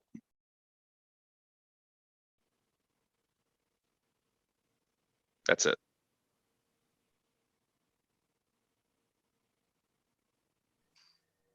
Thank you, Stephen. Why do you That was believe? Dave. Well, yes, thank you, David. Stephen. Yeah. Why do you think? Why do you think? I don't know if you agree. Did you agree that white people have I guess the bigger responsibility? I haven't thought enough to. I don't think I've spent enough time thinking about that. I would say like innately, yeah, I'd agree with that. Just intuitively, it sounds right because I feel like, if somebody's kind of wielding the shit stick, you got to expect them to put it down, right? Because like that metaphorical shit stick, it's like that's the thing that's wields the power. And I mean, if you're not going to put it down, that means that the other person's going to have to like kind of disarm you of it and to resolve the issue. And I don't think anybody wants to see that in this relatively innocent metaphor become something, more drastic in a reality, but it could possibly be a case. But, like, I think that it is ultimately at least speaking in like the sense of America and its circumstances, for white people to put down that power that they're wielding and kind of have a more like even distribution about it, proceeding forward. And I think that it's going to take fine manicuring of like everybody's support to get to that point, that's what I think. So yeah, primarily I would say that that's in the hands of white people for sure. Okay, thank you. So my last question, sorry to hog the mic, everybody. Who are the most powerful people on the planet? Who do you, if you could, I guess, what do they look like? Or who are they? Putin, Biden, people in the UN, primarily, white nations, white leaders. I think there's some female amongst it, some minorities, but primarily white men. Maybe, I don't know the leader of China, but him as well. Not knowing his name is kind of a sign that might not be as much the case, but that also might just mean don't have proper knowledge on the material.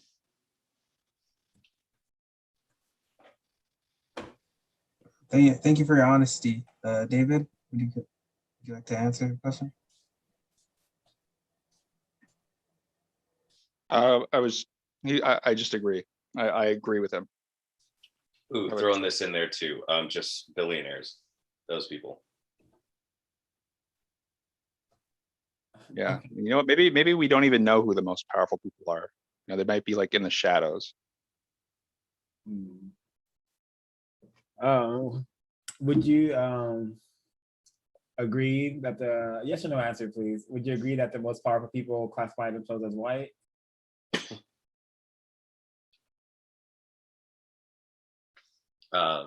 Yes, for the most part, absolutely. I would need a list of the most powerful people. I have to look at them. But the few that I would be able to name off the top of my head, yes, they're white. And they would classify themselves as white. Okay, thank you for the answers. So I suspect that that why we have the system in place is because white people have created it for could be a number of reasons, but I suspect finding out why this system was created, and if it's a reaction to some sort of fear, maybe we may be able to help each other solve the problem. Like, for example, if the system is in place because white people are afraid that they may disappear from the planet because they're a global minority. So I hope these next questions from me personally will hope to shed some insight on why the system is in place and what we can do together to solve the problem. Because if it is white people being afraid of disappearing from the planet, like us non-white people are willing to help you guys preserve your race, if that's what's necessary to produce justice. So my question to the guest is, what do white people fear the most about the race problem? Being racism and white supremacy, what do white people fear the most in regards to the race problem? I have an answer, but I don't also mind yielding time to other people who want to answer first. Is Lilia still here? She had to go, but we still Okay. have Mr. David is still. No, you can go first. Go first. I'd say I don't think it's a matter of losing population. At least that's not the first thing that comes to mind, because I think the people that particularly have the power to control are white men, and those people that have the power typically have money and the power in itself, and they don't want to lose it. And typically they'll find their support and wants and needs met by people of similar upbringing and culture, and that tends to be more white people. So how to uproot that? I don't know. I think that takes like a completely new kind of governmental breakdown that just hasn't come into existence yet.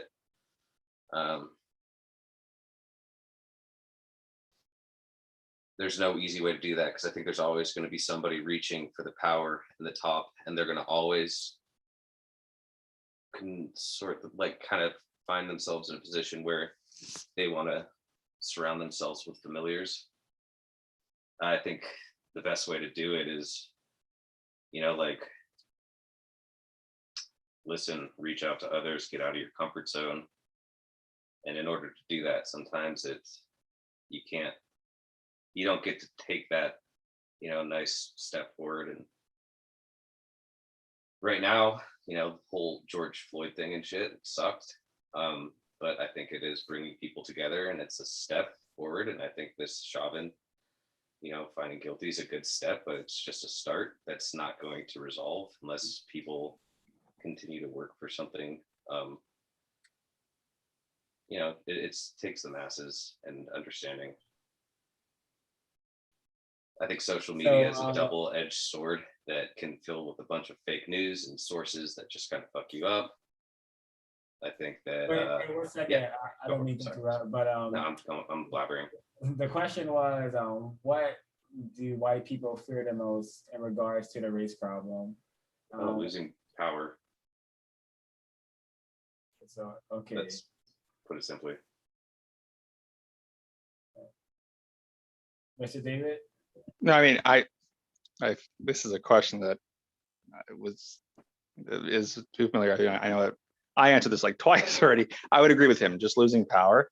But also I think to really get a grasp of the true answer of that, it just seems like, for me, it's just hard for me to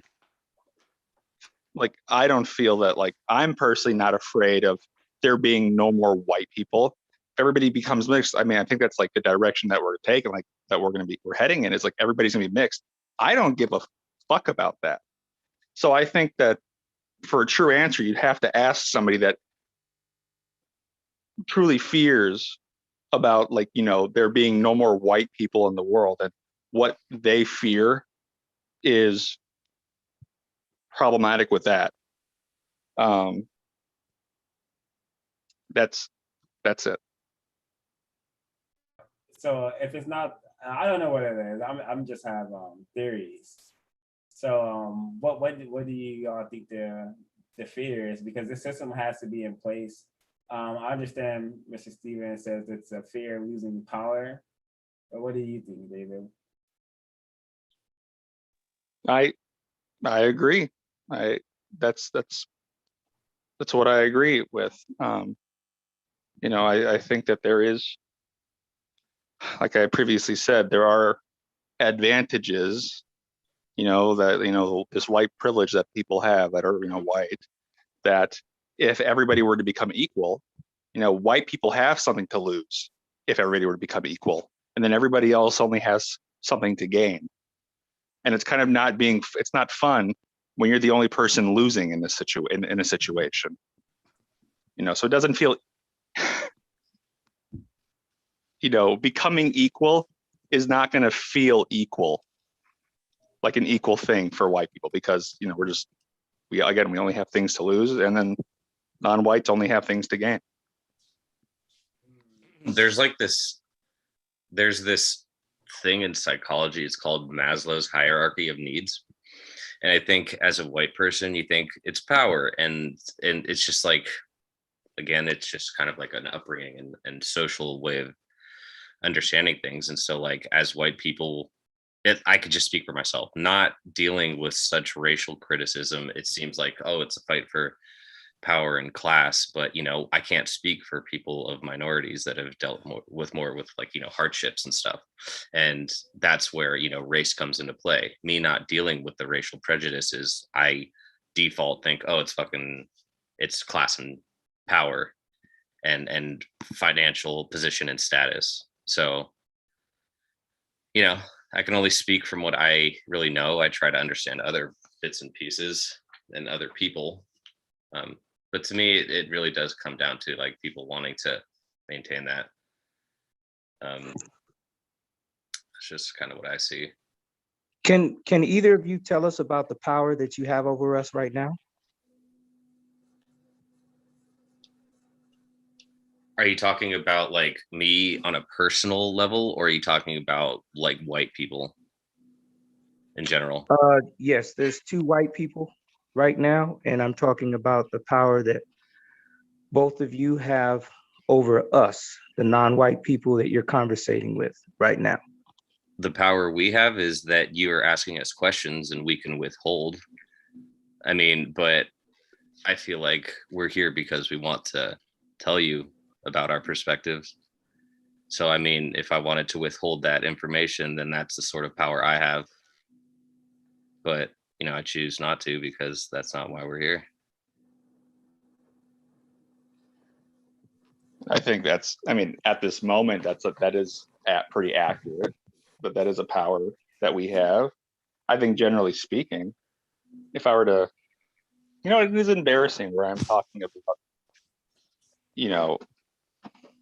white privilege, but I guess honestly, I couldn't name a lot of things that I have that are privileged, like, because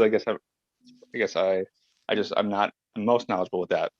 But I would say is, the one power that I have is maybe being given the benefit of the doubt because of the color of my skin in many situations. I mean, one example would be getting pulled over by law enforcement. Well, because I'm white, they would probably give me the benefit of the doubt, thinking that I am not a threat. And that's the kind of power that I have, where it's a power that I don't have to worry about something and somebody else does. Sorry, I was thinking literally to the terms of this lobby, but in that manner of speaking, like outside of this, just as walking around on a daily basis, I do agree with that as well. I wanted to, I've been waiting a minute to ask question. So this question is for Mr. Began and Mr. Singleton. Keep in mind, I'm a bit slow. It's almost 3 a.m. here in London. My question to you is, have you ever been bothered, uncomfortable, or afraid in the presence of non-white people? And this could be because of things you were told, or because of how non-white people are portrayed in Western media, or because of the music that you heard about non-white people. But have you ever been, just bothered while you were in the presence of non-white people? I have. I wouldn't say it was because of their skin. I would say it's because of mannerisms and yelling. This would be in downtown Los Angeles. I used to date this girl, Izzy. It was off of like 29th and Normandy. And, you know, I'm a white dude in South Central. And there was a group of guys that were sort of yelling in my direction and yelling, making direct eye contact with me and asking what I was doing there. So that did, in fact, make me feel uncomfortable.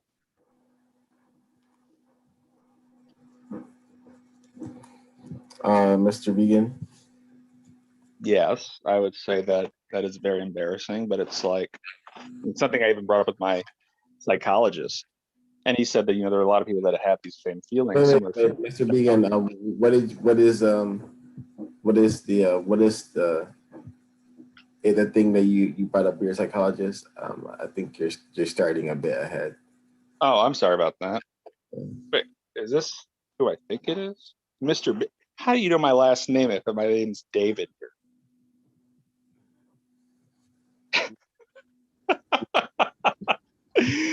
Okay, I think I know who this is. So, I had a really embarrassing experience one time, and it was just, I'm very embarrassed to talk about it, to the point where I don't even want to talk about it.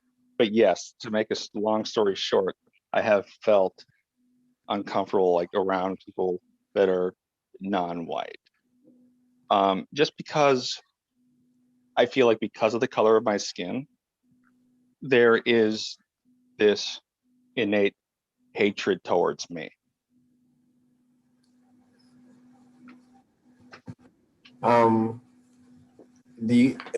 What sort of information do you receive on a regular basis that you believe that there is an innate hatred projected towards you? Well, it's not just information now, it's history, right? We don't really have many good, stories in history that, tell us of all the great things white people did for non-whites. We've always started treating non-whites like shit, and then allowed those individuals to gain the minimum basic human rights that they lost in the initial encounter. And so I feel because of this redundancy in these violent acts, not just violent, just violent acts against non-whites, people hold on to things. I'm Jewish, and my history, one thing, for example, would be Jews going through the Holocaust. And there is some feelings that I have that I feel like German people hate me still. Or I feel like I can't buy, or no, not like that. I feel like I don't consume or purchase, I wouldn't consider purchasing any German vehicles because of what has happened in the past. But thanks so much. I do have one more question. This is for Mr. Singleton and Mr. Vegan. Do you feel as though, because you're a white person, were you heavily indoctrinated to believe and maintain and sustain some forms or either a total form of racist white supremacist ideology via school, media, and music? Were you indoctrinated intentionally to be racist? Do you suspect that you were guided by your family members or peers or people in your schools to be someone who believes that white people are superior and should mistreat or control non-white people? In a sly way, I do believe so. Not from family, not from friends. I do believe my grandparents have their racial prejudices. I they've kept pretty clear, I'd say for the most part, of involving us with that. I just think that's just their old way of thinking and being a part of that whole older system. But in school, you know, history is written by the winners, and I think that, you know, I think that's a bad way to kind of place it with the context, but it's just like, you know, like the white people that have created the nation deem themselves that and have written these guidelines, whether intentionally or not. It's through perspective, it's through a lens that has certainly drawn a way of looking at things and teaching, and probably empowering certain figures while demeaning others, and, you know, kind of dimming the light on other prominent members of, you know, history. It took me going out of my own way to like learn more about, like, for example, Harriet Tubman. You know, I don't remember ever going over her in school. Then you hear about a movie because there's movements going on and stuff. Like, what she did is fantastic, you know, opening up ways for like people to have free lives. I did not learn about her in school. That's fantastic. But then you'll learn about someone like Edison, who invents a light bulb and like shit like that, you know? That definitely gives power to one and not to the other.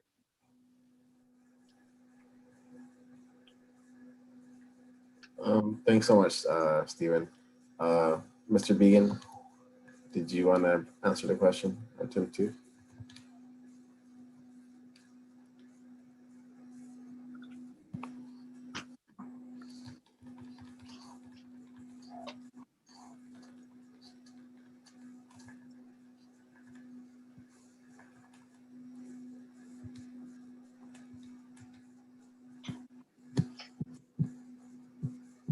David, are you there? I think he's no longer in the stream. Well, okay. My cellmate has a question for the guest. She would like to ask. Hi. Hello. I guess it's just one person now. So thanks for taking the questions. It's really been interesting hearing them. So I have a series. It's just like 3 or 4 questions. It's like really simple. You can just answer yes or no, just to gauge the amount of effort or interest you have in ending racism, white supremacy. So my first question is, would you be willing to disown a family member if it produced justice and ended racism, white supremacy? Yes, unless it is my mother, unless it's my mom. Okay, so that's a no. Okay. Well, I would no, that's a yes. I would take my brother out. I'd take my other brother out. I'd take my dad out. I'd take my grandparents, my cousins, my aunts, my uncles, nieces, nephews. Not my mom. I love that woman. Okay, thanks. Next question is, would you be comfortable with reducing compensation or completely losing compensation to produce justice and end racism, white supremacy? Yes. Okay. Next question. Would you be willing to sacrifice any familial property or inheritance to end racism, white supremacy? Yes. Okay, thank you. And then the last question I had was, in the occurrence that there would have to be some sort of violence or war, what side would you fight on to end racism, white supremacy, or to keep the system in place? And to what capacity would you fight? Yes. Sorry. What side would I fight on? I would fight on the side that would lead to the least social injustice. Black Lives Matter movement's a good one. Okay, and if there was something that was between white and non-white people, what side would you fight on? White and non-white people, the non-white people. And to what capacity? Fully. You would be willing to risk your life? Yes. Okay, thank you. Of course. Okay, thank you for sticking with us, Mr. Stephen. Been very insightful. Um, you. I believe that there's only one race, the white race, because that is the only group of people who maintain the system. So I do believe that racism is a some sort of war that white people are waging against non-white people in all 9 areas of people activity. Would you agree that racism is a war? Yes, it certainly is a war. All right, and what should non-white people be doing in this war? I think that that is a very complicated question because I love the idea of the peaceful approach. Martin Luther King, Gandhi, great people, fucking idols. But, you know, you could keep that fight going for as long as you can. And maybe small battles will be won, but the war wouldn't be.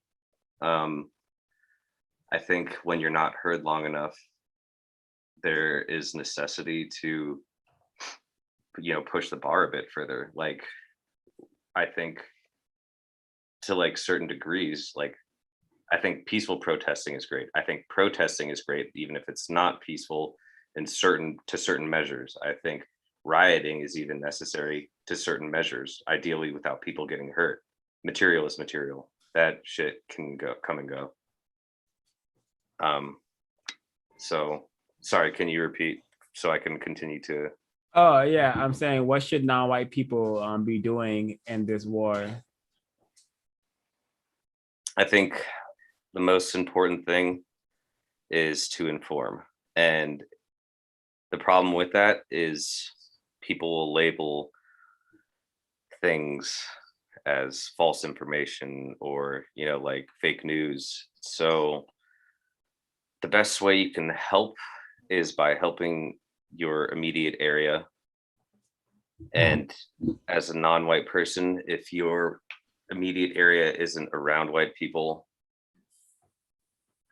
you gotta meet white people. And there's that saying that's like you get more, I think it's like you get more bees with honey than you do with vinegar or something.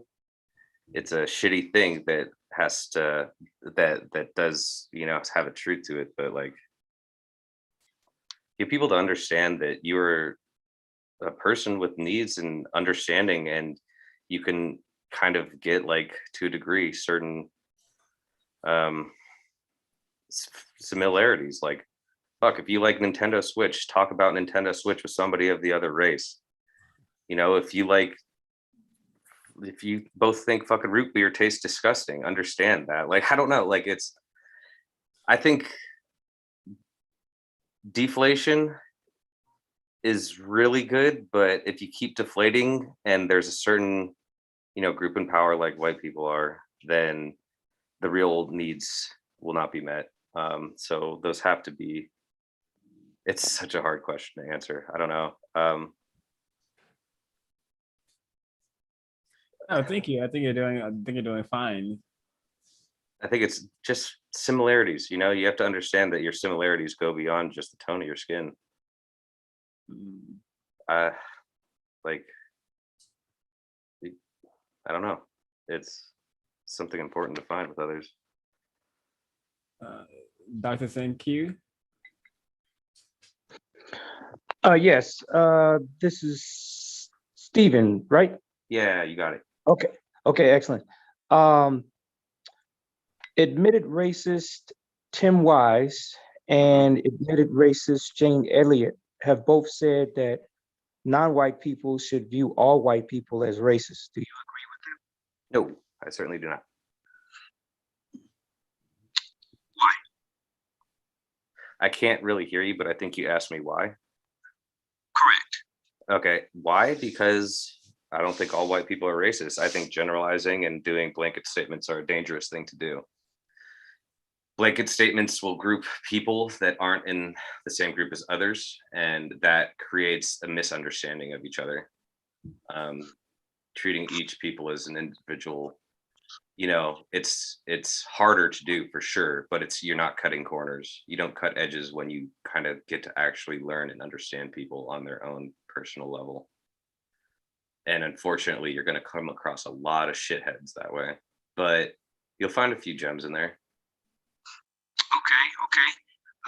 The United Independent Compensatory Code System concept says that any white person. Wait, Dr. Senku, you think you get closer to your mic? Because it was good before, but now it sounds like something has changed.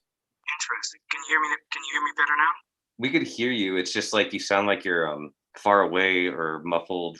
It sounds like you're going through a different audio input device. Oh wow. How about now? It's the same. Same thing. Yeah, well, yeah, we can manage though, I believe. Yeah, I think so. Wow. I'm using the same thing. I'm using the same mic that I've been using on my phone. Oh, it's better now.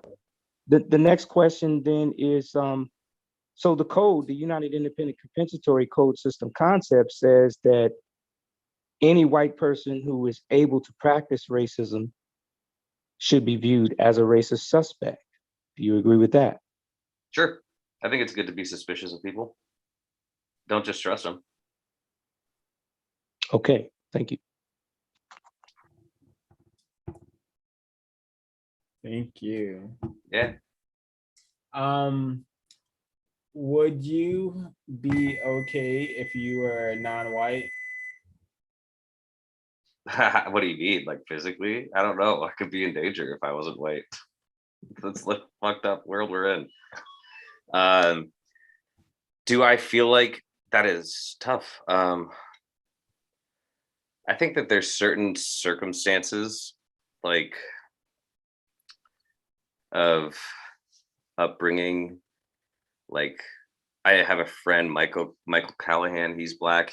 He was adopted. He's on the pretty far conservative side, and he doesn't see anything wrong with race matters in the world and stuff. That I don't think is okay, but I think he feels like he has been pretty accepted amongst his community.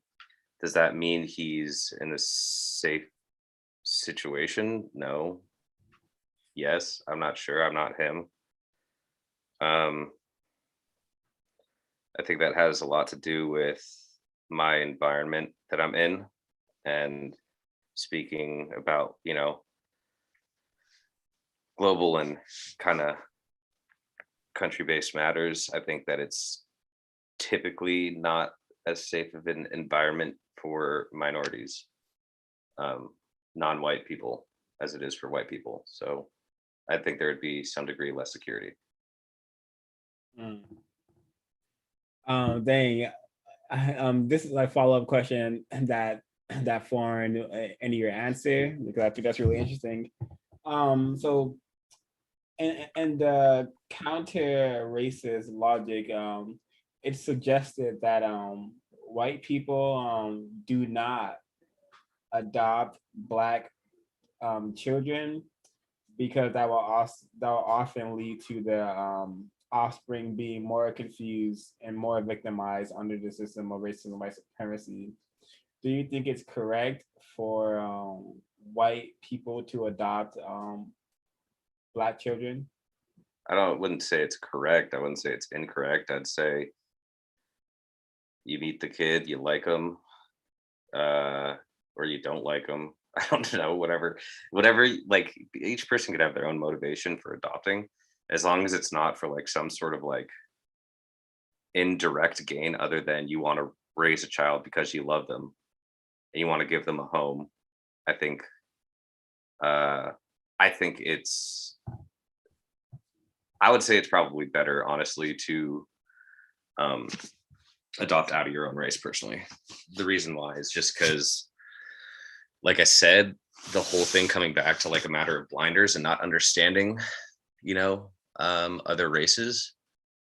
It's important to understand other races, and say, just throwing it out there, you're a Hispanic child adopted by an Asian couple, and people start questioning you as a kid, why don't you look like your parents?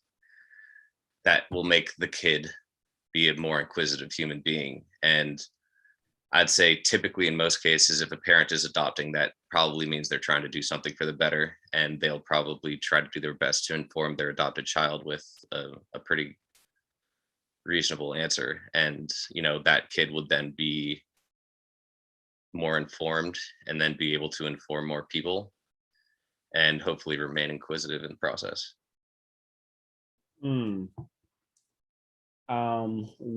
Okay, this is a two-parter. What do white people like about non-white people, and what do white people dislike about non-white people? Diversity and diversity. So they can you elaborate? Speaking personally, I like diversity because there's more you could learn. There's more interesting things. I think there may be a little bit of confusion in my question. So the question was, what do white people like about non-white people, and what do white people dislike about non-white people? I would say it's the same thing. It's I can't speak for everybody. I could speak for myself. As a white person, I like that other races and cultures can teach me something that I didn't grow up with and know. I like that diversity. And then what I'd say personally, what I don't like is I don't like that, for example, I may not have the same experiences and I not be able to understand, I suppose. And I don't know. I wouldn't say I trend towards the dislike, but I'd say it's just all a matter of. So warn your friends and family when they come here about that. They just started giving out them. I never seen them green. Somebody needed me there. So another question is I just lost me, but it'll come back. I saw Carice's hand. Yeah. Hi, I wanted to ask the question. It's Steve, right? Steven? Yes, you got it. Okay. Have you ever made a promise to a non-white person that you did not keep? For sure I have.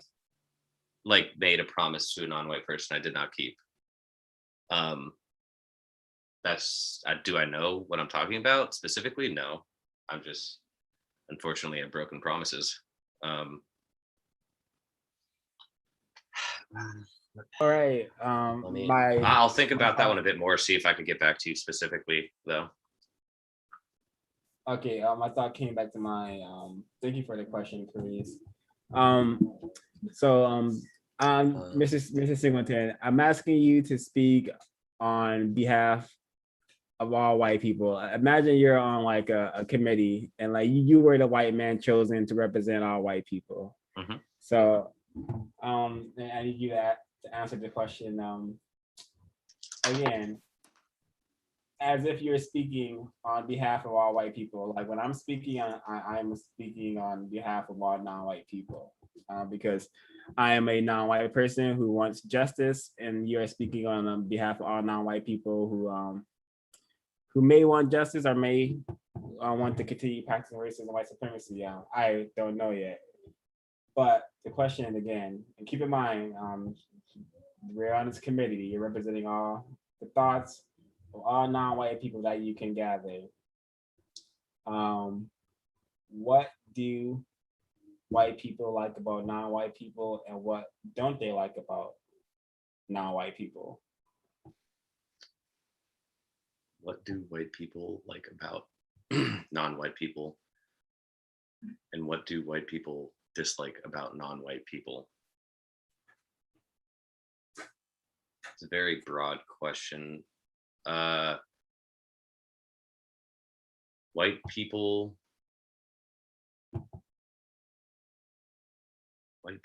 dislike about, okay, I'm speaking on behalf of all white people.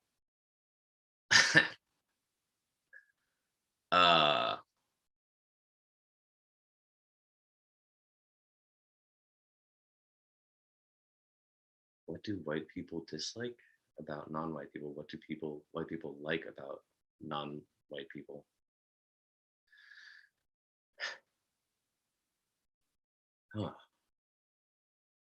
You be as brutally honest. No, I'm honestly trying to just process it. Like that's a lot. I'm being honest right now with my. I'm not a good speaker for the white people. uh, um,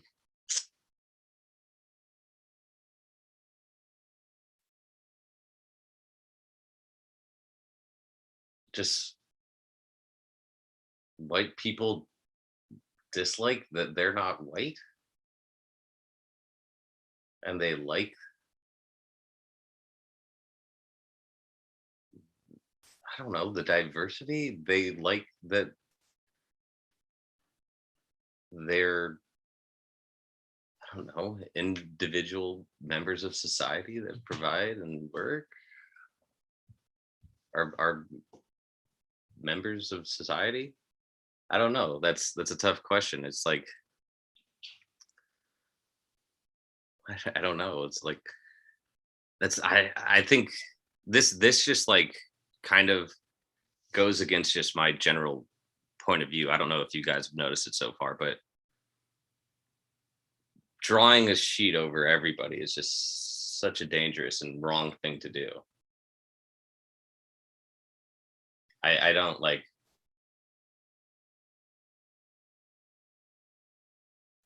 I don't know. That's my answer. It's just don't do that. Don't dislike or like everybody for being a part of a populace. That's my answer. Yeah, so it's okay if you're not able to answer the question. Yeah, that's the best I can, I suppose.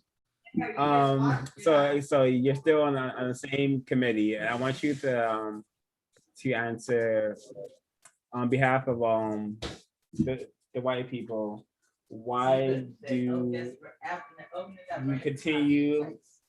why do white people continue to practice racism instead of producing justice? Like, oh, why do they do it? Because they're afraid and uninformed. They can act like it's information, but it's just from like turmoil from the past that puts fucking people in a shitty place. I mean, and if you keep that up, then those, people that are taking the shit are going to continue to be taking it,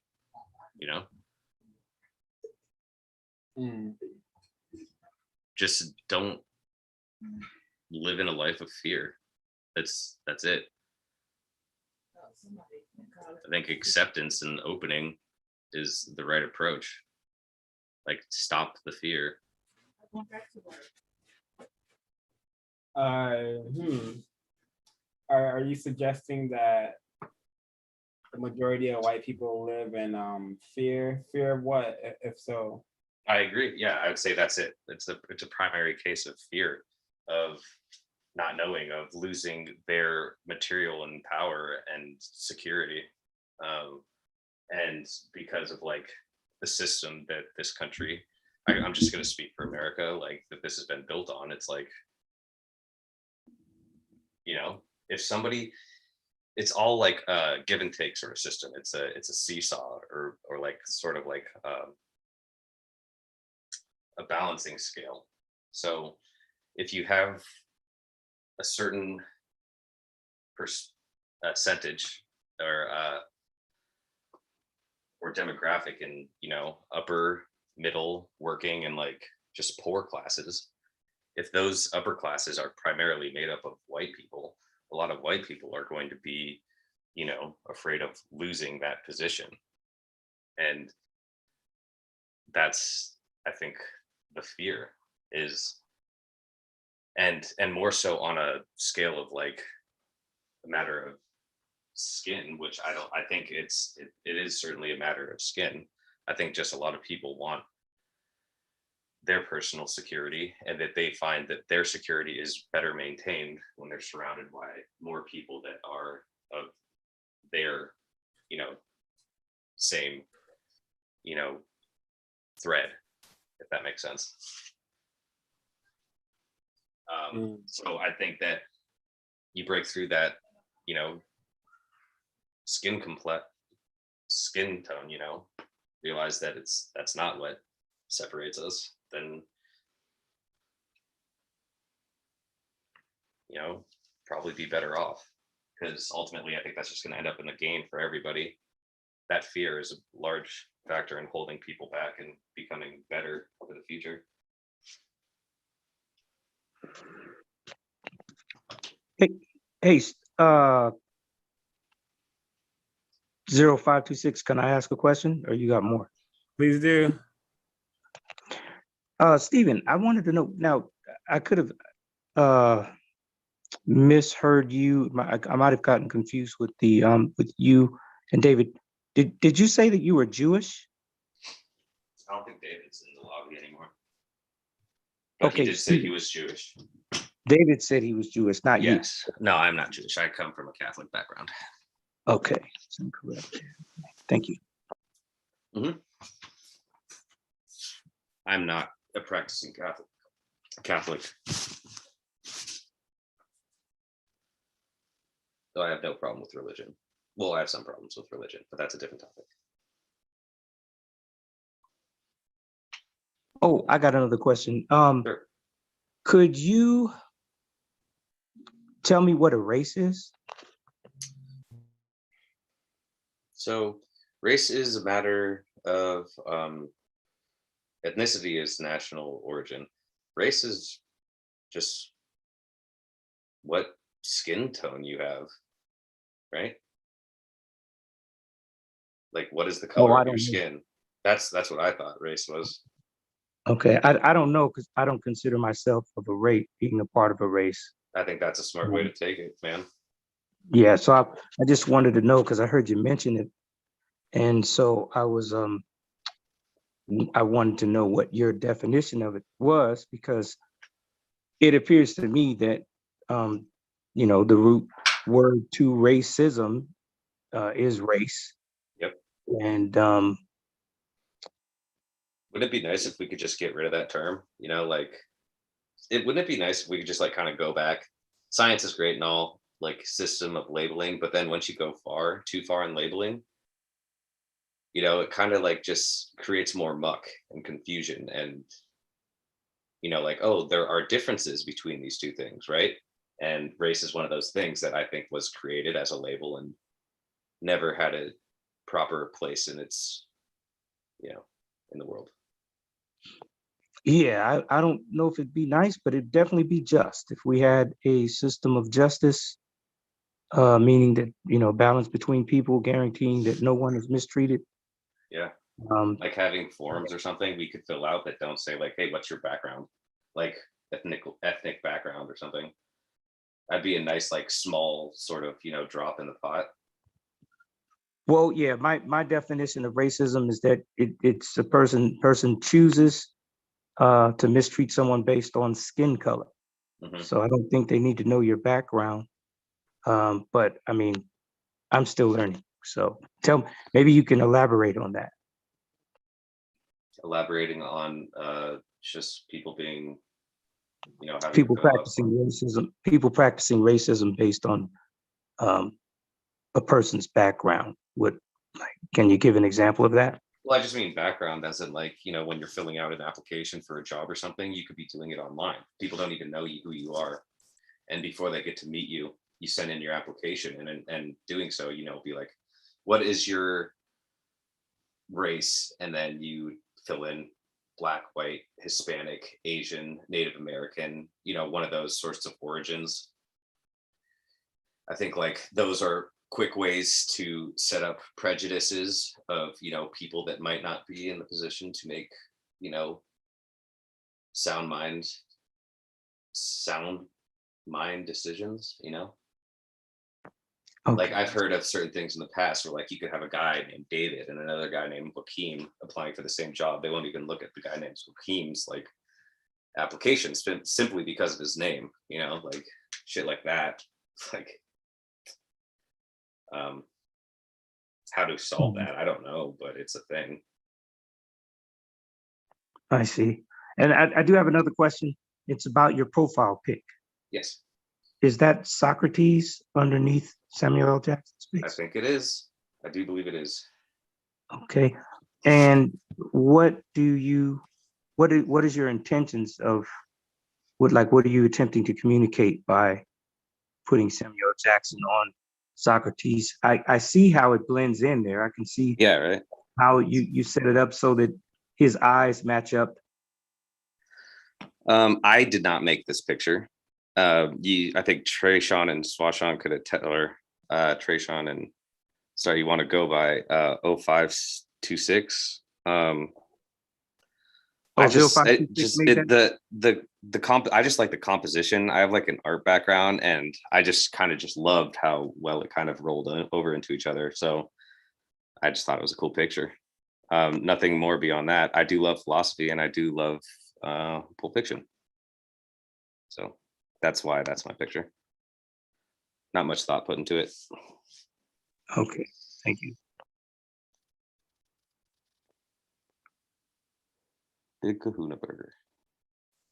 All righty. Mr. Steven, how would you describe the relationship between white people and non-white people? Hostile at the moment.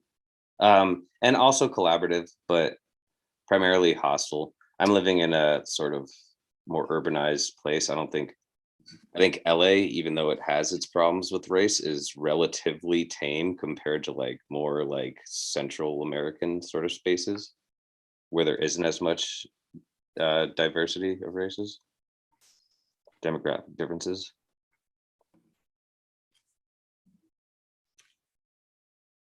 So I'd say it's, for the most part, it's pretty polarized. Do you suspect that white people are ignorant about the system of racism, white supremacy, what it is and how it works? I'd say so in a lot of ways, yeah. And Sorry. In what ways? Yeah, in what ways are they ignorant?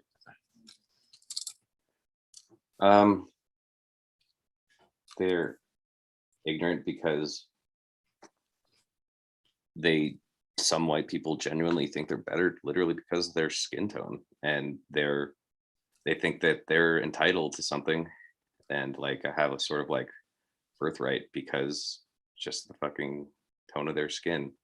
I think that drives really deep. I mean, like that joke that Lilia told earlier, just with the whole matter of like Jesus is white, Jesus is black. I think like a lot of white people like, oh, Jesus was white, so he's, I'm more in tune to the way God intended people to look crap. And like, I think it's just like history with religion and like, I think just history and religion, it's just our past is what makes us. And unfortunately, our past has a lot of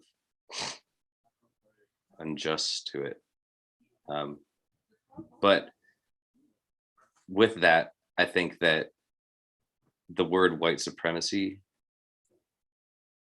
is either just non-existent in a lot of white people, or it's a birthright. It is like an actual thing that they genuinely believe.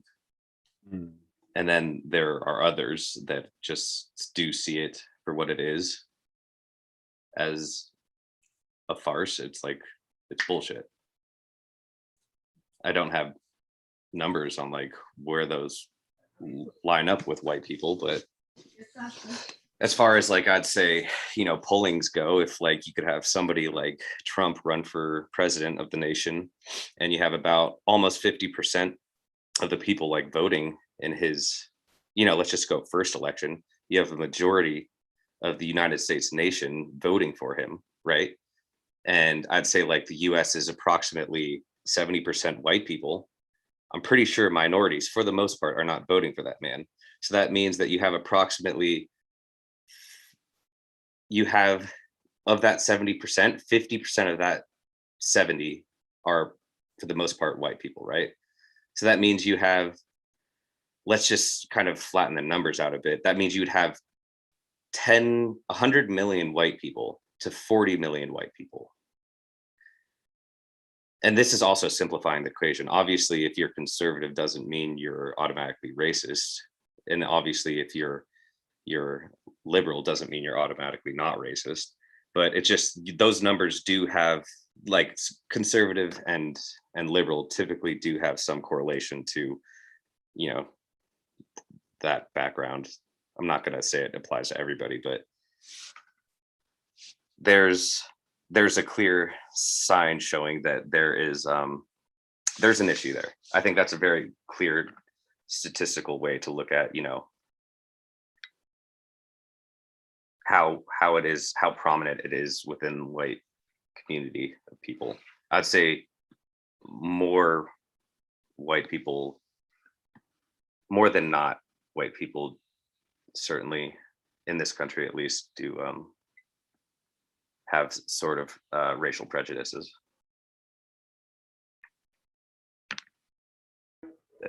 and don't intend to improve on it. But, you know, hopefully the future can change that, and the present can change that for our future.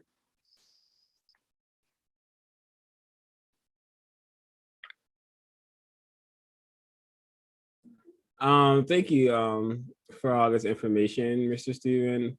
One of my final questions is how will yourself and other white people change your thought, speech, and action to produce justice? And when I say justice, I'm referring to this definition on the screen here. Have you been able to read this? Justice, I'll read it right now. Yeah.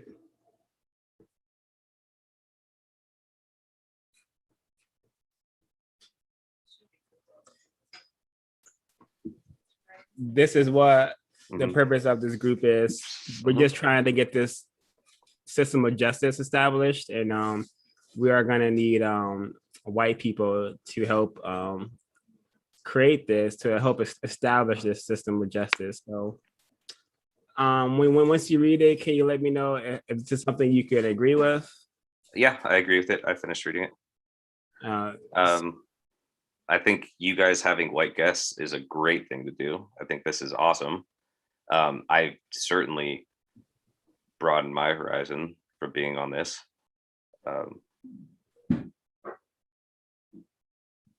Being proactive about it, you know, don't stay quiet. I still do agree with peacefully assembling. But, you know, if there's, you know, fucked up things going on, like, you know, lists of reasons why Black people are getting shot and other minorities, you know, like, you can't just kind of peacefully sit aside. Show up, protest. If you're white, it's important for you to show up. Don't just let minorities stand up for themselves. You have to be there too for them. There's a reason why they're a minority, right? They don't have the numbers, you know, and if you don't help show up with the minority, then they'll never have the numbers. And I think it's important to support that so justice can be met.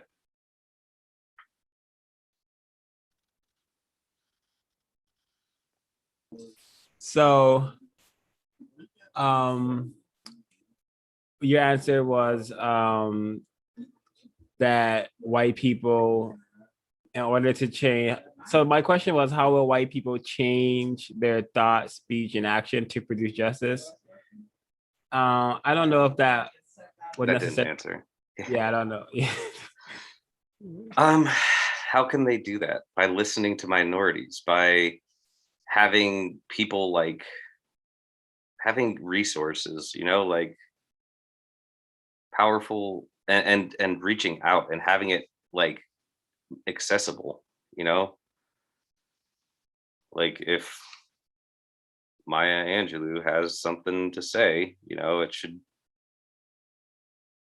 be very attainable. It shouldn't be hidden behind a plethora of political bullshit. Media, and we're in the information era. media is how we get our information. So it's like, I think TikTok is very strong right now, and you know, Snapchat and Instagram stories are real strong way to spread word. You know, people shouldn't just use those platforms for goofing around, which I think they should still certainly be used for a lot of goofing around, but they should also be used to spread messages. I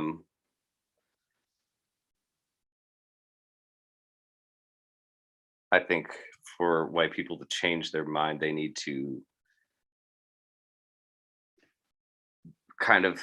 they're gonna kind of have to be force fed it, you know, at first, at least until, you know, the taste kind of sits in and they understand it's a good taste of like fighting against injustices. Spreading, yeah, so just spreading word to other members of the white community from white members of white community members.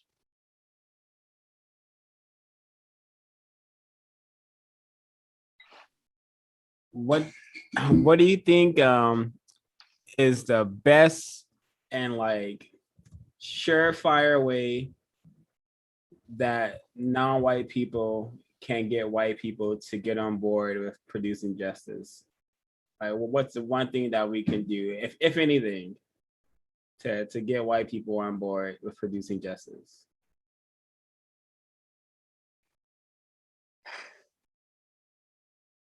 God damn it, I'm such an idiot.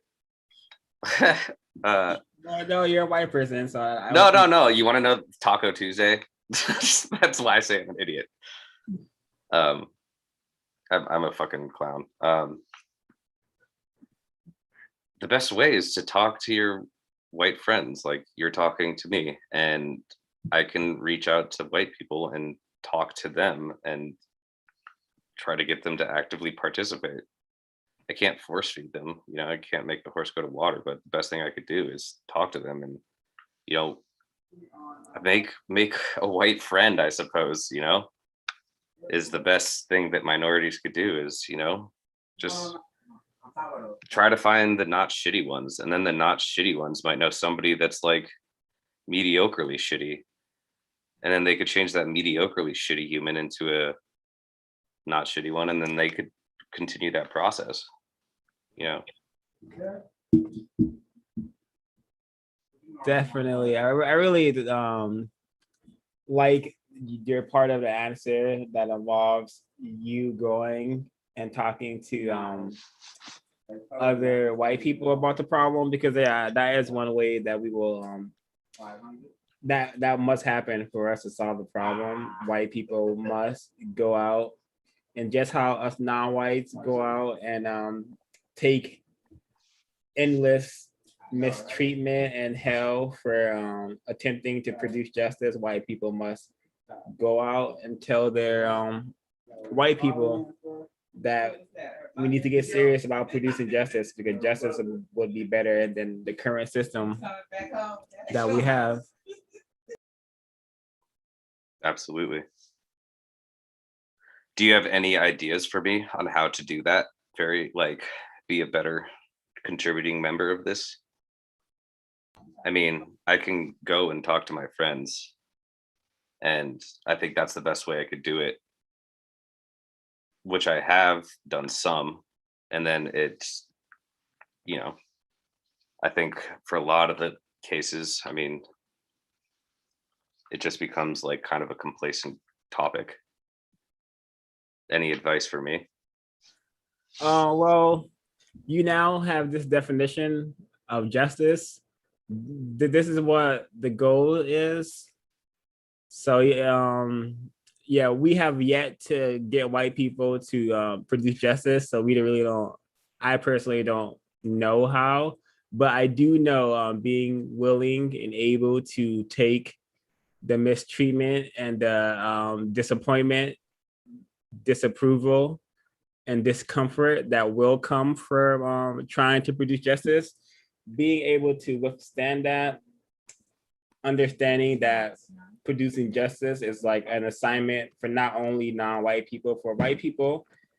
Hopefully that is enough to keep you encouraged to find a white person and tell them that, hey, we need to be about producing justice. We need to change our thought, speech, and behavior. We need to tell the truth. We need to literally tell the truth about how the system operates. And hopefully you tell enough white people that it could get enough non-white people and more white people to get on board, because we're currently having there's very, very, very few non-white people who are attempting to produce justice. I've heard you use the word minority quite a bit, and just given the facts of planet Earth, non-white people are the global majority, meaning there's more non-white people than white people. But the system of white supremacy has made us minors in the fact that we are all treated and trained to act like children. So we are minorities in that case, but we definitely have more numbers. We just don't have any. You certainly do. I'm referring kind of to the American situation. Understood. Yeah. And again, I am a victim, so I don't know if my advice is even helpful. I just know that bare minimum, talking to white people and just seeing for yourself, you are a white person who was able to come to something like this. A lot of white people are really, really indifferent and talking about the race problem. Is it better for me to not use the term minority? Yeah, I would say it's more correct for you to not use that term unless you're referring to the fact that the system of white supremacy has made all non-white people children. Is this a fact that you can agree with while we're on the subject? Does that make sense? Does that make sense that we have become children due to white supremacy, all non-white people? Sorry, can you repeat the question? Does the system of white supremacy train and make non-white people children, being as we're childlike in behavior? Is it something you've observed? Honestly, no, I haven't thought of it that way, but I can definitely see how that can be a correlation. So yeah, I get it. That makes sense. Alrighty. Yeah. And one of my final questions is given the fact that we are treated like children, we are trained to behave like children by this system, do you think it's correct for an adult, which is a white person, to have a sexual relationship with a non-white person who was functioning as a child? Do you think that's an appropriate relationship to have in 2021? If you're talking about like a mental state, I don't think non-white people are functioning like adults function as children. I do not see it that way, but I do see how putting terms such as like minority could do that. I do think that white people and non-white people can have interracial relationships. And what is correct about that? Love. And how does love exist in a system of justice? Because according to logic, we like to see love as meaning justice. Love and justice are the same thing, and currently there is no justice on the planet. So how can there be love on the I planet? don't see them as the same thing. But I do think that once again, it could be brought to a matter of individual matters. So if you have white people going out and seeing non-white people as, equals and participating in their action to, you know, better even the ground and have equality, then I don't see a problem with inter-race relation. People can love other people regardless of their skin tone. I think that's the important thing to do and work for. And you know, I think that's an incredibly powerful thing. If people could see past their skin and love each other regardless. All right, okay. Do you think if non-white people said, hey, white people, we're no longer gonna have relationships with you, we're no longer gonna talk to you unless it's about the race problem and solving it, and until you produce justice, do you think that will motivate white people to produce justice if we as non-white people decided to no longer sexually engage with white people because it's currently incorrect under the system? I disagree with parts of that. And I think that if there is a complete disengagement, that would just create more discord personally. So no, I do not think that would be productive. Understood. That's fine though. I mean, if people choose to do that, that's fine. But I don't think that would be, if somebody chooses to do that personally, because that's how they feel, that's not a problem. If it becomes a whole and it's like just like basically a law that people all adhere to, that just creates more segregation. And segregation has been shown to be a very bad thing in the past. And ideally, we don't want people to be segregated. We want everybody to be equal and together. Thank you for these answers. Yeah. So my this is my final question. I want you to think, you and our late arrival guest, Mr. Barron, I want you to think really hard on this question, and please go into detail. Like, I need as much help from you guys involving the subject, but how can we as non-white people, how can we tell when a white person is practicing racism? Like, what are some things that they say or do that we be able to say, hey, this person is, I suspect this person is practicing racism. So what are some telltale signs? Well, for right off the bat, if they say anything about your skin, like, you're too dark, you shouldn't be around here, anything like that, like, obviously they're racist, you know. And then like maybe more subtle things like being mean to you for no reason, like, you know, if you just walk up to them and like, you know, they take a long look at your skin color and then they just like give you a salty, like they give you a salty aura, then you know that they might be racist. Oh, and then also if they make like lots of really like racially insensitive comments and like jokes.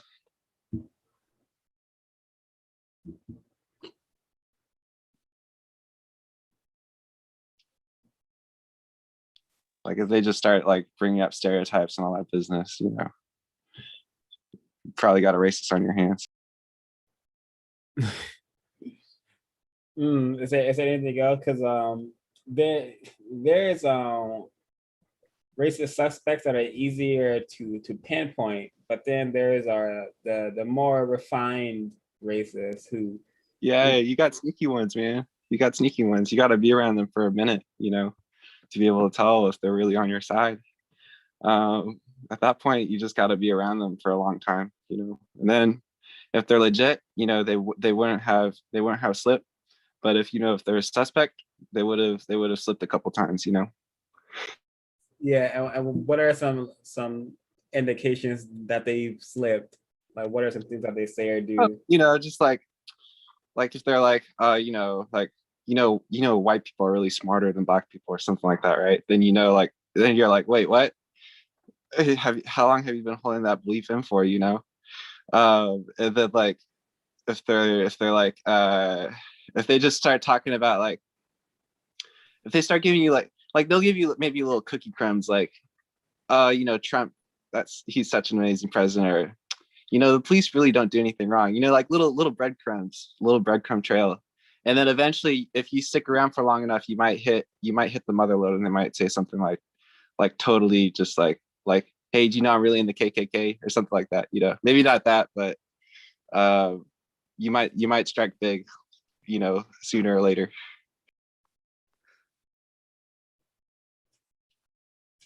Thank you. Mr. Steven, would you like to? Sure thing. I mean, that's pretty on point. You could look for the small remarks, and that salty look is a good way of indicating. Totally. It's like you could totally pick up vibes from people, right? Also, Tell if they're like, just go for it. no, it sounds like you had something on your mind. Yeah, if they're only hanging around, like say they're around like 9 white people, right? And you're like totally normal and everything. You're like, yo, can I hang out? And they're like, sorry, only white people can hang out with me. Like, you know, someone, they got some racist beliefs in them.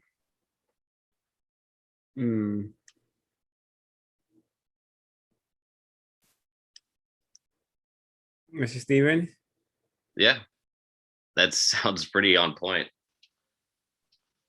You know, just like if just white people only hanging out with white people, they can't have any friends in like non-white groups. That's a clear-cut sign, like they have a problem.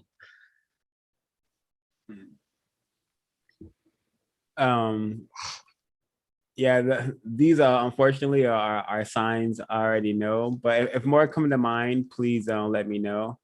I see Kwaku has a hand raised. Yeah, my question was about love.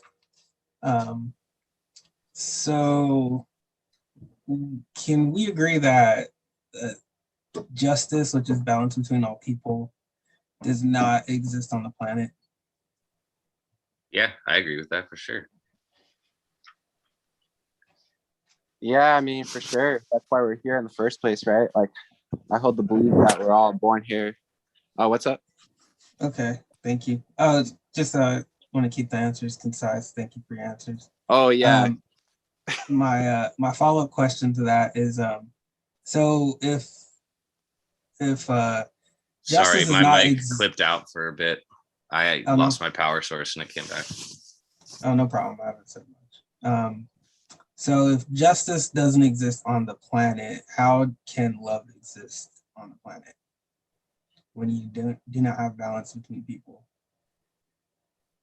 Well, I believe love precedes justice. Like, love is the kernel for justice. I believe you can't have a cold justice system that leads to love. I believe love is like, that's what made us want to create these justice systems in the first place, to make sure our loved ones and our kind ones are protected. Unfortunately, it's just gotten out of hands with, you know, all this racism and all these, you know, biases that are not productive for society.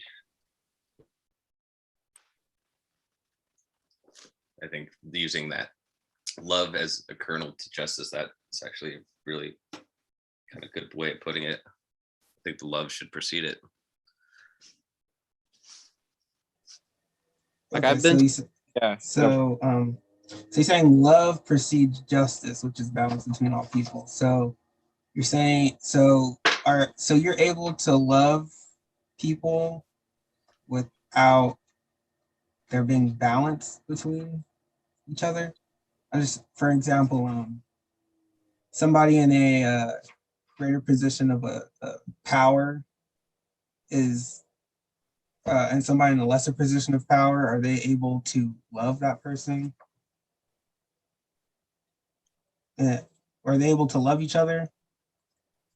I mean, the person with the greater position of power, because of like social norms, they can't be abusing it and they have to understand it's wrong.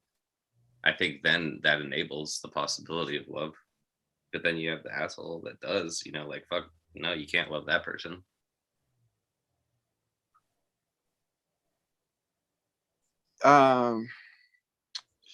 Yeah.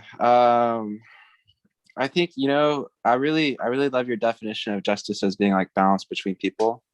Because really, when you think about it, like balance is the key. You know, that's what the Buddha said anyway.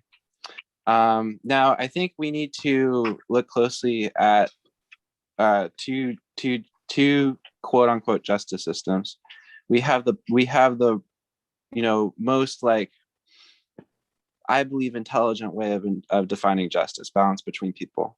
And we have another definition of justice that society tends to abide by, and it's just all these arbitrary rules written in books that are enforced by the police and the courts and the prison system. And so I think actually calling that second form of whatever justice is a misnomer. That's just bureaucracy.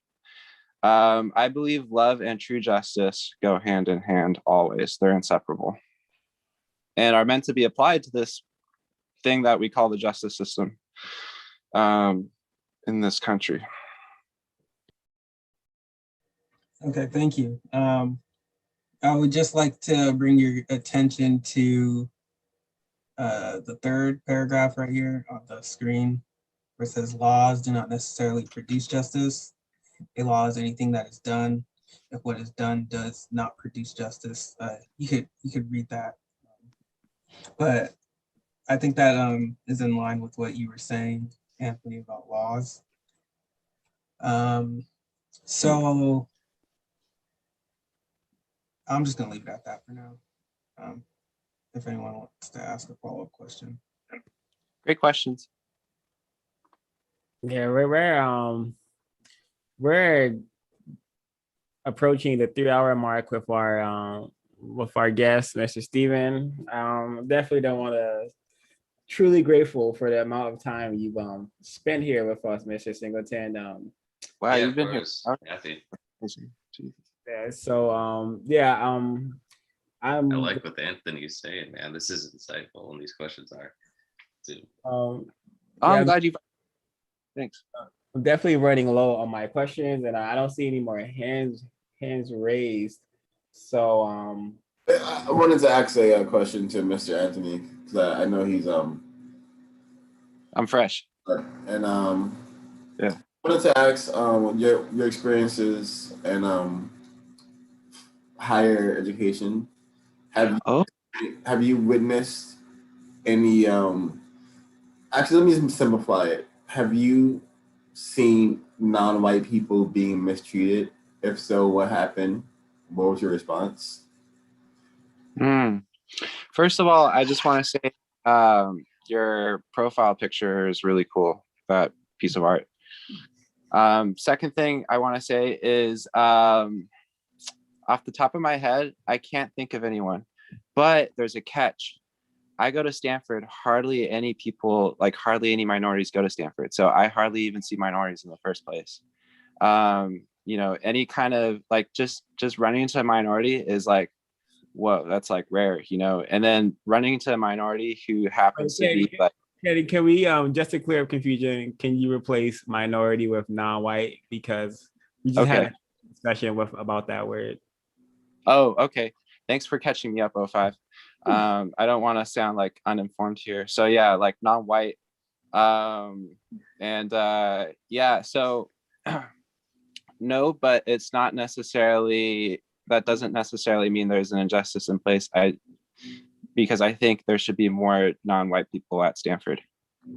All right, Mr. Anthony, have you seen this happen outside of education, just anywhere? Yeah, I mean, I see it through the media a lot, unfortunately. And I mean, I feel like that's enough. Like, you know, just even seeing a video of something so terrible like what happened to George Floyd is like, you know, makes you want to do something. Have you ever witnessed something firsthand? Let me think about that, because that's a really good question. Firsthand. Well, I mean, not blatant. Like someone, like I have never seen a white person call, you know, a non-white person the N-word, like in person. But I do see, you know, structural injustices all the time. You know, whenever I walk around the city, most of the people that I see on the streets are non-white people, or a lot of them. And there are a lot of structural things that need to be like done in order to improve the system that we're in to prevent people from landing on the streets in the first place like that. I have a couple more questions for you. Do you have grandparents, or did you have a relationship with your grandparents? I did, fortunately. I'm very grateful. Have your grandparents or your parents ever talked to you about non-white people? Yeah, definitely. I mean, What do they like, say? what do they say? I mean, all sorts of things. Honestly, depends on the person. Like, for example, my dad loves music, specifically jazz. One artist that he really likes is what's his name? Wes Montgomery. Wes Montgomery plays amazing guitar.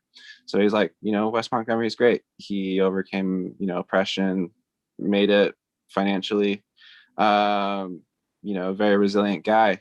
And then like there's this non-white person who I remember he was walking around the city, and this dude threw a brick at his chest for no reason. He was just mad or something. And he was a black dude, and my dad wasn't really happy about that, so he doesn't hold him in a positive light, really. So it really just depends on how the person interacted with him. Thanks for answering the questions. Yeah, sure.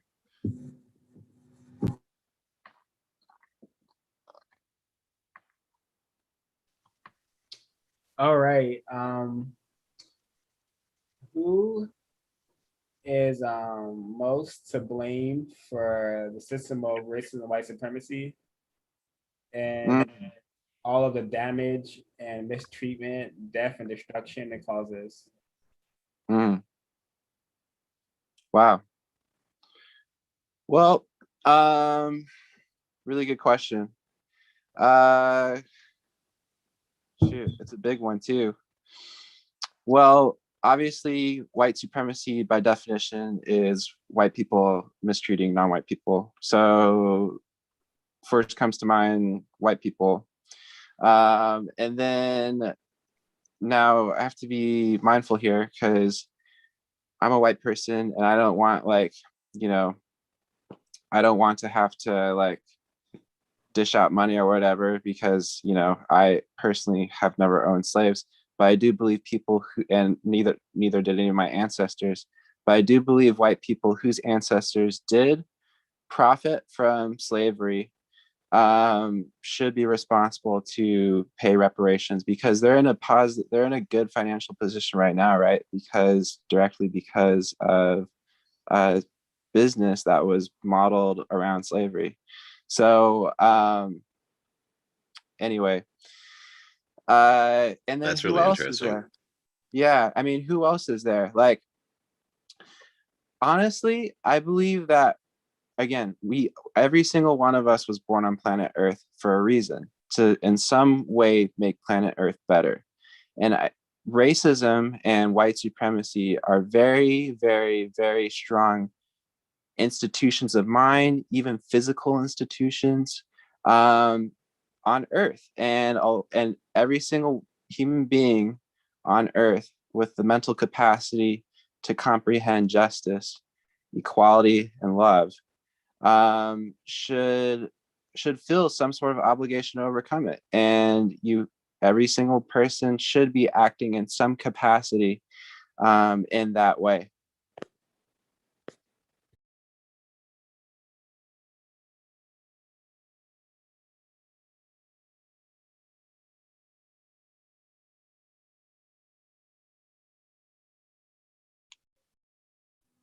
Is there any advice you could give a non-white person when they're dealing with white people? Yes. No matter what, never give up your cultural roots. Don't give up being who you are just because of the people you're around. If you're around a white person and you feel inclined to like be polite or extra professional, whatever that even means, don't. Be you. Be kind, be funny, be quirky, be whatever. Don't change who you are because of who you're around. be your honest self. I try to always be my honest self. And you know what? Sometimes it's rocky because the people I'm around expect me. For example, in school, I like to be funny, right? I like to be casual. Some people don't like that. They're like, yo, you gotta act more studiously, right? I don't care because I feel the best when I feel like I am expressing myself as a whole from the bottom of my heart, nothing held back. So no matter what, do not give up on being you, because you are awesome. No matter what any institution says, you are otherwise.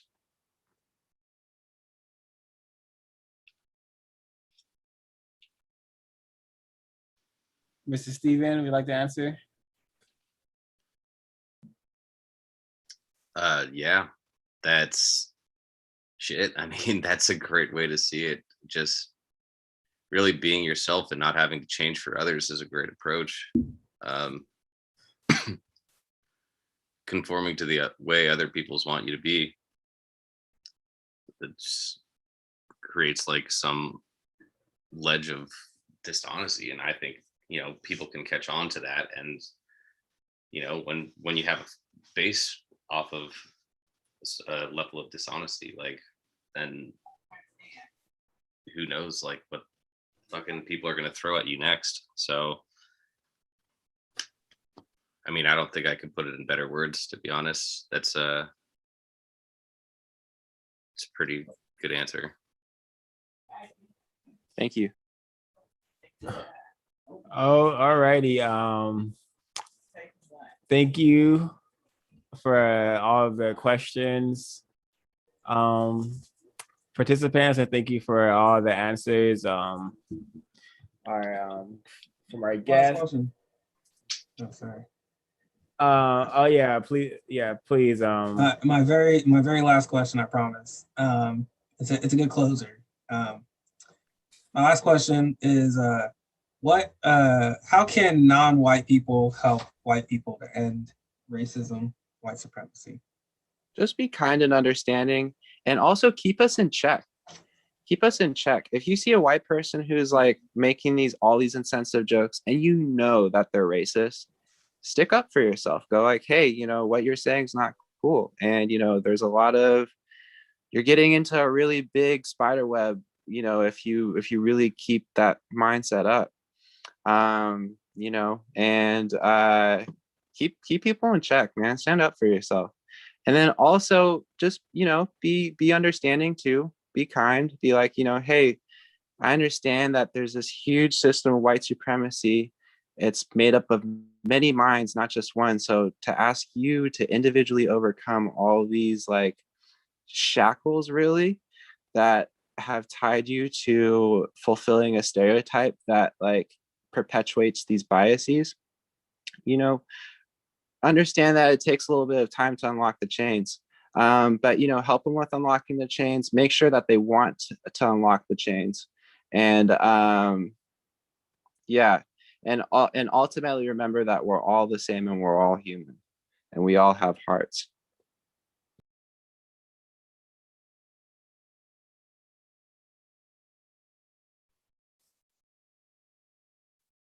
Yeah, just, you know, keep all those around you informed as best as you can. You know, teach them about yourself. That's the best place to start because that's what you're most knowledgeable about. When you do stuff like that, I mean, they can either accept you or not, and you can't force people to change. But, you know, people can understand where you're coming from, and hopefully you come across those that really do get it and can empathize with, you know, the circumstances that non-white people have gone through. Then, you know, maybe you change one at a time, but that's still, you know, working towards a better way of thinking as a whole in the world that we're living in. So, you know, I have personally been scorned in the past with like, you know, being my honest self and what Anthony was saying. But he does say something about just like kind of being yourself. It feels really good to be able to do something like that. And if people can't accept you for that way, I mean, unfortunately, there's just those people out there.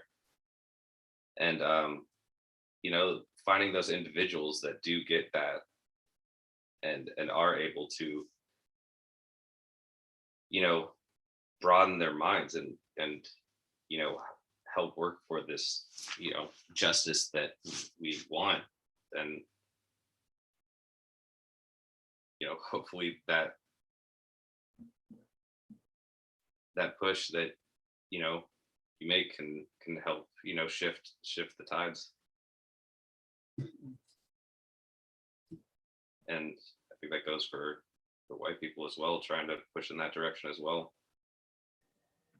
Okay, thank you. So to just clarify, summarize, are you saying that non-white people need to tell white people what to do?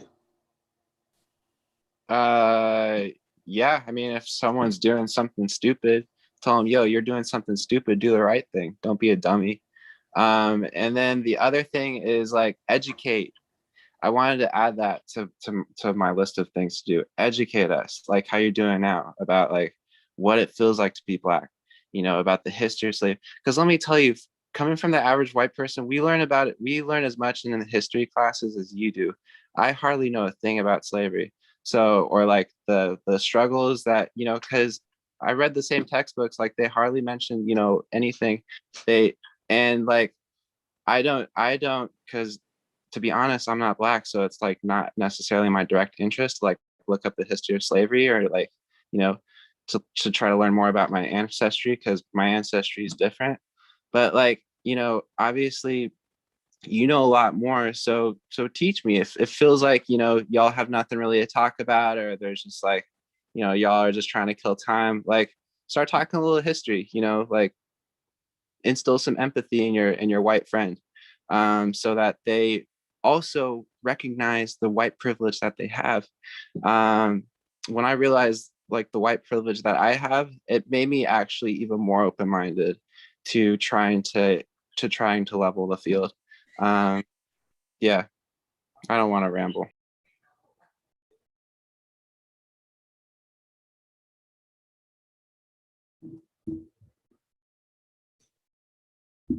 Okay, I have to do something. That's a pressing matter. So Well, I hold really, on, Five. No, I'm just oh, yeah, you want to further your clarification? Go ahead. no, I don't have anything to say. I'm done. Thank you for your answers, your honest answers, everybody. Yeah, no Thank problem. you for having us around. Yeah, very constructive panel. Definitely learned quite a bit. Thank you. I hope if you do this again, you will be able to participate. Thank you, especially Mr. Singleton, for sticking with us for as long as you.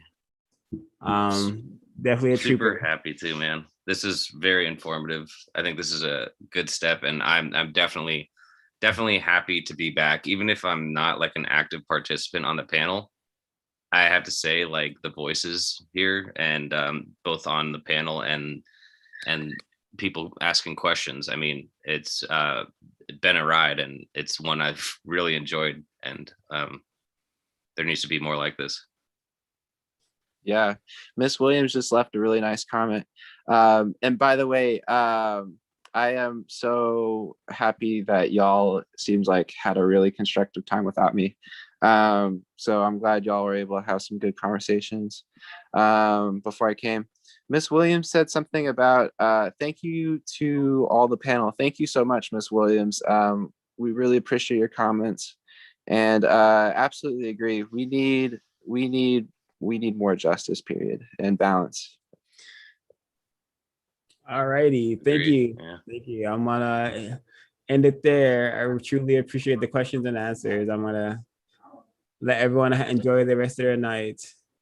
All right. Okay. Thank you so much for putting this together. No problem. Good night, everyone. Take it easy. Good night. Don't forget to love. All right, Steven, I'll talk to you in a non-business meeting soon so we can catch up. Peace. Sounds good. Yeah. Have a good one.